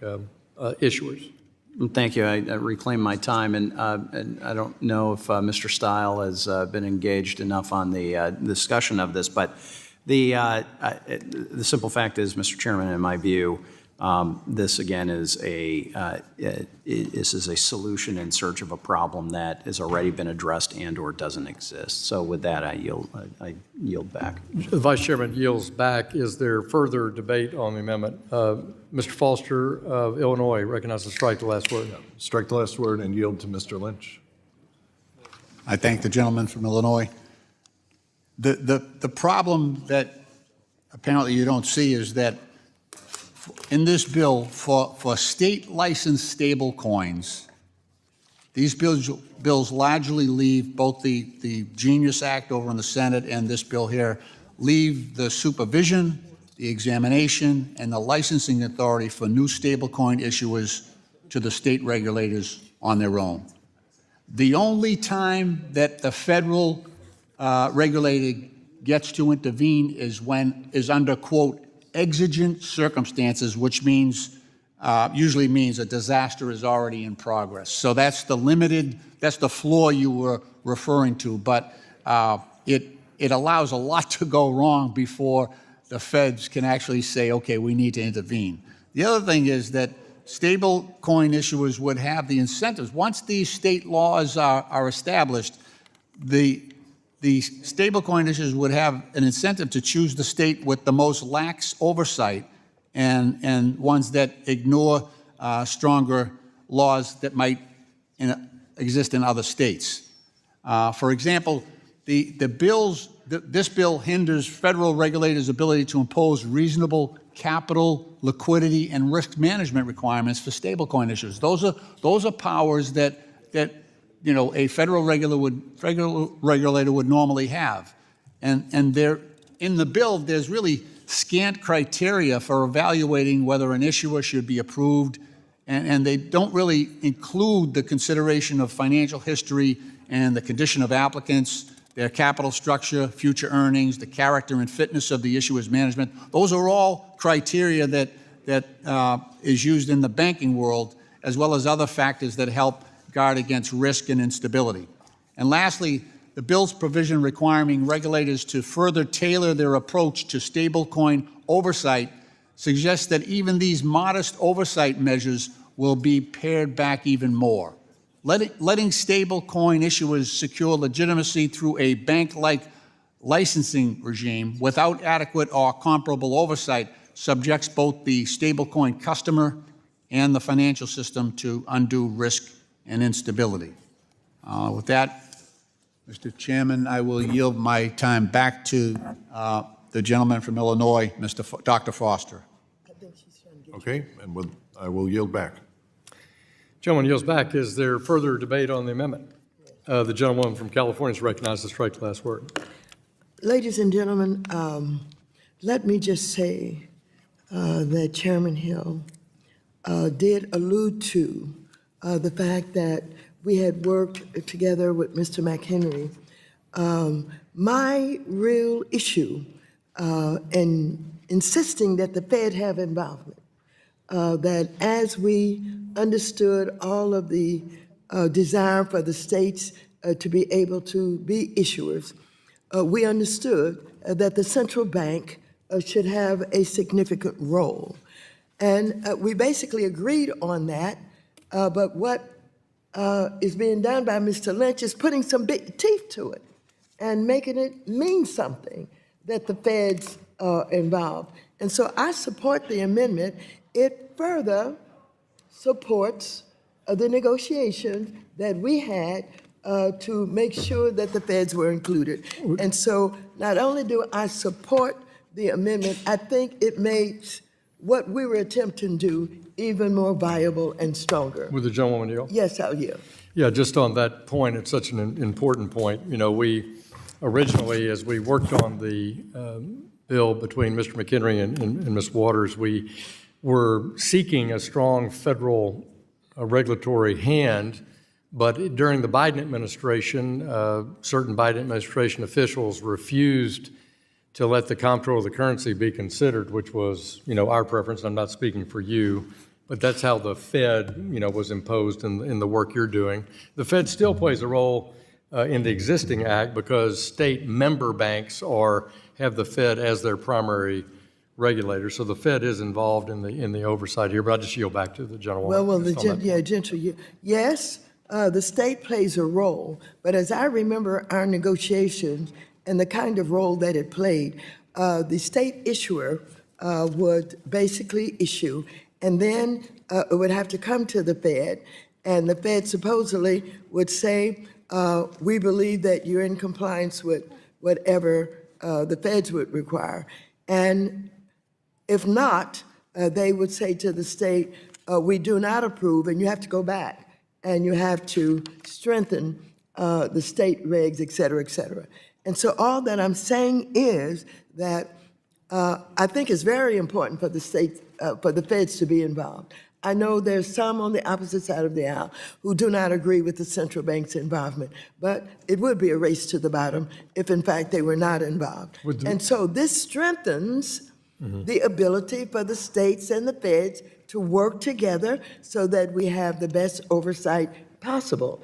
And I think the amendment should be well received because it furthers what we were attempting to do with our negotiation. Would you leave? Yes, I yield. So another important point, and I just would remind my friends on the other aisle in this particular draft that state stablecoin issuers, the regulatory structure like the superintendent for banking in Albany or in Sacramento would have to submit their stablecoin management plan and examination to the Secretary of the Treasury to be proactively approved before, it would be accepted. Just I yield back to the gentlewoman. I ask for an aye vote.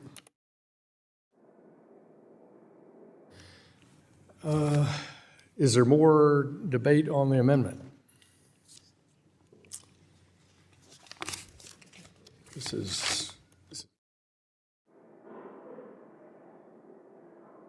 If there's no further debate on the question, now occurs on the amendment offered by the gentleman from Massachusetts, Mr. Lynch. All those in favor, please say aye. Aye.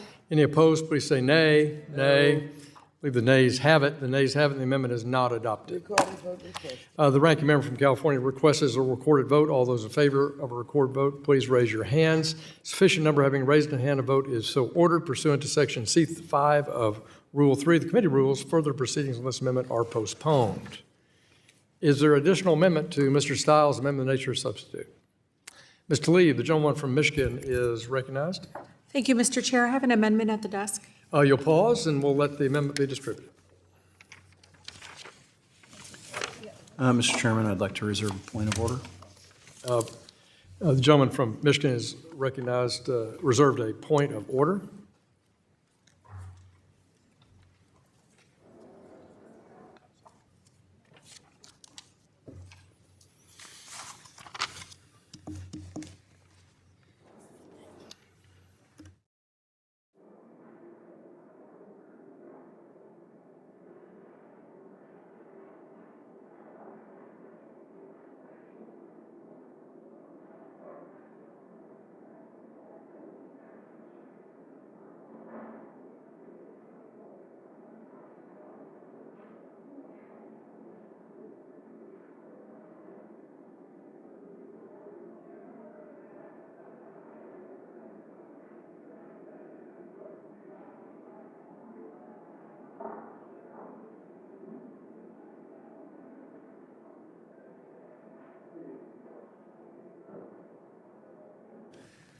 The clerk will report.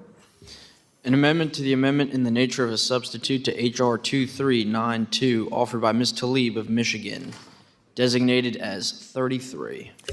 The amendment will be considered as read, and the gentlewoman from Michigan is recognized in support of her amendment for 5 minutes. Thank you so much, Mr. Chair. One of the weaknesses of the Stable Act is the lack of strong consumer protections for our residents.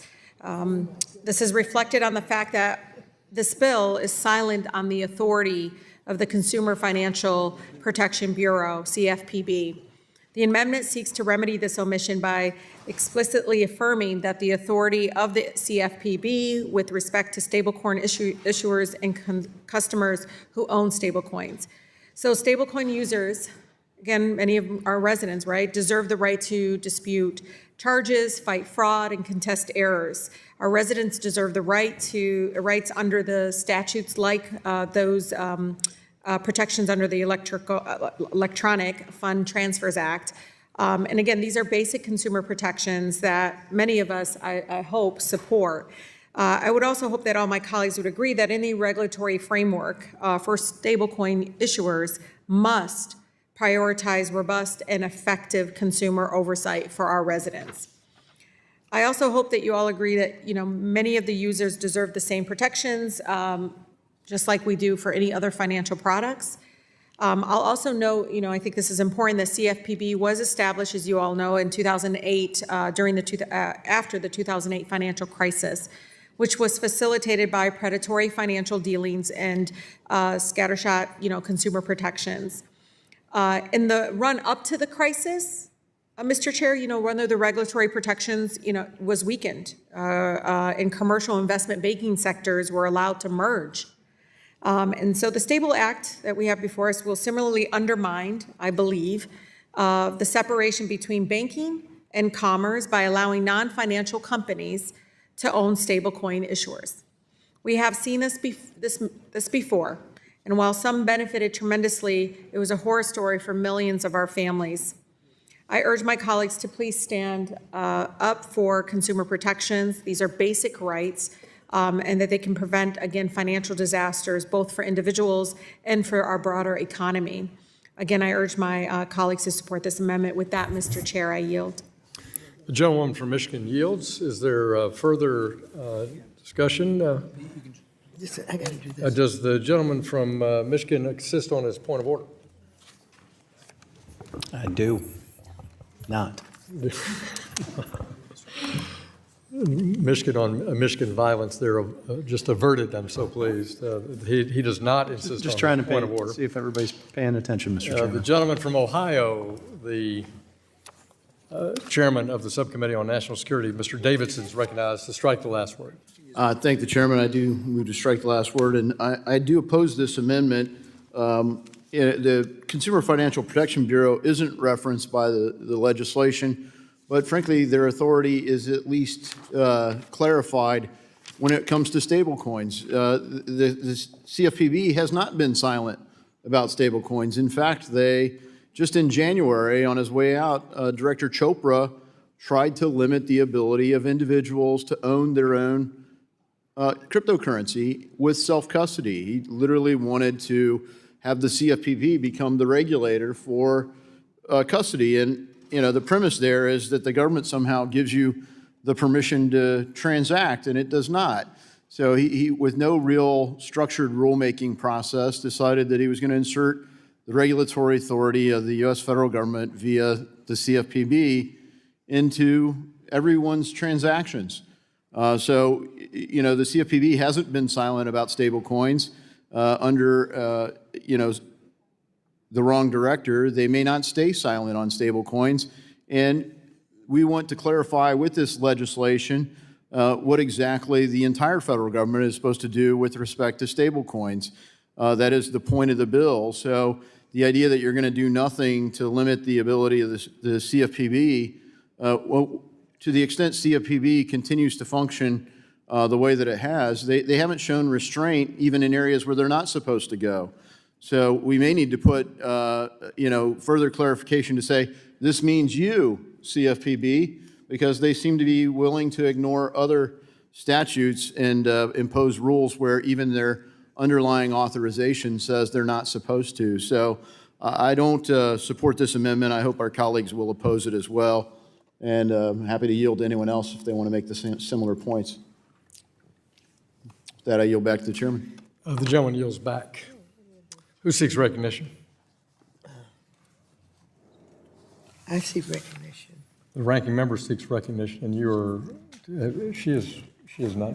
Yeah. Okay. Strike the last word. Move to strike the last word. I thank Mr. Lee for this amendment. It is so important that we recognize consumers have a right to know and understand what is happening with some of the issues that they're confronted with every day, like fraud. And they need some place that they can go to have their concerns investigated so that we can cure some of the fraudulent work and efforts by those who are attempting to just rip off the consumers. Now, I love the Consumer Financial Protection Bureau. This side of the aisle, the other side, hates the Consumer Financial Protection Bureau. When we crafted it in the Dodd-Frank reforms, it was done in such a way that they would not have to depend on the Appropriations Committee of the Congress of the United States and the House of Representatives, because we knew that there would come a time when they would be undermined. And so their appropriations come directly from the Fed. And the way that it was organized would give us some protections against, a takeover, just because a president maybe had the ability to appoint all of those who would serve on that oversight board. And so we have worked very hard over the years, and we have fought against attempts to undermine, attempts to wreck and destroy the Consumer Financial Bureau. Now here, along comes Elon Musk under the direction of the President of the United States. And they decided, because now Trump is the president, he would finally get and wreck and destroy the Consumer Financial Protection Bureau. Elon Musk went in with gangster move, and he took control and got the access to all of the records, told all of the employees to get out. I think they were ones that he said get out by 5 o'clock. Maybe it was 3 o'clock. But they were treated very badly. And I think that furniture was removed, and of course it was a leased building, and I think what they did was they tried to pay off the lease so that they could empty the office and put the police sign up. I mean, they really went after the Consumer Financial Protection Bureau.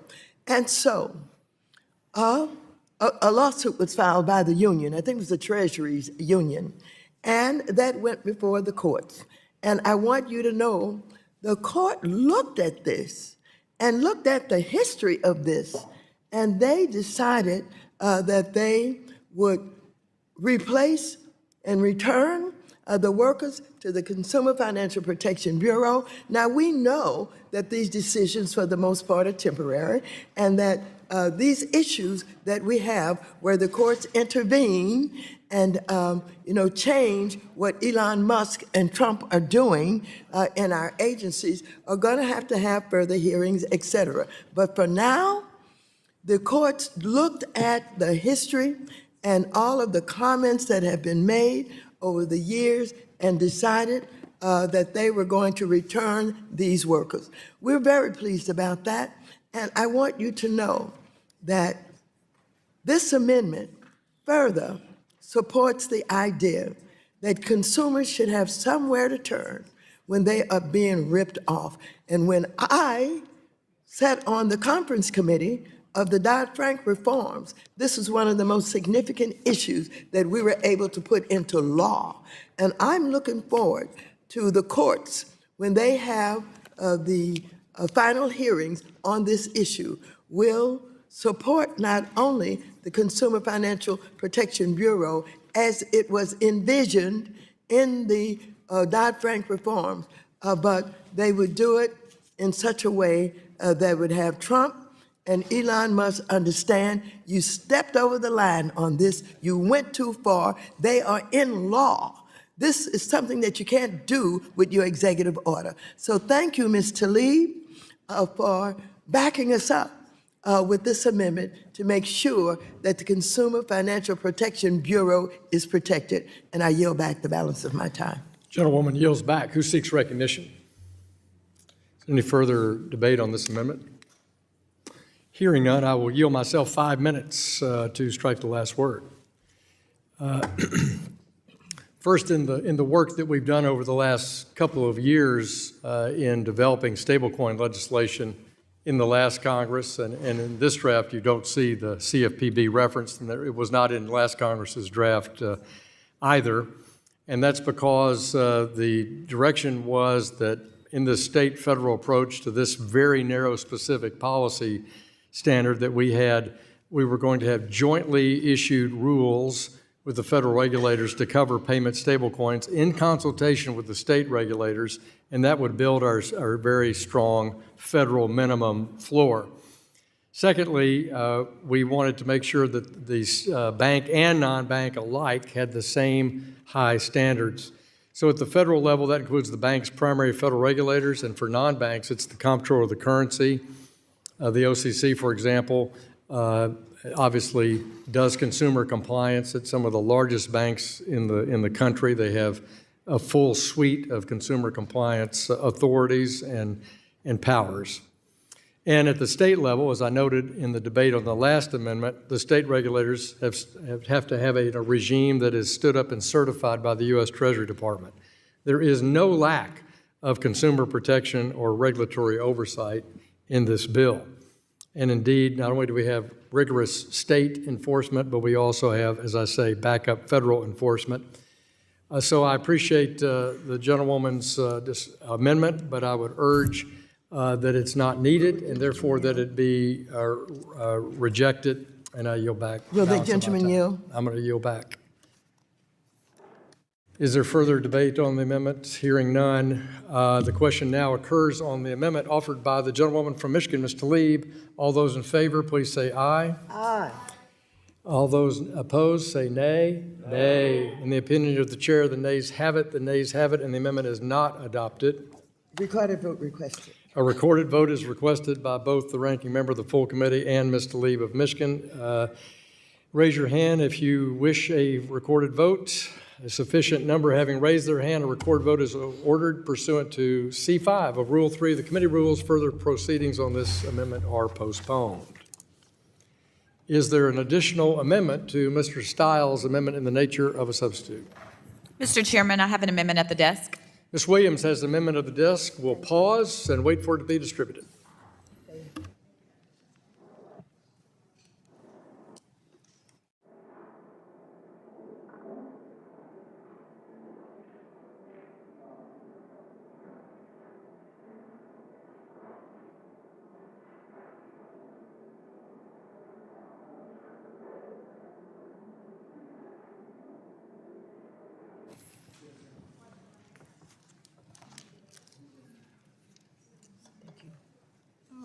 Thank you.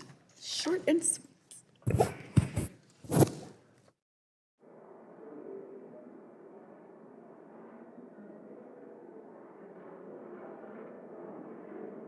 Mr. Chairman, I reserve a point of order. The clerk will report the amendment. An amendment to the amendment in the nature of a substitute to H.R. 2392, offered by Ms. Williams of Georgia, designated as 31. The amendment will be considered as if read, and the gentlewoman from Georgia is recognized for 5 minutes in support of this amendment. Thank you, Mr. Chairman. Y'all, my number one priority in Congress is to close the racial wealth gap. And if we're going to build black wealth and an economy that works for everyone, lawmakers have to work with our partners in the financial services industries. And let me tell you, nowhere is that more important than in my home city of Atlanta, which has the largest racial wealth gap in the country. Building wealth is important to my constituents, and it's important to me too, y'all. I'm someone who went from being unbanked and living paycheck to paycheck to having the honor of representing my community in Georgia's fighting 5th Congressional District. So this markup is kind of personal today. We need more stories like mine where people can achieve the American dream. I know that we need to embrace innovation if everyone is going to experience the promise of America. And as financial technology develops, Congress can't sit idly by and hope that the rules of the road will right themselves. Congress has a responsibility to keep up with innovators and make laws that give both industry and consumer certainty and predictability. So, y'all, we got started on that process last Congress. Former Chairman McHenry and Ranking Member Waters had productive discussions toward a bipartisan stablecoin regulatory framework, but the bill we have before us today kind of discards a lot of that progress instead of building on it. Today, we have a bill in front of us that would allow Donald Trump to issue his own stablecoin and create loopholes so that his rich buddies continue to get even richer. Unfortunately, as currently written, this legislation doesn't uplift both industry and consumers, which should always be our goal. Nonetheless, I think it's important to govern how we want to be governed. So I'm going to offer a common sense, bipartisan supported amendment. It won't completely fix all of my concerns with this legislation, but it'll make it a lot better for people back home. Even more importantly, it'll model how we should be putting together a bill as important as this. So let me break it down to you because it's really short, really simple. All the stable coins we're regulating under this bill have to hold reserve assets for them to have value. In this bill, we spell out what kind of assets count, like coins and currency, treasury bills, and demand deposits. All my amendment says that is if those assets become tokenized or digital in the future, those assets are still eligible to back up stable coins. This amendment is a clarification. Is good for the stablecoin industry and is good for our constituents who want us to responsibly embrace innovation. And you don't actually have to just take my word for it. My amendment matches word for word a provision of the Genius Act, a Senate stablecoin bill that got marked up on a bipartisan basis with every Senate Republican on banking, housing, and urban affairs supporting it. It's supported by industry, and this should get unanimously passed into this base bill. So I urge my colleagues to join me in legislating on a bipartisan basis and passing my amendment. I yield back, Mr. Chairman.